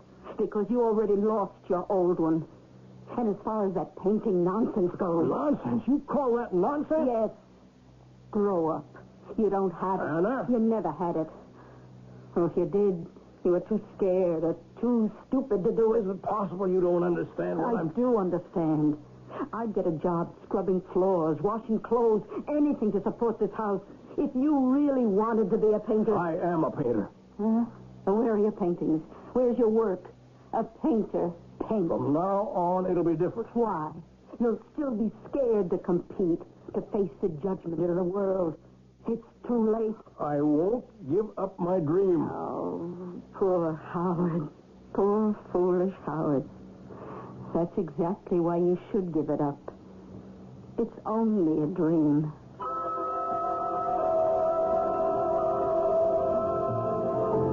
Mr. Gordon? What?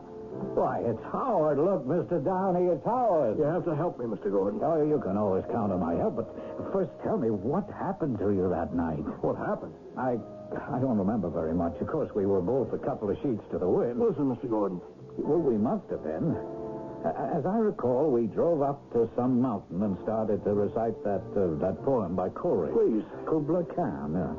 And the next thing I remember is you shouting, I see it, I see it. And you just ran down the hill. That was the very last I saw of you till this very moment. Whatever did happen to you? I saw it, Mr. Gordon. I saw it. What? Xanadu. Xanadu? I not only saw it, I entered it. I lived there. I worked there. And I met a girl there. Oh, now, just wait a minute, Howard. Like a fool, and left it. But I want to go back. I must go back. You sure it wasn't a dream? Now, don't start that. It was real. Well, it couldn't be real. It wasn't even real to Coleridge. It was real to me. And I have to go back. Back to Xanadu and back to Marla. Now, please listen. No one in this world will keep me from Marla. Just show me where that hill was. The hill? The hill, the mountain, whatever it was we climbed. On the other side was Xanadu. On the other side was an illusion, a dream. I want to go back to Marla. Back to Xanadu. But there's no such person and no such place. Don't say that. I have to say it, Howard. It's the truth. It's a lie. You say that again, I'll kill you. Now, wait a minute, Howard. Don't... Please, Mr. Gordon, take me back to the hill. I don't know what hill you mean. You're lying. I said I'd kill you. But I don't know. You don't believe what I told you. But, Tyler, that's a gun. I want to go back to Marla. Oh, where's the hill? I don't know. I don't... Hey, stop that guy! Call an ambulance! Right away! What have you done, man? Why did you shoot him? You'd better call the police.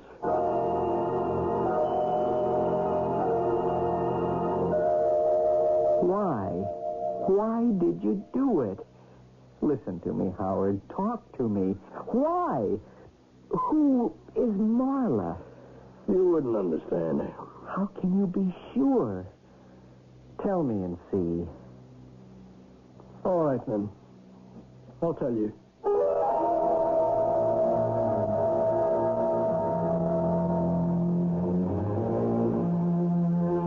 And he told him. I don't know if his attorney believed him, but it was the only defense he could plead, and he presented it in court.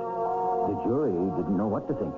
They voted guilty because of insanity and turned the whole thing over to the psychiatrists, who didn't know what to think either. But they get paid to be confused and come up with learned judgments. And there the matter must rest until I return shortly.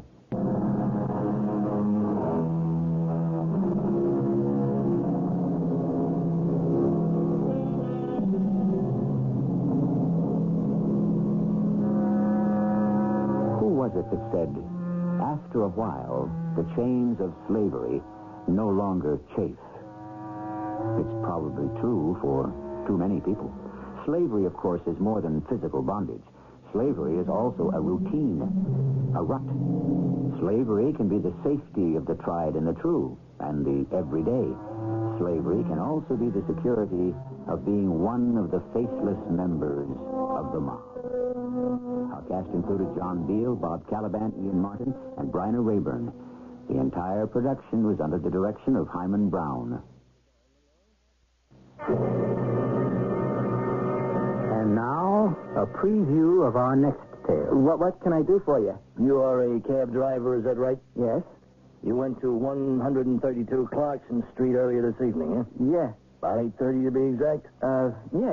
I remember the time because he was very definite about wanting to get there by exactly 8:30. Who was very definite? Well, the man we're talking about, the man I drove up there. All right, let's go, Mr. Grove. Well, my wife and I were about to go out to dinner. Do I have to come all the way down to the station? Yeah, I'd say so. Please don't get me wrong. I want to be all the help to you guys I can, but couldn't I just answer whatever questions you got here? You don't seem to get it, Mr. Grove. What do you mean? A guy was killed at 132 Clarkson Street tonight, and we're taking you into custody on suspicion of first-degree murder. This is E.G. Marshall inviting you to return to our Mystery Theater for another adventure in the macabre. Until next time, pleasant dreams.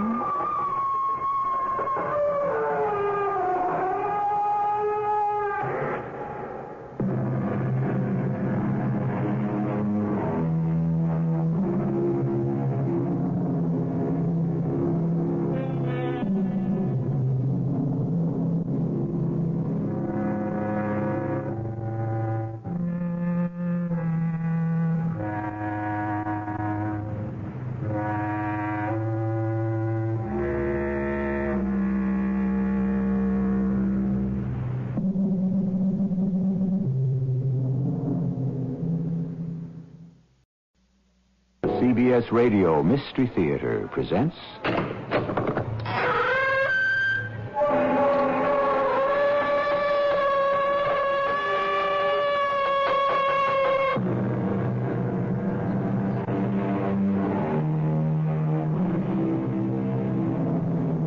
Come in. Welcome. I'm E.G. Marshall. Dostoevsky defines man as a being who can get used to anything. But, he adds, don't ask us how we do it. Perhaps one of the hardest things for us to get used to is also one of the most obvious, that we are responsible beings who must accept the consequences of our actions. How hard it is to do that sometimes. Imagine, then, a situation where you are asked to accept the consequences of an action not of your making.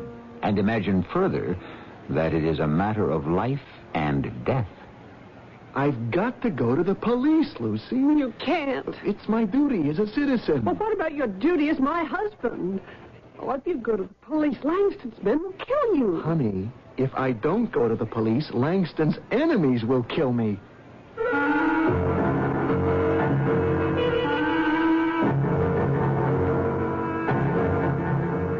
Our mystery drama, Crossfire, was written especially for the Mystery Theater by Percy Granger and stars Russell Horton.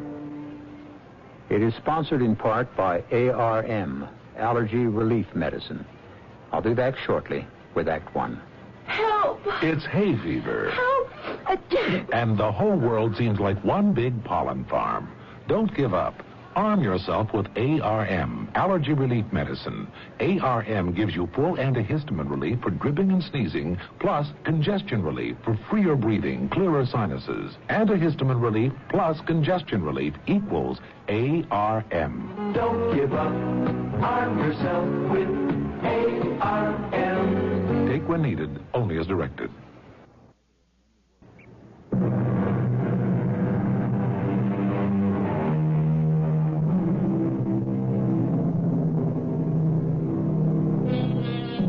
German philosopher Schopenhauer claimed that mankind was doomed to vacillate eternally between the two extremes of distress and boredom. That is an extremely pessimistic view of life, yet we must admit it contains a certain amount of truth. The central character in our story is a man named Frank Grove, and one might say that distress and boredom were occupational hazards in his profession, driving a cab in New York City. As we pick up his story on a fashionable side street in Midtown Manhattan, boredom has definitely had the upper hand on the evening. But, as they say, the night is still young. Hello? Hey, mister. Uh-huh. Are you taking fares? Sure. Hop in. Applaud your ability to sleep in all this traffic. That's not too hard to do on a slow night. You're not from New York, huh? No, Miami. You won't take advantage of me, will you? Well, not intentionally. Where to? 132 Clarkson Avenue. Clarkson. That's in the Bronx. Yes. Yeah, the South Bronx. It's not a very safe section of town. Look, I've tried 3 drivers already, and none of them would take me there. I have to be there by 8:30. If you won't take me, just say so. No. Just so long as you know what you're doing, all I have to know is where you're going. You, ever been up to this area of town before? No. You can see a lot of the buildings have been burned out and abandoned. Yeah. I guess you could say it was instinct. Hey? What was? Well, my decision to drive you up here. After a while in this line of work, you develop instincts about people.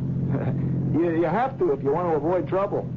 And I struck you as a harmless type? Oh, yeah, you could say it that way.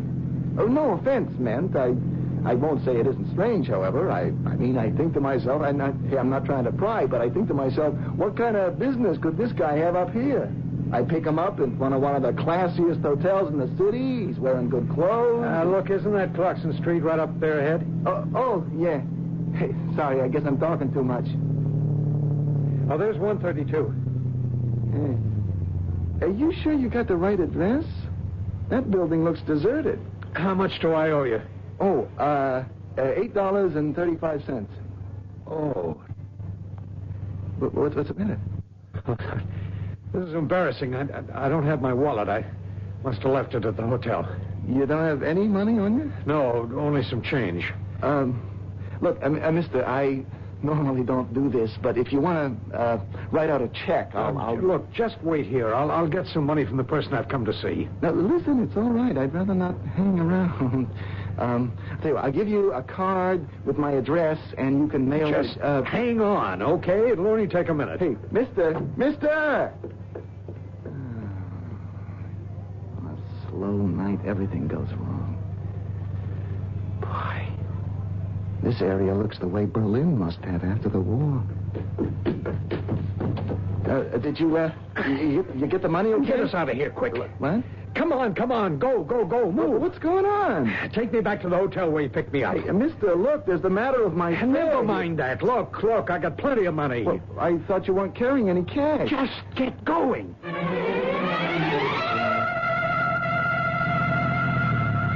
Well, we're here, mister. This is where I picked you up, the Belleville Hotel. Yeah, thanks. See, that was $8.35 for the trip up, $8.50 coming back, $16.85 altogether. All right. Here you go. Oh, hey, this is a $100 bill. I can't change that. The smallest bill I have. In that whole wad there, you've got nothing smaller than 100? I am sorry. Well, obviously, $16.85 isn't much to you, but to me, it's a lot. Look, I'll wait here while you get change in the hotel, okay? Listen, may I ask you a question? What? This cab, do you own it, or is it part of a fleet? Well, it's mine. I own it. Why? So you keep your own hours, right? Yeah. Look, mister... when do you start work tomorrow? 3:30. It depends. Whenever I feel like it. All right. Tomorrow afternoon at 4 o'clock, I want you to drive along 62nd Street between 1st and York. Now, there'll be a man in a long, dark overcoat walking along the south side of the street. You got it? He'll hail you. He'll identify himself as Mr. Meacham. I want you to pick him up and take him wherever he wishes to go. No, thanks. Look, if you just change that bill... I'm not asking this just as a favor. I'm prepared to make it worth your while. Look, I'm sorry. I'm not asking any questions, okay? I don't know what's going on, and I don't want to know. I won't change this bill. What? This $100 bill. It's yours. $100? The whole thing. And I'll see that my friend Meacham gives you the same. Mister, is this something illegal? 4 o'clock tomorrow. Is it a deal? Hey, I'm sorry, but I don't know what this is. You got to understand it from my position. I don't know what I'm doing. I mean, I don't know what the consequences are. Ignorance is bliss. And in this case, it's also $200. Well, why me? Why does it have to be me? My cab? The question of timing is very important. We have to know there'll be a cab available to Mr. Meacham at precisely 4 o'clock tomorrow afternoon. Yeah, but getting a cab in this city isn't hard unless it's raining. Well, then let's just say we're willing to pay $200 so we won't have to worry about the weather tomorrow. Now, no more questions, okay? $100. Is it a deal? And another 100 tomorrow? Yeah. Okay. It's a deal. Frank? Oh, hi, honey. Oh, why are you home so early tonight? Did you have a fair in the neighborhood? No. It's only 10 o'clock. Aren't you feeling well? I gotta talk to you, Luce. What's the matter? I just made $100. 100? Well, how? That's just it. I don't know. I pick up this guy in Midtown, right? Yeah. Nice-looking businessman type, well-dressed. I mean, real well-dressed. And he asks me to take him to this address in the South Bronx. We get there, it's an abandoned tenement, and he's got no money. No money? Yeah, to pay for the cab. All I want to do is get out of there, but he insists on going inside to get money to pay me. Now, 5 seconds later, he runs out, jumps back in the cab, flashes a roll of $100 bills in my face, and tells me to step on it. And he paid you $100? Yeah. And tomorrow he wants me to drive down a particular street at a certain time and pick up some other guy he says will also give me $100. What for? Just to drive him wherever he wants to go. Oh, well, you're not going to do it, are you? What is their plan to hurt you? Why? Well, you could identify the man you drove up there, now, couldn't you? Of course. Well, that makes you a witness. Hey, you're right, Luce. You know, I'm going to do what I should have done the minute I walked in the door. Call the police. Oh, no. They have to know about this. They have to check out that building. No. We shouldn't get involved. We are already involved, whether we like it or not. I took the guy up there. I accepted this $100 bill. No, Frank, no, please, don't call him. Now, we have to, Lucy. It's our responsibility as citizens. Operator, get me the police.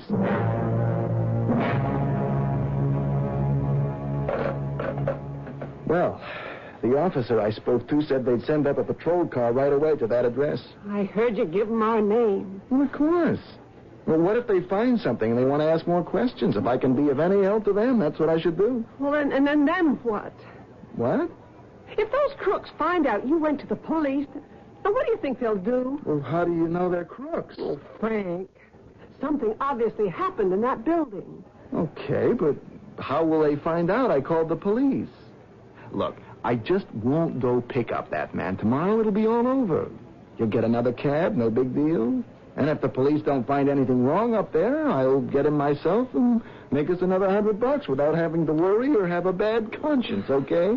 Well, okay. And in any case, we're $100 richer. Nothing to worry about. Hey, let's get our coats and go down to the Tyrolean Gardens for a late-night dinner with some of this money, okay? Who could that be at this hour? Frank, be careful. I'm scared. Now calm down. Yes? You Frank Grove? Yes, I am. My name is Gilbert Stokes. This gentleman here is Jim Watson. We're with the police department. You police? Yes, ma'am. Detectives, plainclothes. Oh. What can I do for you? You are a cab driver, is that right? Yes. You went to 132 Clarkson Street earlier this evening, huh? Yeah. About 8:30 to be exact? Yeah. I remember the time because he was very definite about wanting to get there by exactly 8:30. Who was very definite? Well, the man we're talking about, the man I drove up there. Uh-huh. All right, let's go, Mr. Grove. Well, my wife and I were about to go out to dinner. Do I have to come all the way down to the station? Yeah, I'd say so. Please don't get me wrong. I want to be all the help to you guys I can, but couldn't I just answer whatever questions you got here? You don't seem to get it, Mr. Grove. What do you mean? A guy was killed at 132 Clarkson Street tonight, and we're taking you into custody on suspicion of first-degree murder. A good conscience is the best pillow, goes an old proverb. If that is so, then Frank Grove shouldn't have a great deal to worry about. But then what is so is not always clear.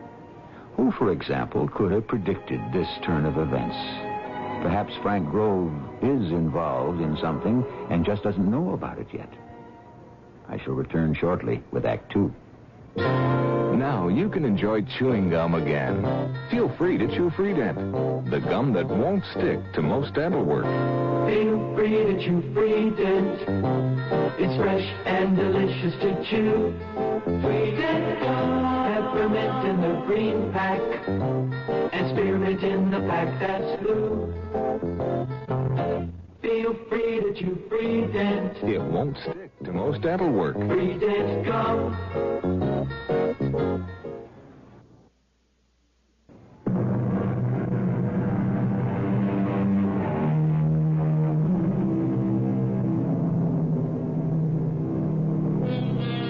Albert Einstein observed that everything is relative, depending on the vantage point from which it is viewed. From our point of view, Frank Grove is an innocent man. At most, he is guilty of taking a $100 bill from someone who might be involved in shady dealings. But from the point of view of the detectives on his doorstep, he is guilty of far more than that. Where does the truth lie? Officer, you're making a mistake. If so, we'll get it straightened out down at the police station. Now, my husband isn't a murderer. Well, he admits going to the address where the body was found. Is that right? Well, yes, because I had a fare. Some guy asked me to drive him there, but I never even got out of the cab. This guy you claim you drove. Tell me, where did you pick him up? In Midtown? Where? In front of the Bellevue Hotel. I dropped him at the same place. I see. Is he staying there? Well, I couldn't say that for certain. Oh, Frank. Well, I couldn't, really, honey, not for sure. I mean, I didn't actually see him come out of the hotel or go into it. Do you know his name?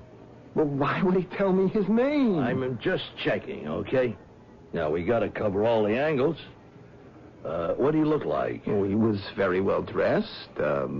Silk suit, good-looking shoes, nice Do you tie. think you could identify him if you saw him again? Oh, sure. I got a good look at him under the streetlight. And after he got back in the cab, he made me so nervous, I kept an eye on him in the rearview mirror. Well, why did he make you nervous? Well, one minute he said he didn't have any money. A few seconds later, he comes running out of that building. He had a whole fistful of bills. The, Bellevue Hotel. Huh? Oh, I remember. He said he was from out of town. Miami. Uh-huh. You see, Lucy, there's no problem. They're just doing their job. Well, I still don't think you should have gotten involved. Involved? What do you mean? I just don't think he should have called the police at all. Oh, you, called the police? When? Well, maybe 10, 15 minutes ago. Isn't that why you're here? Yeah. A patrol car in the area checked it out and radioed us to pick you up. That's all we know. So come on, let's go. You're still going to arrest him? Now, Lucy, there's nothing to worry about. I've just got to cooperate with them. They aren't even listening to you. Why don't they go find this man from Miami? Because, Mrs. Grove, a bird in the hand is worth two in the bush.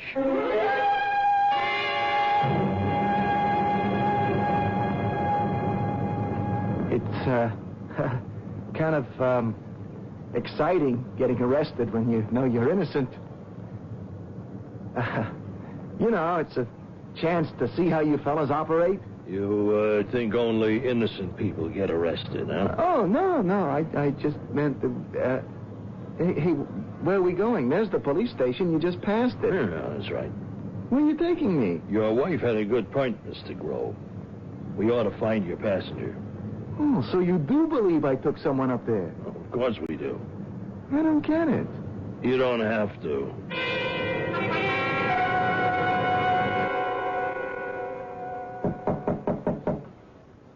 Who is it? Police.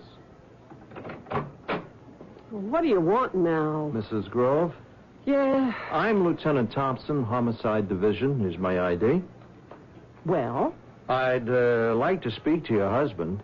Yeah, if you want to speak to my husband, what are you doing here? Excuse me.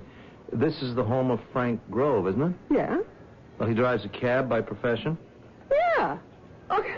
How many times are we going to go through this? Well, I'm sorry. Maybe your husband didn't tell you, but he called in this evening with a lead on some possible trouble at an uptown address. Well, now, no kidding. Well, we checked it out. He was right. We found a body. A man was murdered, and we'd like to get some further details from your husband about the passenger he said he drove up there. Well, then why don't you just turn around and go back to the police headquarters? I beg your pardon? Well, that's where your men have taken him. My men? 2 plainclothes detectives were here not 15 minutes ago. And they took your husband? They arrested him. On what charge? They claim he murdered that man. Mrs. Grove, these 2 men, did you see their identification? They didn't show us any. Why? I said, did they give their names? Yeah. Gilbert Stokes and something Watson. I didn't get his first name. Mrs. Grove, I don't know who those 2 men were, but they were not police. There's no one in our division by those names. They weren't the police? Well, then who were they? And how did they know Frank went to that address tonight?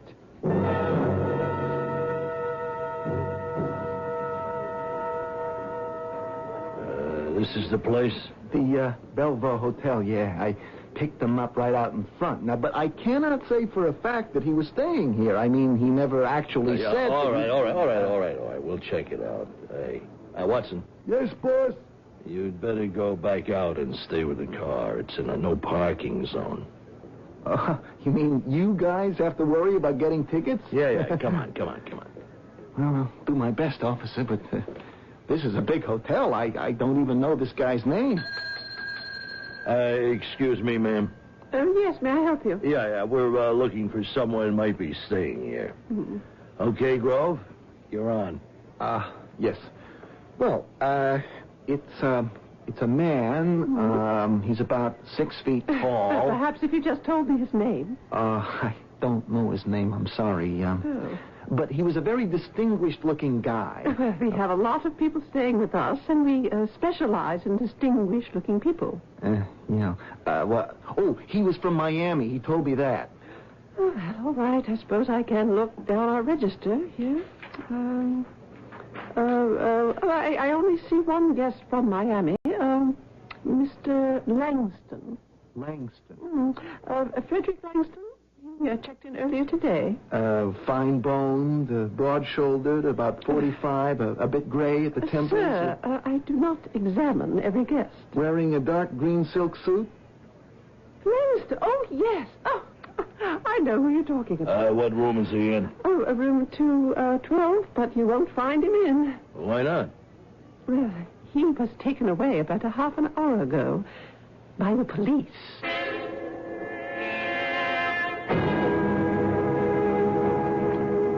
Get in, Grove. You find him, boss? The police got him. The police? What for? I don't know. Look, can't we just go down to the station and get this all cleared up? You shut up, Grove. Yeah, but if the man we're looking for is already in custody... Forget it, all right? Oh, sure, I'm sorry. I guess you fellas know what you're doing. Yeah. Go on, beat it. Huh? Go on home. I thought I was under arrest. Yeah, we don't need you anymore. Oh. Oh, I'm sorry. Hey, maybe I could still help you. How? This Mr. Langston asked me to pick somebody up tomorrow afternoon. Oh. Somebody named Meacham. Does that mean anything to you? Where are you picking him up, huh? Oh, on 62nd Street between York and First at 4 o'clock. And then what? Well, I'm just supposed to take him somewhere, but I don't know where. Langston said Meacham would tell me once he was in the cab. Langston gave me $100, which I guess I should have told you right away. I didn't mean to withhold evidence, but... Will you just forget it? Just keep the money. This gives us a second chance, don't it, Watson? Yeah, if we know where Meacham's going to be tomorrow. No. He wouldn't cooperate with us. We'll let Mr. Grove here pick him up and lead us right to what we're after. Hey, we can't let him go. Remember, he said he called the cops. Shut up. The cops will have been to his house by now. His wife will have figured out what's going on. What is going on? Just relax, Grove. Hey, you guys aren't cops at all, are you? Who are you? How did you know that I was the cab driver who drove that man up to Clarkson Street? How do you think? You must have been there. You got my cab number and then got my name and address from the dispatcher. You were inside that house. You're the guys Mr. Langston ran out to get away from, but then you must be the guys that murdered that man. That's right, Mr. Grove. What are you gonna do with me? We're gonna let you go. Hey, Stu! Shut up, Watson. Mr. Grove here isn't gonna go to the police. Are you, Mr. Grove? Just bear with me for a minute, Mr. Grove. I'm gonna paint a picture for you. Now, Watson and I are what you might call agents. We work for what you might call a corporation. You mean organized crime? A corporation, Mr. Grove. All right? Now, we are after something, and you're going to help lead us to it by picking Meacham up tomorrow. And every time you have the itch to call the cops, just remember, we're just a couple of small chips on a very large iceberg. Frank? Oh, Frank, you're home. Are you all right? Yeah. The two detectives that arrested me, they realized they'd made a mistake, so they let me go. Oh, you don't need to lie, Frank. I know the truth. What? I know those two men weren't police. A real detective was here about an hour ago. Oh, I thought I might never see you alive again. How did you escape from them? Well, they let me go. Oh, thank the Lord it's over. No, it's not. It would be if I hadn't opened my big, helpful mouth before I realized they weren't cops. See, I told them about this guy Meacham I'm supposed to pick up tomorrow. So now they're going to shadow me until they get what they're after. Well, what are they after? I don't know. Oh, this poor Meacham. What do you think they'll do to him? Oh, it doesn't matter. They're all a bunch of crooks. Well, now, how do you know that? Because the police, the real police, have taken Langston into custody. Langston? Oh, yeah, that's the guy I drove up to Clarkson Street in the first place, the start of all this trouble. When we got to the Belleville Hotel, the desk clerk told us the cops had just been there and taken him away. Obviously, I've gotten caught in the crossfire between two gangs. Langston must have been on his way to make a connection with the man Stokes and Watson murdered. He realized something had gone wrong and ducked out before they got him, too. Frank, I'm scared. Are you going to call the police again? No. No, I have had it being good citizen Frank. I'm going to pick up Meacham, take him wherever he wants to go, let him out, and get away as fast as I can. And let the lot of them fight it out over whatever it is they're after.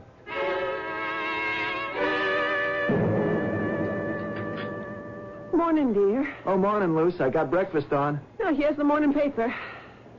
Oh, I'll take the vacuum out and clean the cab while the eggs are cooking. Okay.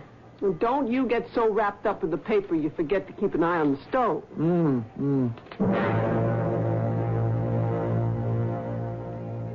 Frank? Frank! Huh? Did the eggs burn? Look what I found in the cab. A velvet pouch. Where was it? Stuffed down behind the back seat. One of my customers must have dropped it. Oh, look what's inside. Oh. Diamonds? Diamonds. There must be dozens of them here. Look at the size. Honey, these must be worth a fortune.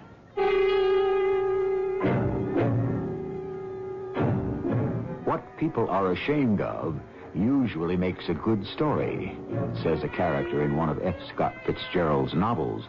And by the same token, what people try to hide can also make an interesting tale. Is it safe to assume that we have finally discovered the object of all the mystery? If so, Frank may not be as close to extricating himself from his unwilling involvement as by nature he is a law-abiding citizen, ready and willing to be as helpful to the authorities as he can. Lucy, his wife, has been somewhat less civic-minded, but then she may have something else on her mind, like staying alive. Diamonds. Look, Lucy, look how they catch the morning light, how they reflect the sun. Have you ever seen anything so beautiful? Frank, how did those diamonds get into your cab? Of course. This must be it. This must be what all those guys are after. Are you sure? I mean, couldn't someone have just dropped this by accident? No, Langston was the only fare I took last night. It had to be him. But you said he didn't even have any money on him until after he came out of that building. Well, I don't know. Maybe he just said that so I'd be forced to wait for him. I never would have hung around that neighborhood otherwise, and he'd never have found another cab there, especially at night. So, these are what he was taking up there to deliver to that man who was murdered. Then they must have slipped out of his pocket while you were driving him back to his hotel. Oh, and now he's been arrested. You know something? I don't think he dropped them, Lucy. Why not? Well, this pouch is too bulky to have slipped down behind the seat by itself. You mean you think he left them in your cab on purpose? Yeah. And I think that's why I'm picking up this fellow Meacham this afternoon, so he can retrieve them. Langston must have suspected the police were onto him. That must be it. It had nothing to do with where I was supposed to take Meacham at all. The only thing that counted was that it was my cab he got into. And that's why it was worth $200 to him. Well, what are we going to do? I don't know. Maybe we should call the police again. Well, you can't. Not now. Not if Meacham knows you have these. I mean, you have to deliver them. But it's stolen property, Lucy. It doesn't belong to them. Well, we don't know that. Not for certain. Well, it has to be. I mean, why else was Langston acting so furtively? Why else would the police arrest him? I don't think I have any choice. Well, think what Meacham will do if he doesn't find them. Honey, we have got to do what's right. One man has already been killed, Frank. Look, let him pick up the diamonds and let us get out of this nightmare. But what if that isn't the end of it? I mean, how do I know I'll be safe after Meacham has the diamonds? What if he has orders to kill me anyway? Why? Well, what's the phrase they always use in the movies? I know too much. I can identify Langston. I can identify Meacham. Honey, these are desperate men. The police are obviously on to them. One side's already shown they're ready to kill for these little pieces of rock. Why not the other?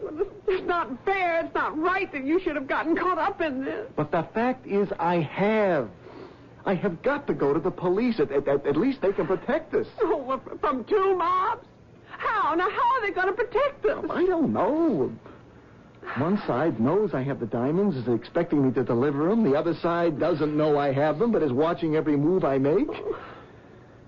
Oh, maybe you're right. The least of all the evils is to put them back behind the seat where you found them, let Meacham pick them up, and just hope I'll be safe. I just hate the idea of helping that scum. I know you do, dear, but it's not your fault. I mean, you can't help it. Well, that doesn't matter. It's still breaking the law. Look, you were ready to do it last night. I'll just pick Meacham up and take him wherever he wants to go, now you said. It was easier when I didn't know exactly what it was I'd be doing. Well, at least we got $100 out of it. Oh. No. What? The eggs. They're burnt. I'm not hungry. Breakfast is ruined. Who cares? I do. Oh, Frank. Frank, I'm so frightened. Hey, Lucy. Now, I'll be okay. Hey. What's this? What? Well, this picture in the morning paper. It's him. Who? Langston. The man I took up to Clarkson Street last night. Huh? Well, there's a whole article on him. Noted businessman seeks asylum. Businessman? Frederick Langston, highly respected jeweler, has voluntarily placed himself in police custody prior to testimony he intends to give later this week to a grand jury. A grand jury investigating mob infiltration into the jewelry business. Are you sure this is the same man? Yeah, it says he's from Miami. Well, that's where this guy was from. And the picture, I recognized him right off. Oh, but if he's a businessman... It says here he has documented evidence of such infiltration, that honest businessmen have had to conduct large-scale transactions in secret, and that even so, a number of jewelry dealers have been murdered. The man in that building in the Bronx. Yeah. So Meacham must have been a colleague of his. Yeah. Well, I've got nothing to worry about. Except... What? Well, I can't take these diamonds to him now. Stokes and Watson will be right behind me. Meacham will be robbed, or worse. But if you don't... Lucy, those guys are murderers. Who's that? Quick, get these diamonds out of sight. Okay. Yes?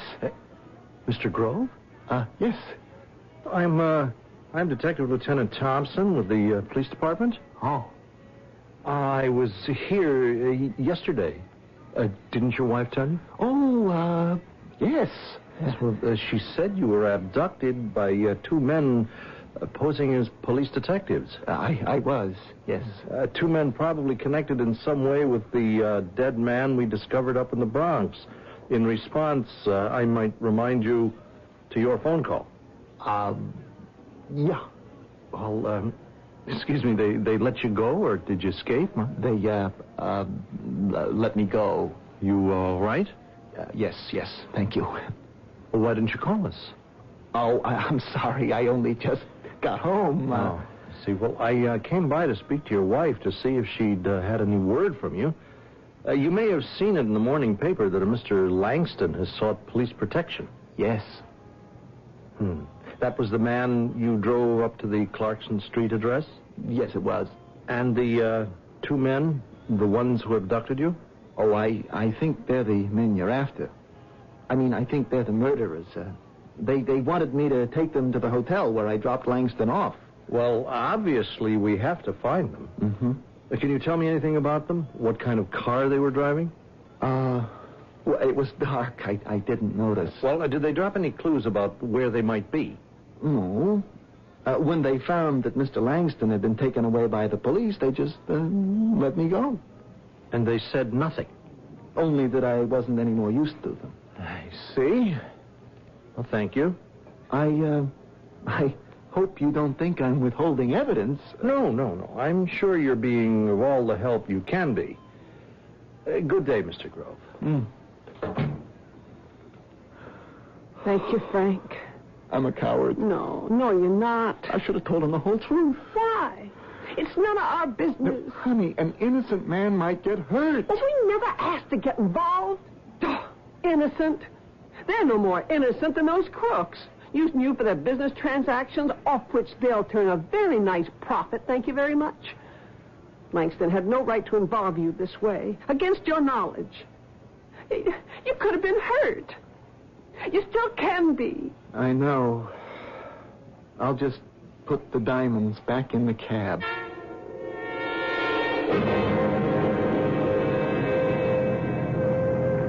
Taxi! Taxi! Are you Mr. Meacham? Yes. May I get in? Sure. Oh, you're right on time, thanks. Your friend last night said I was supposed to take you somewhere. Yes. Just start driving, if you would, please. I'll give you directions in a moment. Suppose you're wondering what this is all about. Well, Mr. Langston said I wasn't supposed to ask any questions. How did you know his name? What? Has something gone wrong? Oh, no. I saw it in the morning paper. Oh. So you know what business we're in, anyway. Why we're having to be so cloak and dagger, as it were. Mm-hmm. Where to? Pardon? Where am I supposed to take you? Oh, well, as it turns out, it doesn't really matter. Right around this corner here will be fine. Well, are you sure we're off the main avenue here? Isn't that all right? Well, sure. It's just that there's not very many people on these side streets. No, but I don't see what difference that makes. Now, I believe the price you agreed upon with my colleague was $200? Was it more? No. 200. Of which you've already been paid 100, is that right? Yeah. Well, then, here's the other 100, Mr. Grove. How did you know my name? Well, that's what it says on your taxi license there on the dashboard. Oh, yeah. Look here, are you sure everything's all right? Yeah, sure. All right, here's your money. It's been a pleasure doing business with you. Wait. Huh? Don't get out. Shut the door. What's the matter? We're being followed. By whom? The two men who murdered that guy last night up on Clarkson Street. The one Mr. Langston was supposed to meet. Well, that was Mr. Glover, my partner. Look here, are you sure we're being followed? How do you know? Now, it's too long to try and explain now, but I know what's going on, Mr. Meacham. My wife discovered the diamonds, the ones you just picked up. Do you know which car it is that's following us? The white sedan behind us on the corner. Oh, what can we do? If I get out of this cab now, I'm a dead man. They threatened me if I tried to double-cross them. That's why I had to pick you up. Well, I'm sorry, Mr. Grove. The problem was ours. We never should have gotten you involved. Now, listen. I can put a call in to our dispatcher from the cab here and have him notify the police. No. You've taken enough risks already. Besides, it's too late. Look, they're getting out of their car and they're coming toward us. Is there anything we can do? Nothing. This is a dead-end street. The CBS Radio Mystery Theater presents...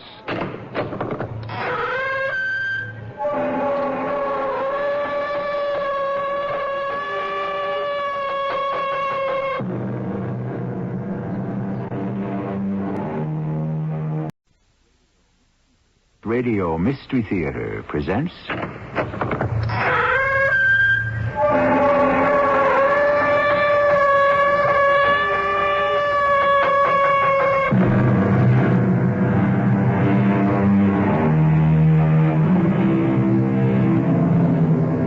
Come in. Welcome. I'm E.G. Marshall. Have you ever had the urge to peer through the windows of a strange house to see what transpires within? Have you ever wanted to open and read a letter not addressed to you? To intrude upon the confidences that do not concern you? Have you ever found yourself straining to catch the words that pass between two people you don't know and who don't know you? If you have, and I think there is no one who has not, then you have felt the itch of the eavesdropper, which is to learn secretly that which is private. I reached out my hand and touched him. He felt cold. I whispered the question softly. Softly. Then, without hesitation, I clapped my hands over my ears. I swung around, away from him. I looked straight ahead, and I rushed out.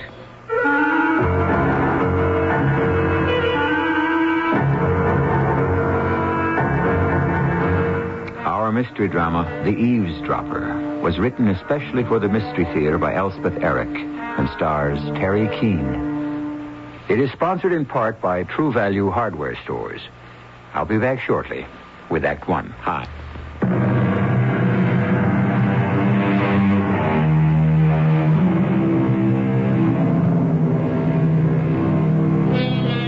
Those who eavesdrop never hear good of themselves. So goes the old adage. And like most old adages which have been handed down to us through the years, it contains its own kernel of truth. But what of another employment of eavesdropping? Employment to a specific purpose. One which predates the adage by many centuries. One which we propose to tell you about now. It's so hard to tell what's right from what's wrong. Don't you think so? Yeah. I've always found it very difficult. Maybe you don't have that trouble. Some people don't. Do you? Oh, I don't know. Yeah. Now, my husband had no trouble at all. He always knows what's right. But, of course, Martin is very brilliant. Martin graduated in the top 10 percentile of his class. I don't even know what percentile means, but I know it's very good. You know what it means? Percentage? Yeah, something like that. Very near the top, almost the best, something like that. Yeah, I think I'd like another drink. Sure about that? Pretty sure. Yeah, I'm sure. Okay. I'll go get it. What in the world am I doing here? Who is this man I'm talking to? How did I get here? What have I done? Okay. There you are. Oh, thank you very much. Hey, listen, am I bothering you? No, not at all. Because if I am, just say so. There's nobody else in the bar. It's still early. I don't know if it's right, a woman sitting at the bar all by herself. You think it's all right? Oh, they do it all the time these days. In other bars, too? All over. I only come to this bar, never any others, just this one. That's so? Yeah, because the name of this one is the Hermes. You like the name, huh? Well, it's not that I like it so much. Listen, may I tell you something? It's kind of personal, but do you mind? What have I got better to do? The reason I started coming here to the Hermes Bar and Grill is because it's something my husband Martin said one night around dinner time. He was sitting in his big chair, and I was sitting at the table. I just took a peek at the roast. It's almost done. Martin? Huh? The roast is almost done, I think. Huh. I cooked it a new way. Leg of lamb, Southern style, it's called. Fascinating. Wow. I don't know if it's fascinating exactly, but it's interesting. You roast it just like a regular leg of lamb, but then half an hour before it's done, you start basting it. Fascinating. With this sauce. It has lemon and vinegar and ketchup in it. Absolutely fascinating. You mean the ketchup part? Is that what you mean? I thought it was peculiar myself. Myrtle. Don't you think? Oh. Yes, Martin. What is it? I am reading. Oh. Yes. Well, I'm sorry. If I have told you once, I've told you 500, 1,000 times, don't bother me when I'm reading. I didn't realize that you When you see me in this chair, under this lamp, with the light turned on and shining on a book which I am holding in my lap, when I am wearing my reading glasses... Sorry. I'm sorry. Don't you think you might deduce from all this circumstantial evidence that I am reading? I should have, yes. I should have. Well, now go baste your roast or whatever it is you're doing out there. So, how did the roast turn out? Oh, good. Very good. In fact, marvelous. You wouldn't think so, would you? But it was very good. I kid you not. I think I'd like another drink, if you don't mind. Well, now... I think I'm starting to feel better. Don't get the feeling too good now. Nice man. Very nice man. like him. I really like him. I mean, I can talk to him. He listens. I mean, he really listens. And what's more, he hears me. I think he really hears me. I like him a lot. Here's your drink. Oh. What's your name? Me? My name's Myrtle Chapman. What's yours? Charlie. Charles. Everybody calls me Charlie. Even my wife. Everybody named Charles gets to be called Charlie sooner or later. It's in the cards. You married? 4 kids. 4? Yeah. Take it easy with that drink. You don't mind a little advice? Yeah, well, I want to finish what I was telling you. About the leg of lamb? Southern style. But it wasn't about that. It was about my husband, about my interrupting him when he was reading. Now, that was so dumb of me. I knew I wasn't supposed to do that. He told me over and over, but it seemed like when he was home, he was always reading. Always. Sometimes I'd take the Reader's Digest. I'd read that, but... Anyway, when the leg of lamb was almost done... Fascinating. Martin, coffee, tea, or milk? Martin? Do you want coffee, tea, or milk with your dinner, and do you want it with it, or do you want it later? Do I want coffee, tea, or milk? And do I want it with or later? I need to know. I don't want any of them now, since I am reading this book. I meant that What I shall want later will depend upon how I feel later. Do you think you could wait until later to find out if I want coffee, tea, or milk? Is it a good book? Fascinating. Oh, what's it about? Greece. Greece? Ancient Greece. Oh, you mean the country, Greece. Greek civilization. Uh-huh. Its history, its mythology, its customs, its beliefs, everything. Well, maybe I ought to read it sometime. What is it that's fascinating? Well, for instance, the Oracle of Hermes. Hermes? An Olympian god, son of Zeus. Like the bar. What? Down the block, the Hermes Bar and Grill. I've never been inside of it, but it looks like a nice place. This is not about the Hermes Bar and Grill. It is about the Oracle of Hermes in Greece. There was a shrine there to the god Hermes, and when someone was depressed or in doubt, he would go to the shrine where there was a statue of Hermes. Is that so? Hey. Well, I don't know if the Hermes Bar... Are you interested in what I'm trying to tell you, or are you completely immersed in the Hermes Bar and Grill? Well, both. I don't know. I just thought... Where are you going? I'm going to make a phone call. But dinner's almost ready. Oh, dinner. How long? Till I'm off the phone. Could I have another drink, Charlie? I think you've had enough, Mrs. Chapman. You call me Myrtle. You're not used to drinking, Myrtle. I knew that the first time you came in here. Yeah, but I'm getting used to it. Well, that's my point. And I like it. But that's just it. I don't like the taste of it, but I like what it does for me. That's what they all say. One more, please? Just one. And that's all. It was wrong. Well, maybe not wrong exactly.